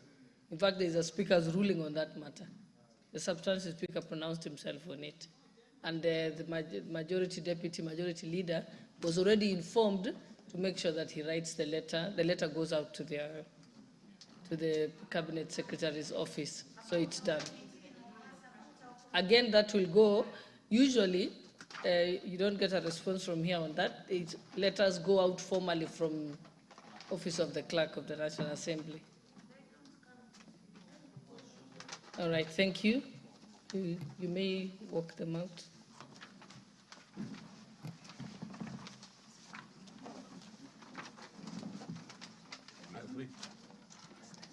Yes.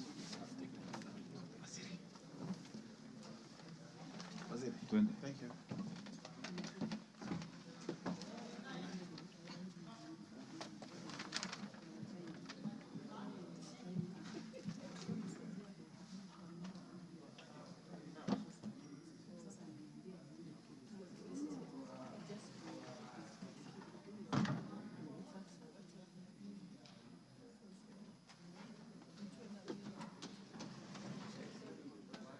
So can you read the next order? Order number 8. Just read it. Please keep it. Okay, just read the next order. Order number 9, the Kenya Revenue Authority Amendment number 2 Bill, National Assembly Bill number 35 of 2024, second reading. I think we'll put the question at a later date. So we can move to the next order.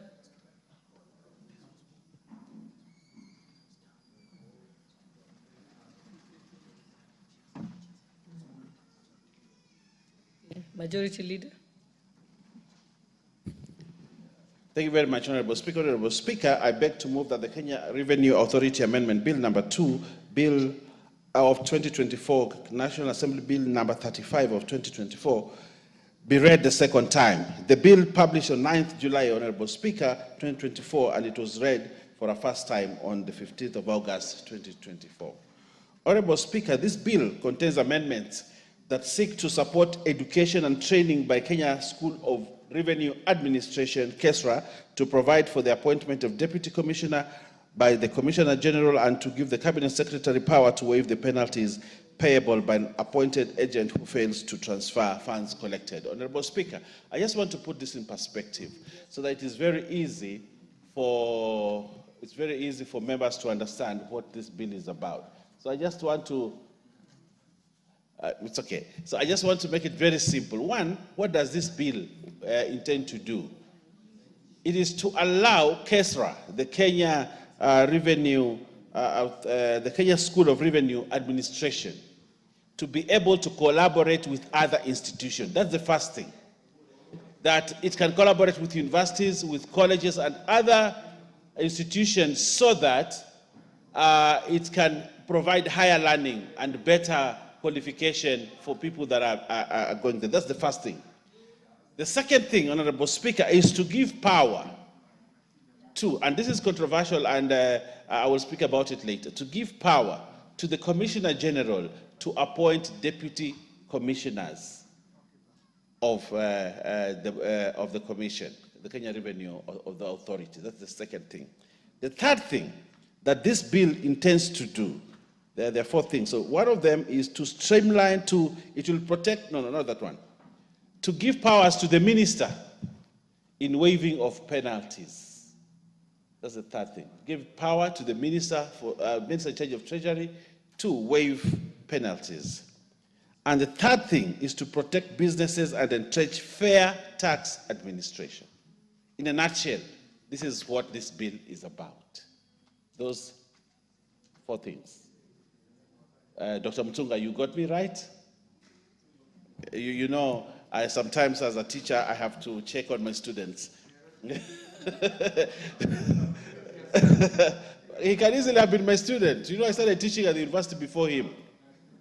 So, Honorable Speaker, those are the key things about this bill. So I just want to go clause by clause now so that it is understood.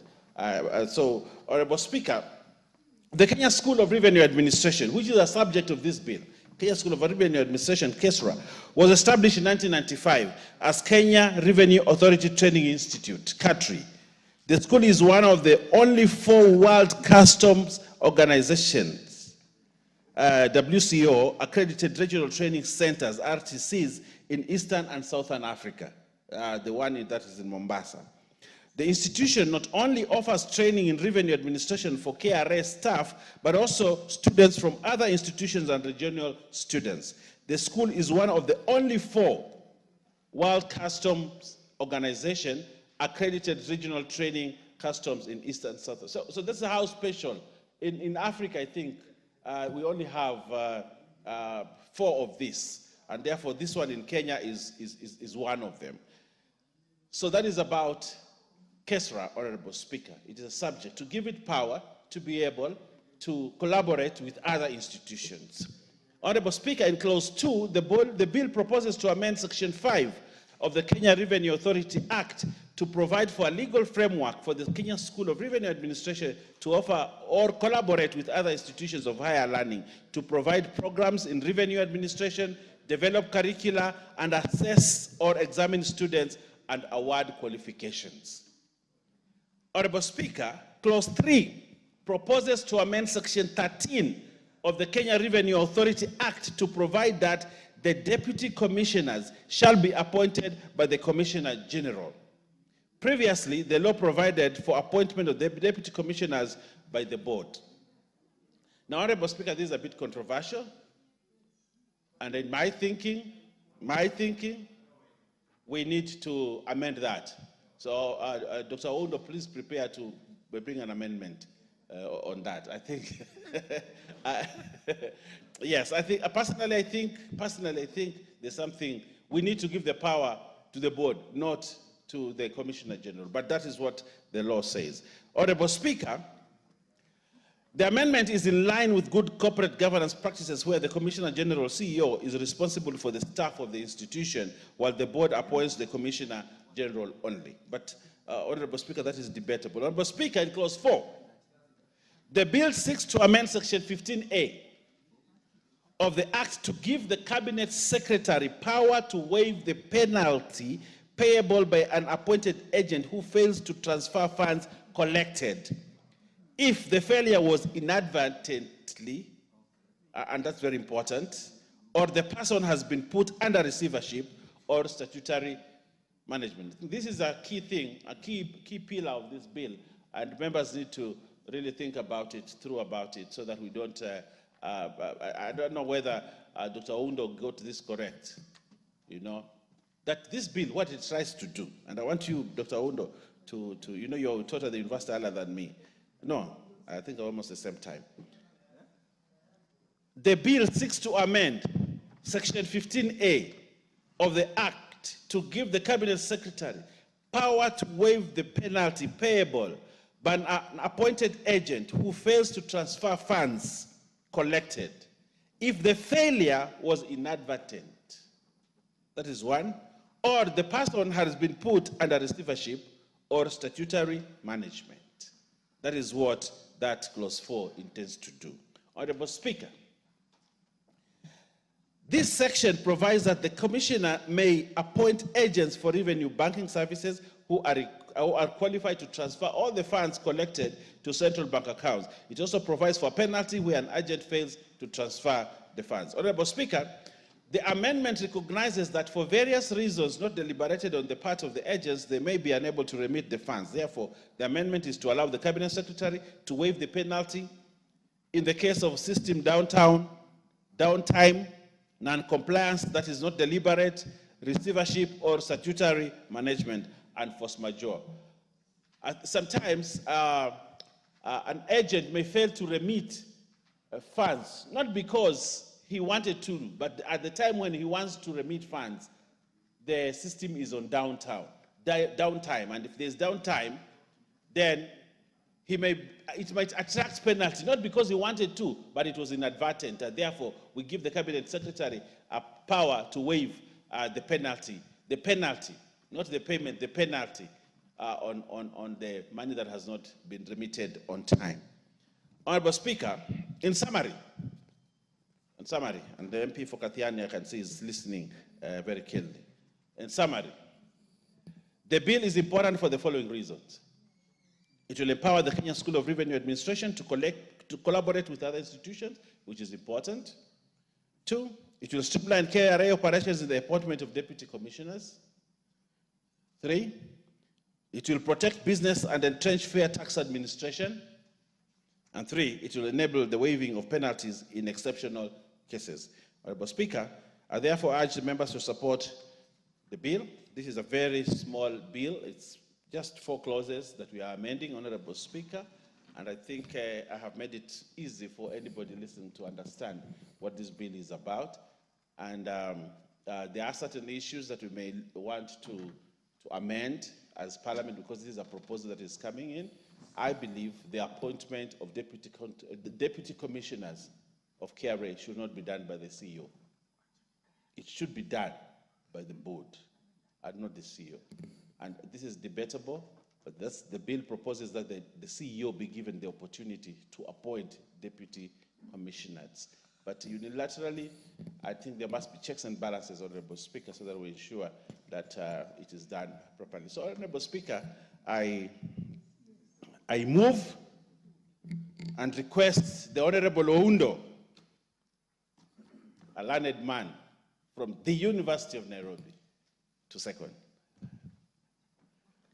Thank you. Proceed.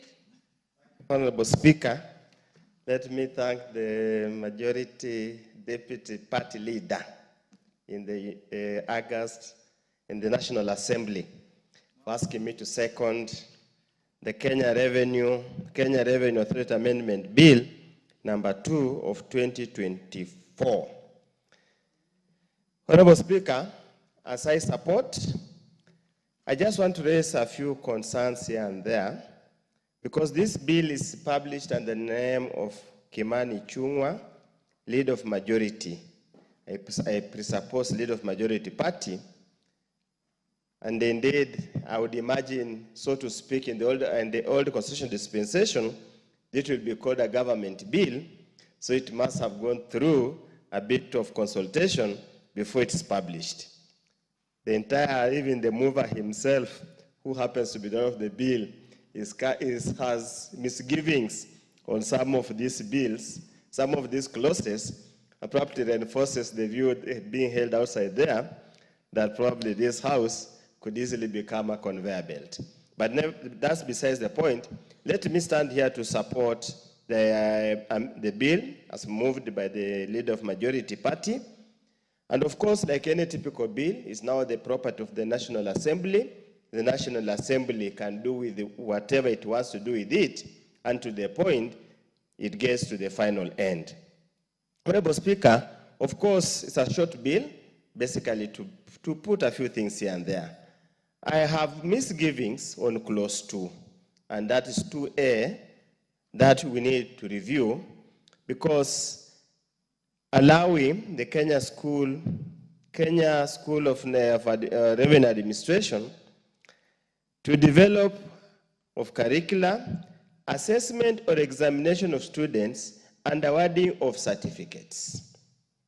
Honorable Speaker, for you to award a certificate and ensure the certificate is recognized internationally or in other places, there must be a process of certification or accreditation.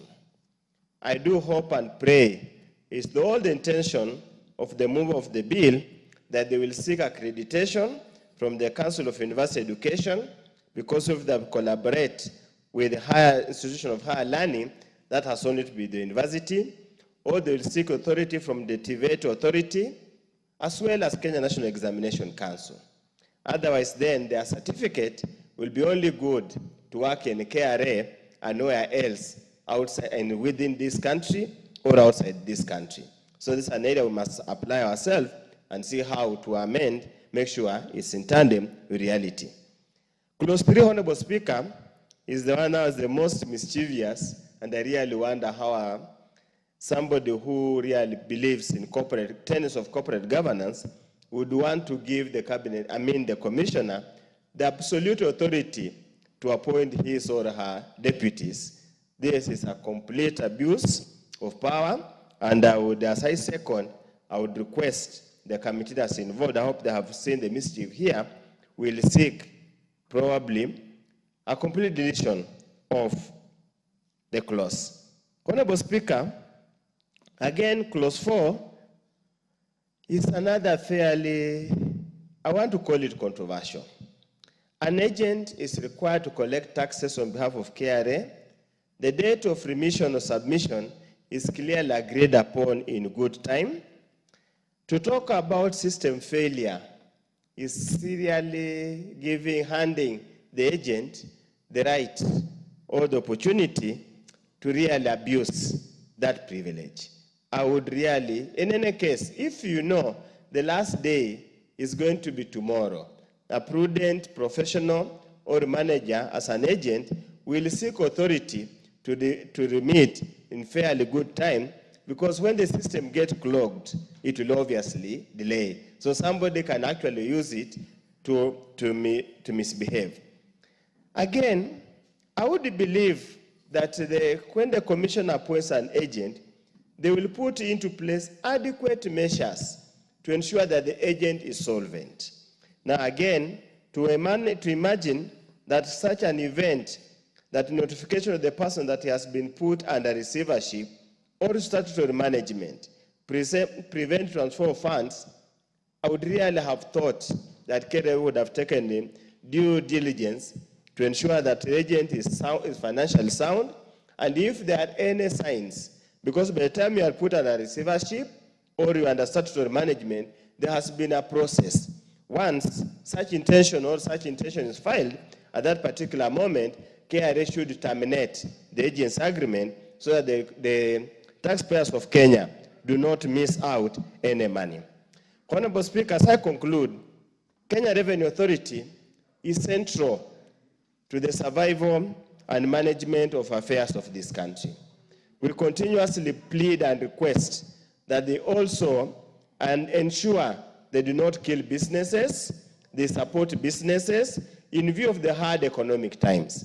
Likewise, Honorable Speaker, as has been ventilated here before, let KRA reflect the face of Kenya so that every Kenyan can feel part and parcel of this gravy train that normally generates everything. Honorable Speaker, of course, during our days, there was only one university, the University of Nairobi. These other small colleges have just emerged over time just to compete. With those few remarks, Honorable Speaker, I second. Honorable members, allow me to propose the question. I now propose the question that the Kenya Revenue Authority Amendment Number 2 Bill, National Assembly Bill Number 35 of 2024, be read a second time.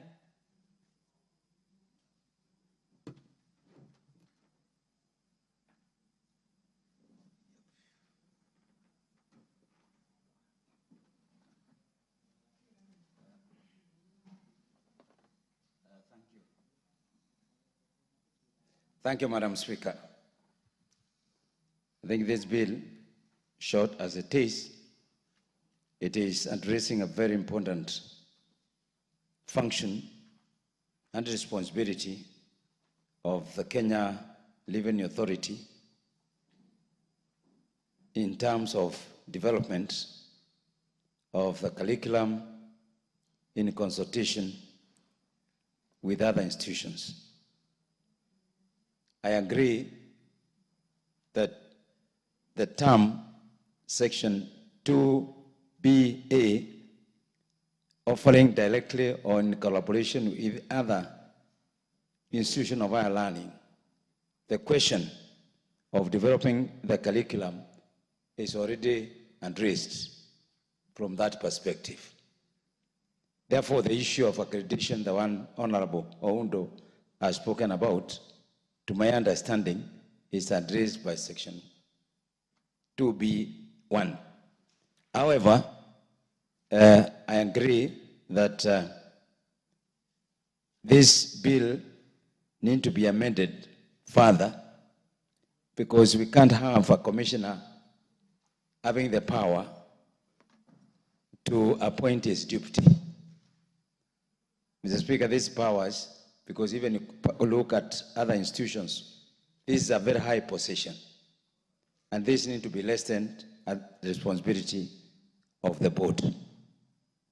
I therefore ask that we do a further amendment on that and release this responsibility to the board.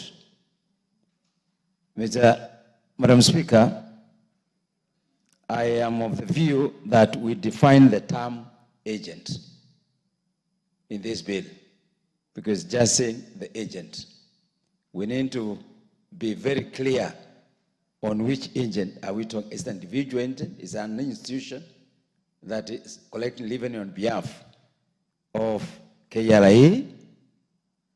I think that is not defined properly. Number two, Madam Speaker,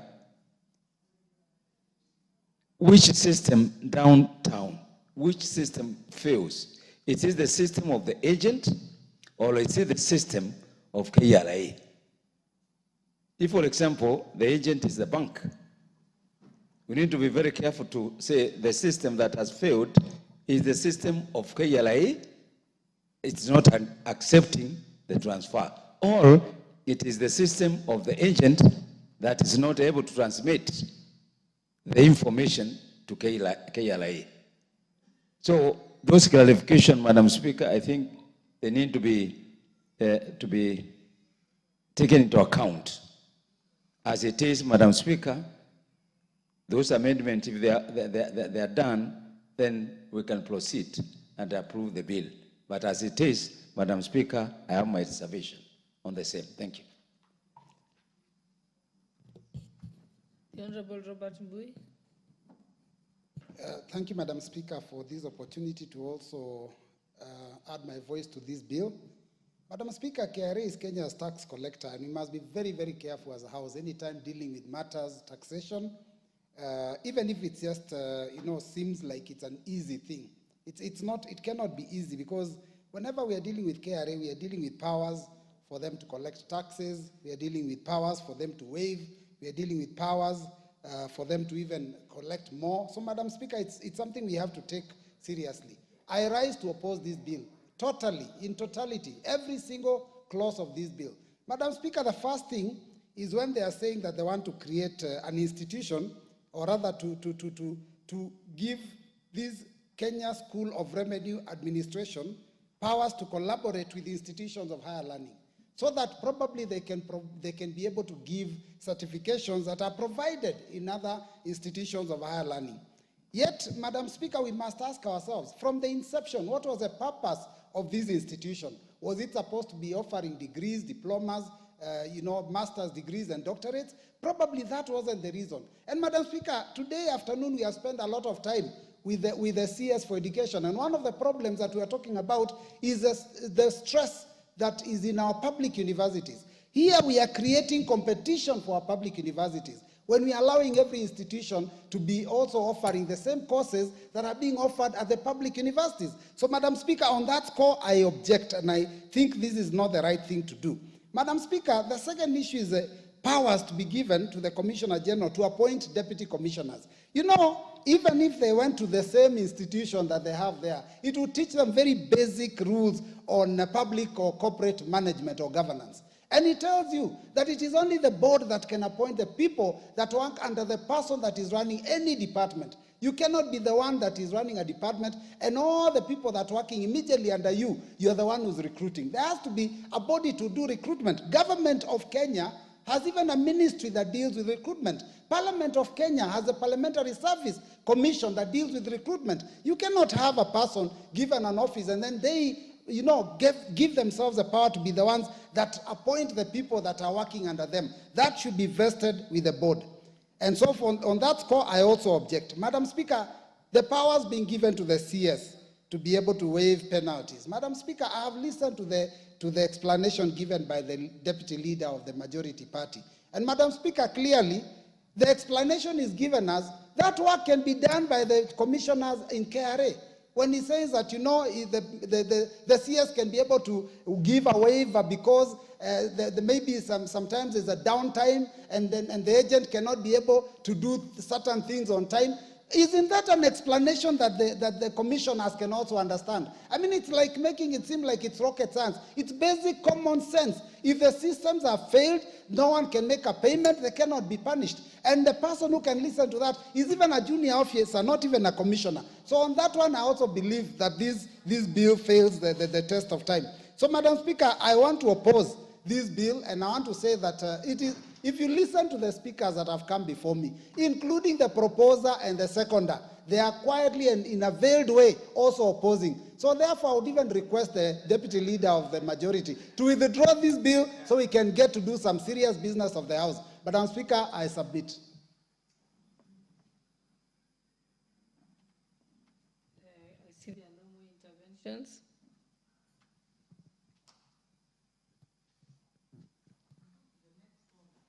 You can go to the next order. I'll not propose I'll not put the question. We shall continue with debate.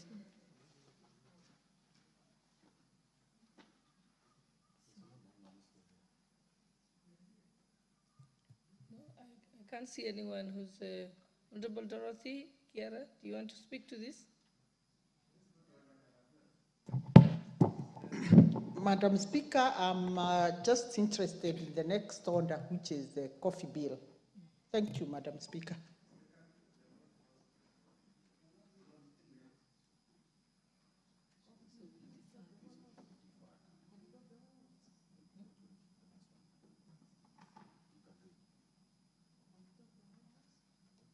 The next order.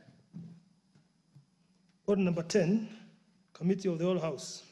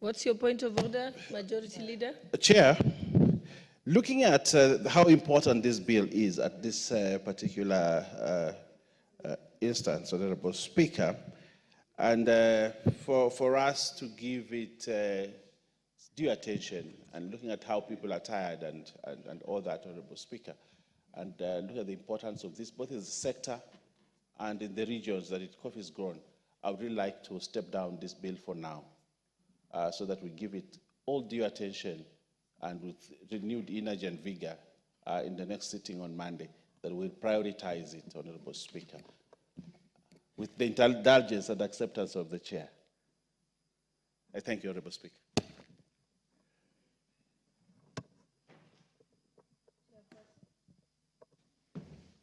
Honorable Speaker, I have no objection to that proposal by the Leader of Majority. Thank you. Okay, so I think we can leave it and request that the business will request the Speaker with the Business Committee to give it priority at the most immediate date.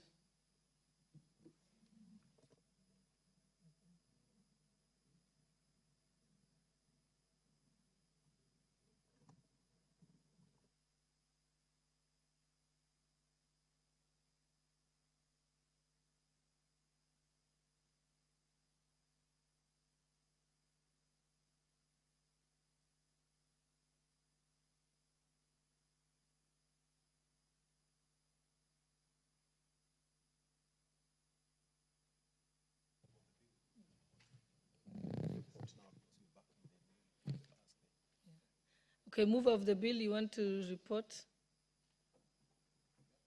You want to report the decision? To stand it down until further notice?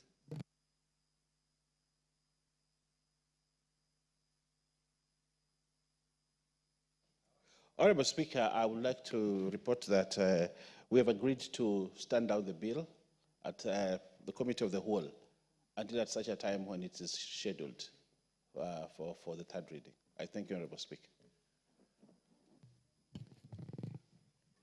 That's acceptable. Okay, let's move to the next order. Okay, what's your point of order, Honorable Oundo? I just want to sincerely request the chair of the Agriculture Committee to mobilize to the very least all the members of the Cultural Committee by the time we are being scheduled for the Committee of the Whole House. Ask all the members of the Cultural Committee to be at least present, because I've interacted with this bill quite often. They can actually guide debate in the Committee of the Whole House. Thank you, Honorable Speaker. Yes, Honorable Minority Whip. Honorable Speaker, it's really quite unfortunate that we are in this state at this moment. Because this bill, Honorable Speaker, has really been stepped down either by circumstance or even now by the mover himself for obvious reasons, Honorable Speaker. My only challenge is that looking at the very packed calendar, next week, Honorable Speaker, it is really not practically possible even to have it on Monday or Tuesday. So I do not know how we will be able to navigate, but in agreement with what Dr. Uda has said, that at the point it gets scheduled, I think now we put it upon the Agriculture Committee and the Agriculture Chair himself to mobilize his team. His 15 members, all the people from the coffee growing areas, so that they can have interest in this matter. And You also remember you're the majority whip, so you're also supposed to be in charge of whipping the members. So you can't be delegating. Honorable Speaker, as the majority whip, I also have the powers to delegate. Now I delegate and appoint the chair of agriculture to do that and to action that. Thank you. Well, members, I think honestly, we do know that there is a lot of interest by members on this particular bill. And I think it would be unfair and not doing justice to the bill if it's done, if we proceed with it now. And in fact, actually, most members assume, because we had two ministers here today, the presumption was that the cabinet secretaries would normally take the usual time up to 9 p.m. I don't think they expected us to be that efficient. So I think with that, Yes, your permission. Honourable Speaker, let me inform the House that today's status quo, the situation we are in right now, is because of the way the order paper was. There was a lot of business, and then we actually could have stood down the business you've just dispensed. Because there were members of my committee were waiting, members of the coffee caucus were waiting. So they have been waiting. Even yesterday, they were full house here. So sometimes we cannot blame members. And the majority whip should do his job. He should not transfer his responsibilities when things go west. When things seem to be going south, don't transfer responsibility to me. Thank you. Yes. Did you want to say something, Honorable Dorothy Kiara? Thank you, Madam Speaker. Madam Speaker, I want to underscore the fact that the coffee bill is a very, very important bill for this country. And Madam Speaker, I want to say it should not be a reserve of only the coffee growing areas. This is a cash crop grown in Kenya, and all of us members should be present to be able to execute, because the areas where coffee is grown today might not be the areas where coffee will be grown tomorrow. So, Madam Speaker, let the whip sweep people so that all members are present as we execute the business of the day. Thank you, Madam Speaker. Thank you. And I think in future, the chairperson for agriculture, sometimes if you find that this is a very important bill and it's time bound, sometimes you can just come and whisper to the speaker, and the speaker can rearrange the order paper. So I think he has a discretion to do that. Honorable Mugambi. You know, this is a very important bill, Madam Speaker. And I think you as the sitting speaker, you have an obligation to inform the speaker, whoever is going to be there on Monday, that we alter the calendar for that day.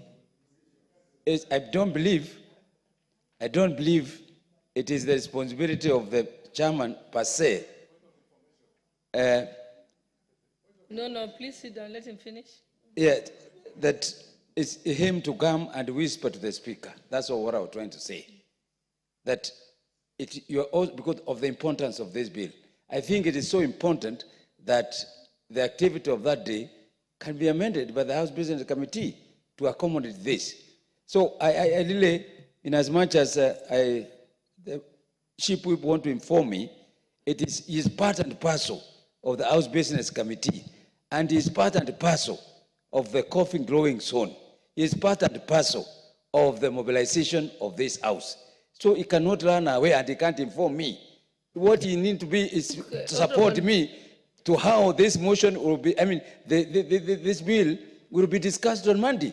Not to inform me. If you inform me anything else apart from that, Madam Speaker, I will not accept to be informed. No, Honorable Mugambi, I think what we've agreed is that I've already directed that the deputy majority leader ensures that it's appropriately placed at the next order paper.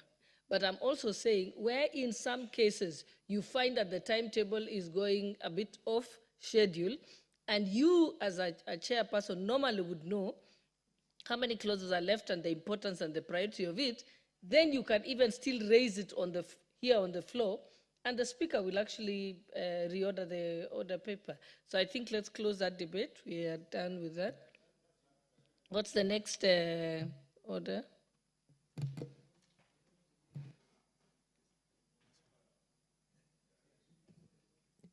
Order number 11, the Unclaimed Financial Assets Amendment Bill, National Assembly Bill number 15 of 2024, second reading. Your point of order? Honorable Speaker, in the same spirit in which we dealt with the Committee of the Whole for the coffee bill, with the indulgence and indulgence of the members that are here, I would like to request that you accept my proposal to stand down order number 11, 12, 13, 14, 15, 16, 17, 18, 19, 20, 21, 22, I know I need to do it one after the other, that I know, Honorable Speaker, but I thought I could do something called guillotine. And you can use standing order number 1 to allow that we allow the guillotine on this, so that we stand all of them down in one sweep, and therefore we pick them in the next time when we reschedule all these bills. I thank you, Honorable Speaker.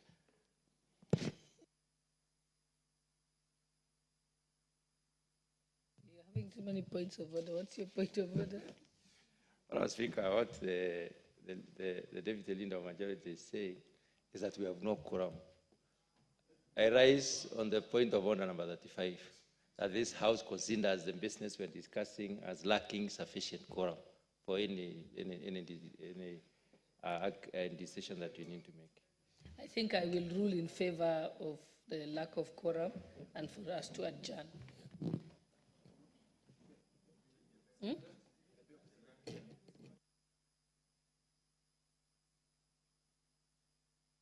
We can ring the bell for 5 minutes.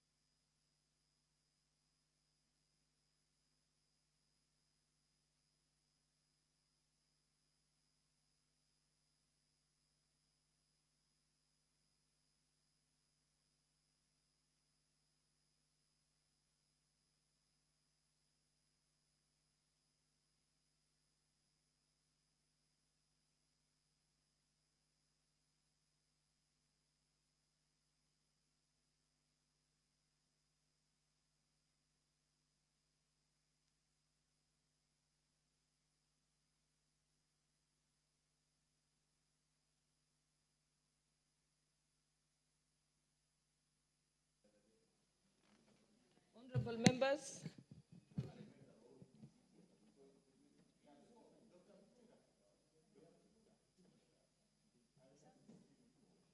It's okay, I can see the time from there. Honorable members, and the time being 19:45, 100 hours, this House stands adjourned until Thursday, 21st November 2024 to 2:30 p.m.